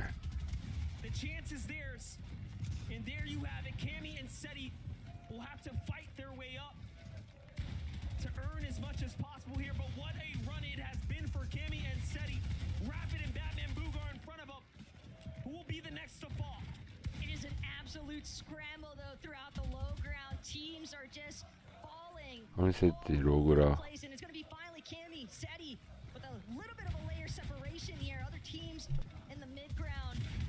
And but it's going to be Flixie first. Nearly putting an end to the Polish run, but instead Cammy Seti turning around 180, no problem. 3 eliminations now. Trulex Chicho on the high ground with フミセッティ。リポピアもんね。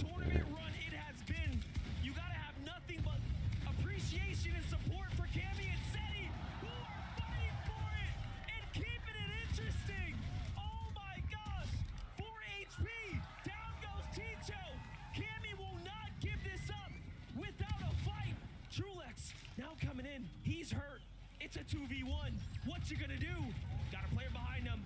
Trulex gets broken out here. Cammy still giving him a run for it. One build. No builds. 2v1. He's healthier, but there are two. Cammy goes in.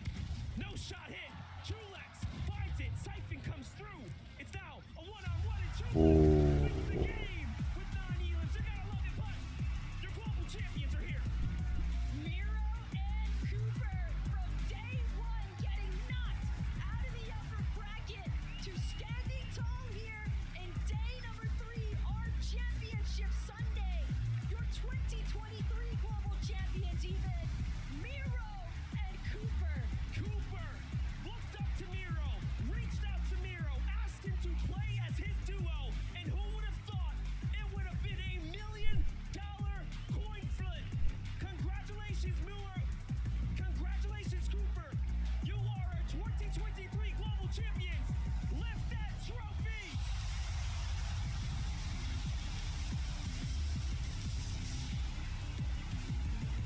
How amazing it must feel. How great to be the global champions. Miro and Cooper, you have done it. Through the ups, through the downs, this weekend, this entire tournament is yours. Everything was for this moment. 英語でもビクルしたチームと大変のも変やね。 But you have certainly left your mark on everyone in this building. Your first ever land. すごい。 Global champion.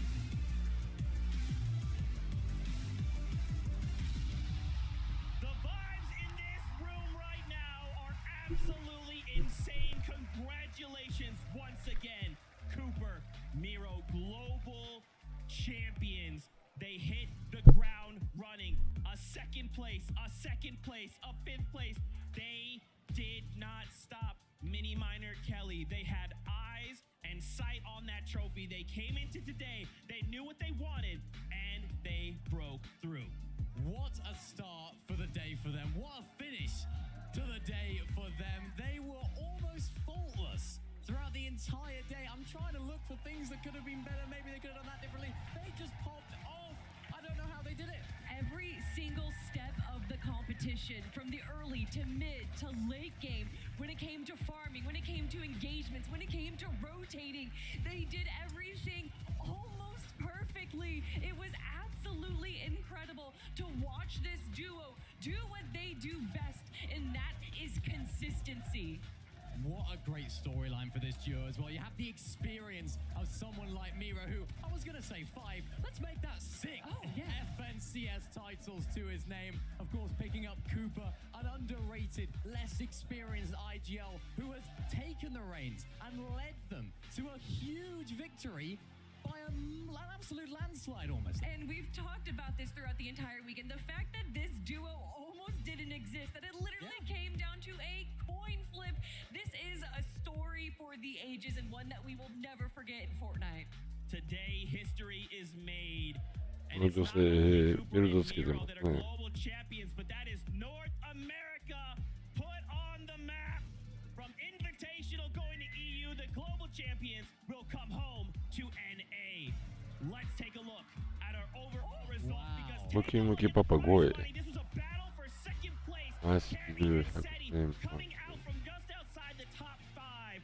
Trulex and Chicho both going head to head.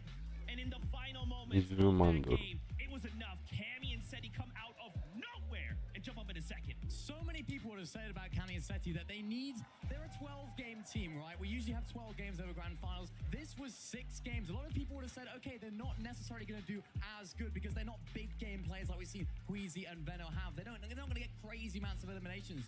But they've just proved all of those people wrong. They were consistent throughout the whole day, which is exactly what we expect from them. Even when zones were just not in their favor today, they still did very, very well. No, we had a lot of these northwestern zones, and Cammy and Seti made sure to grab that tower every single time so that they were able to be aware and rotate early. And even though it seemed like they had some issues with Storm Surge, they did not let that bring them down, and they were able to rotate that into so much good aggression. And my goodness, that Gunner Stinger SMG that we saw Cammy and Seti using towards the end there was definitely such a huge part of their success in game number 6.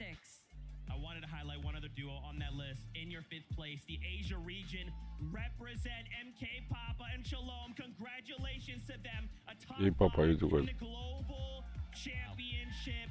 Massive, massive congratulations as we continue to go down the list here. Pixie and Cheatin started off in such a strong position, and they end in 4th place. $300,000 for the duo. This is the 4th best duo in the world. I mean, these guys, they're going to be feeling on top of the world right now because these are two underrated players. I think they're a lot more rated now after that. Oh, yeah. Coming 4th place in the EU region. I mean, what a fantastic performance, those guys. Just let it fall off there just at the end. Maybe nerves got a little bit to them, but 4th place. Many Western zones they were in, coming all the way from Brutal Bash and having the likes of Booga and Threats constantly block their way into zone. The fact that they were able to get back-to-back victory royales and still have these rough last 2 games and still do as well as they did speaks volumes. Absolutely. I want to relive that final game from Cooper and Miro. We've got a listen in standing by, so let's hear it. You're good, bro. Don't even listen. Like I said, smiling. I'm dead ass smiling. I'm dead ass smiling. We're the best players here. I got Canada. We're the best players in this lobby. On my life, we are. Pixie died. Oh, I got Pixie. I'm sweating, bro. You're good. Loosen up, bro. I know. I'm not even like nervous, bro. I'm just sweating. Chill, bro. Top 25 comes so soon. I'm just gonna literally play my life. Challenge. Top 26. Steam more to die. No noise challenge, bro. Okay. No noise challenge, huh? Oh, I got Pixie spectating me. No noise challenge. No noise challenge. We should chase him, bro. I swear. Can you come? Okay, yeah, no, we can. We can chase another kid. No, it's a solo. It's a solo. Please get to me. Okay, I'm on you. I'm listening. All you. IGL, go. Boy was boy. Yeah, we like the brain. I'm in. Yeah, same. I got dropped. I got dropped solo. Wait, I'm in a box. Jordan. Get body. Chill. Got finished. I got mass. I'm playing my life. Man, you could just you hear that moment. I'm nervous. Why am I nervous? He already knew, right? You heard it from Cooper's watch. Dude, I got a big smile on my face. They knew going into that last game, it was just a victory lap. They had it all locked up. Yeah, they did. And I was saying to you, Zeke, before that game, imagine going into a final game of a tournament like this when you pretty much have it all wrapped up.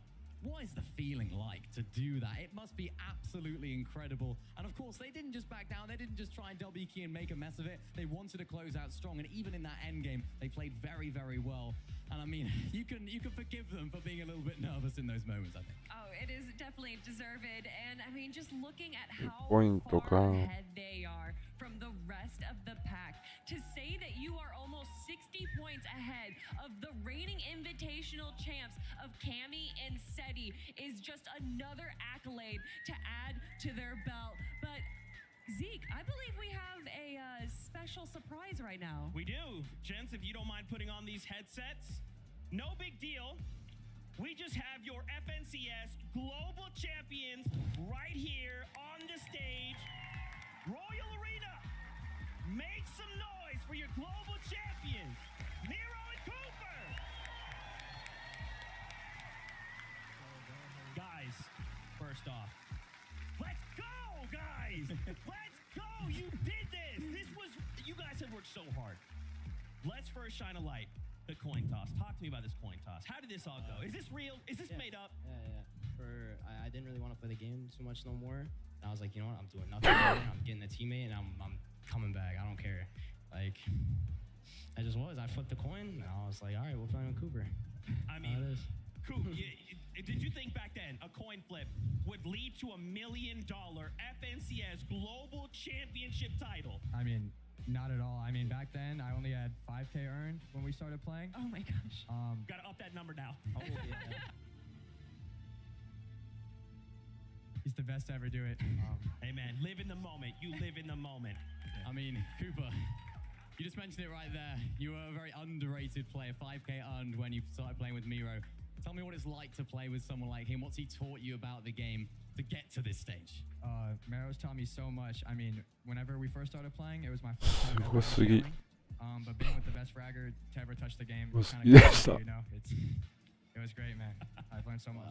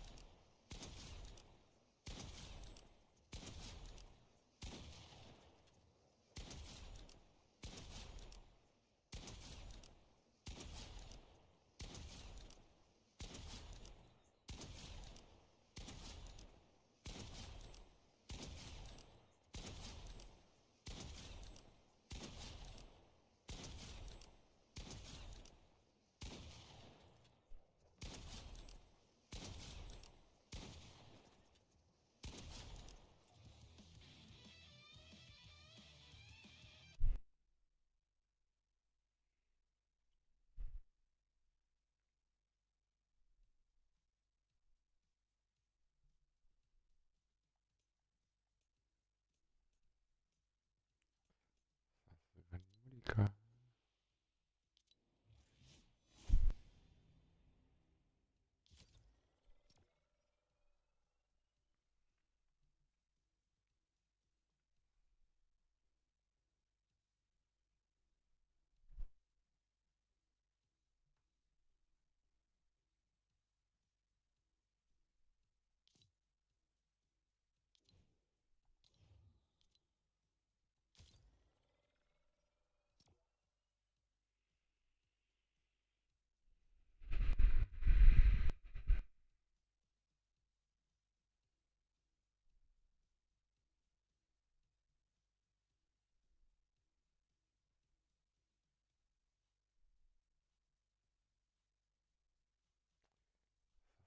無理か。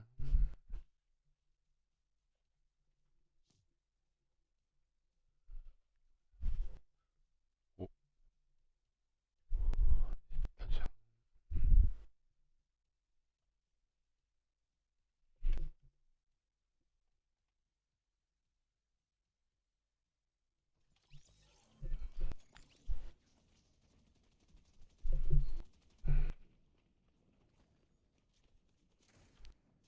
やっぱみんなこれ見てたからや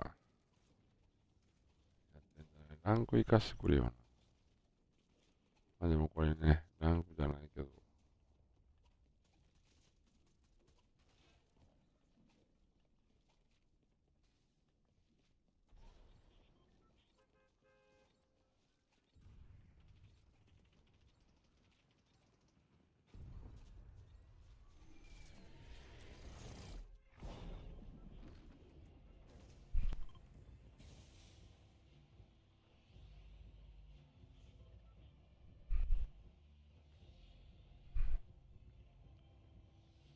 いやー、ノットにしよう。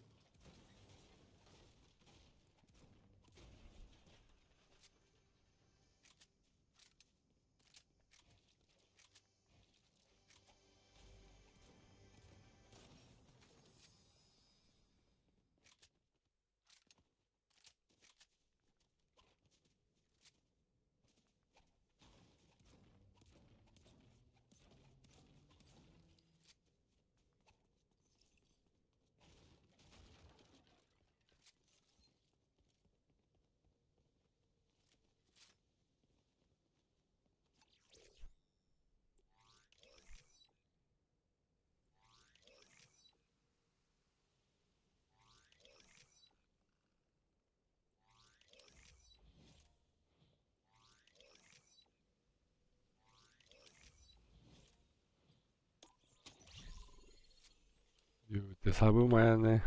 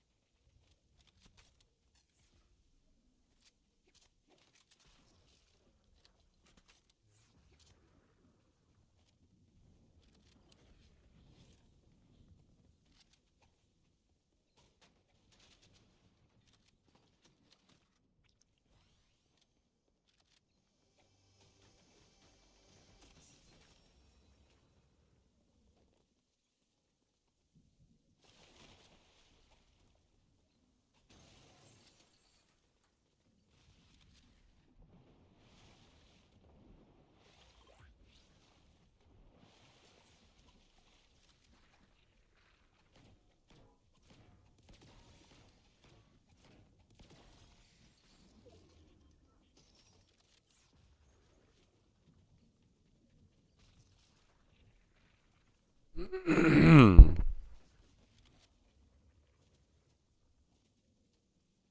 丁前に眠たいな。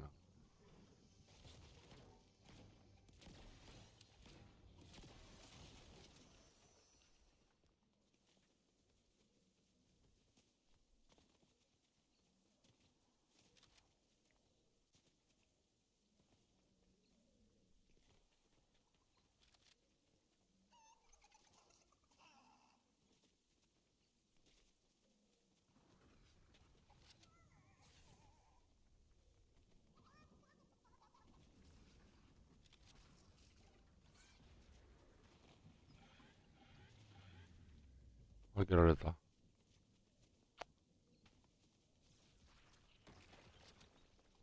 あ、そりゃそうです。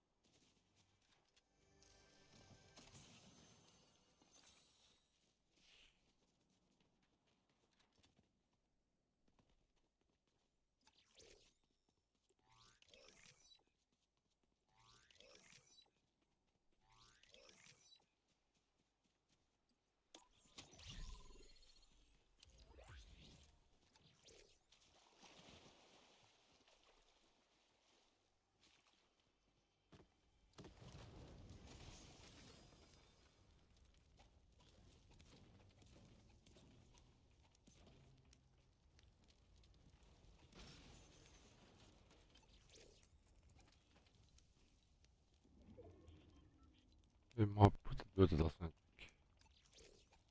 これか。あれもうないやん。受けられた。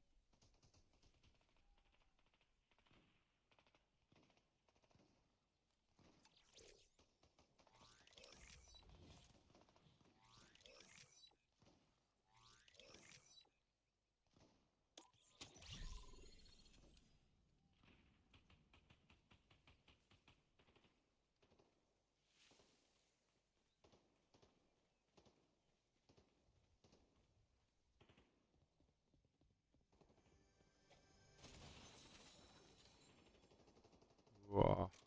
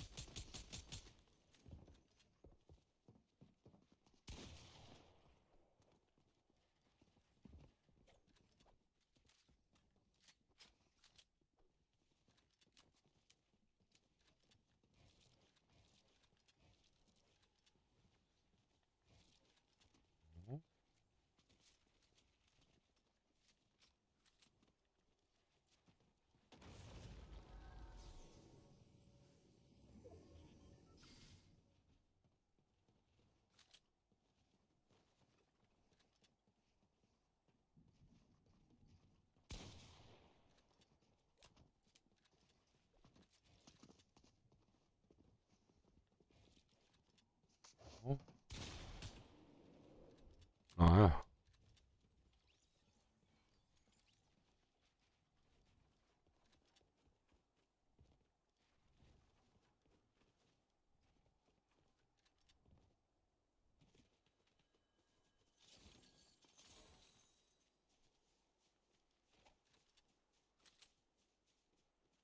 サブマの方がいい。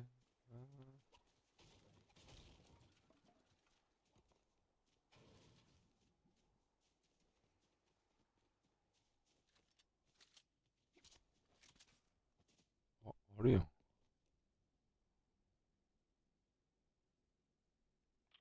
りまんがな。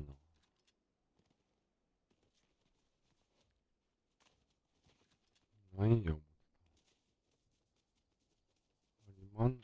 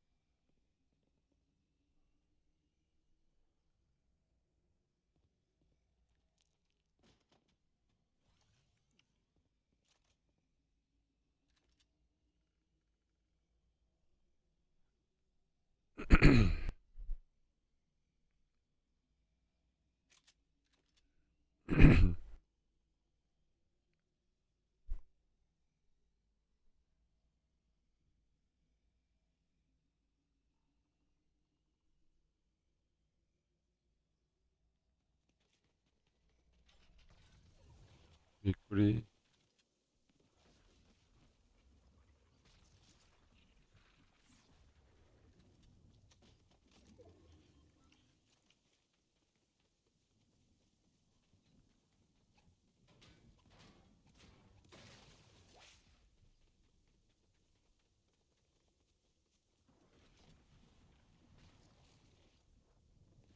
おう。明日。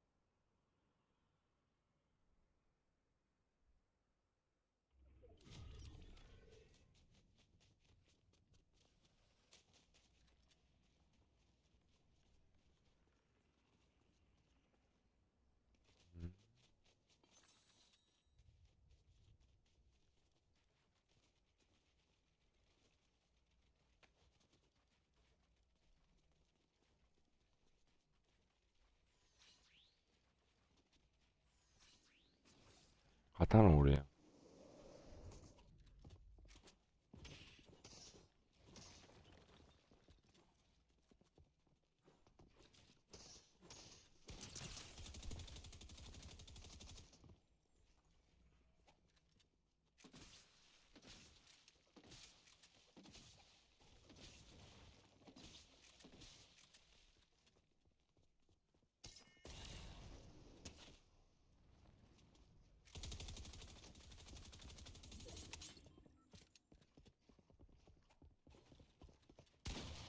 危な。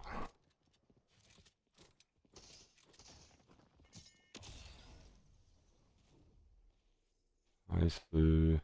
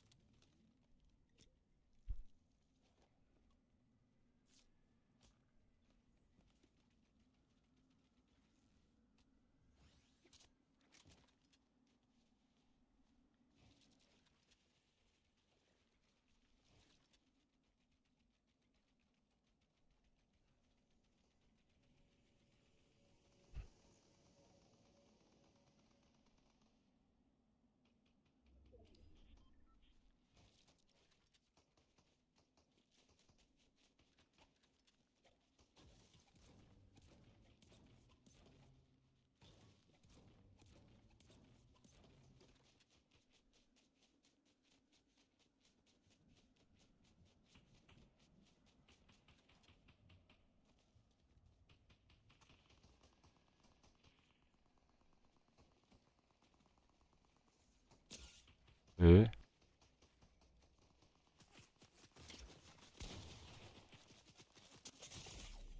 わ、そっちかい。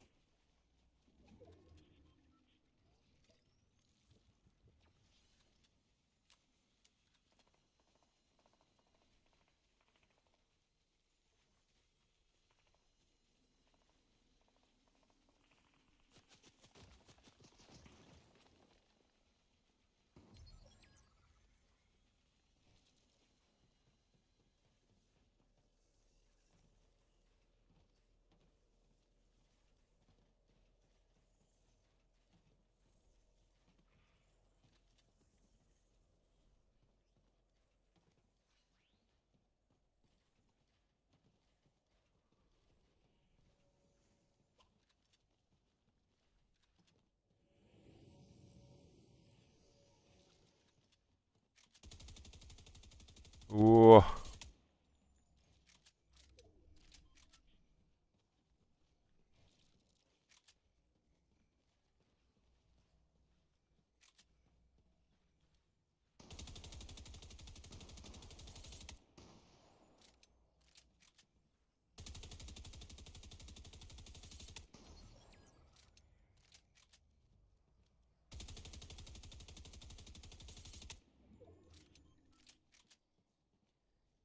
だいぶ取材こいつもだ。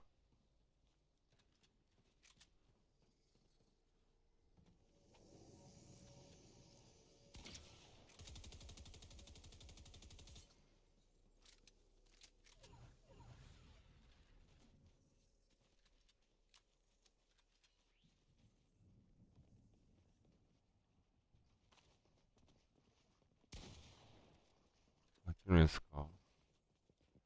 さっきのやつだと知れてんぞ。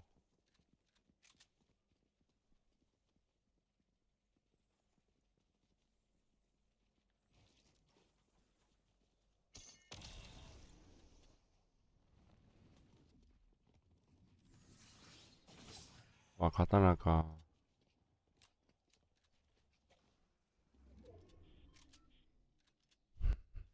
進み。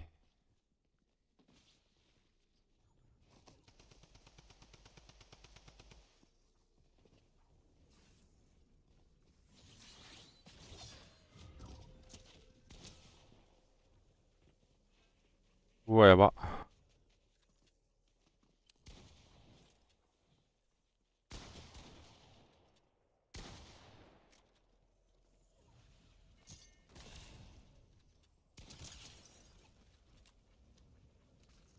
あ、俺入ってないんか。うわぁ。いやいや、あなたは弱いです。あなたは弱いですよ。だいぶとしてますけど。あっこの背後ら意味なかったね。はい、ということで本日はどうもありがとうございました。Thank you, thank you, thank you. ピエン。ありがとうございました。ピエン。Thank you, thank you.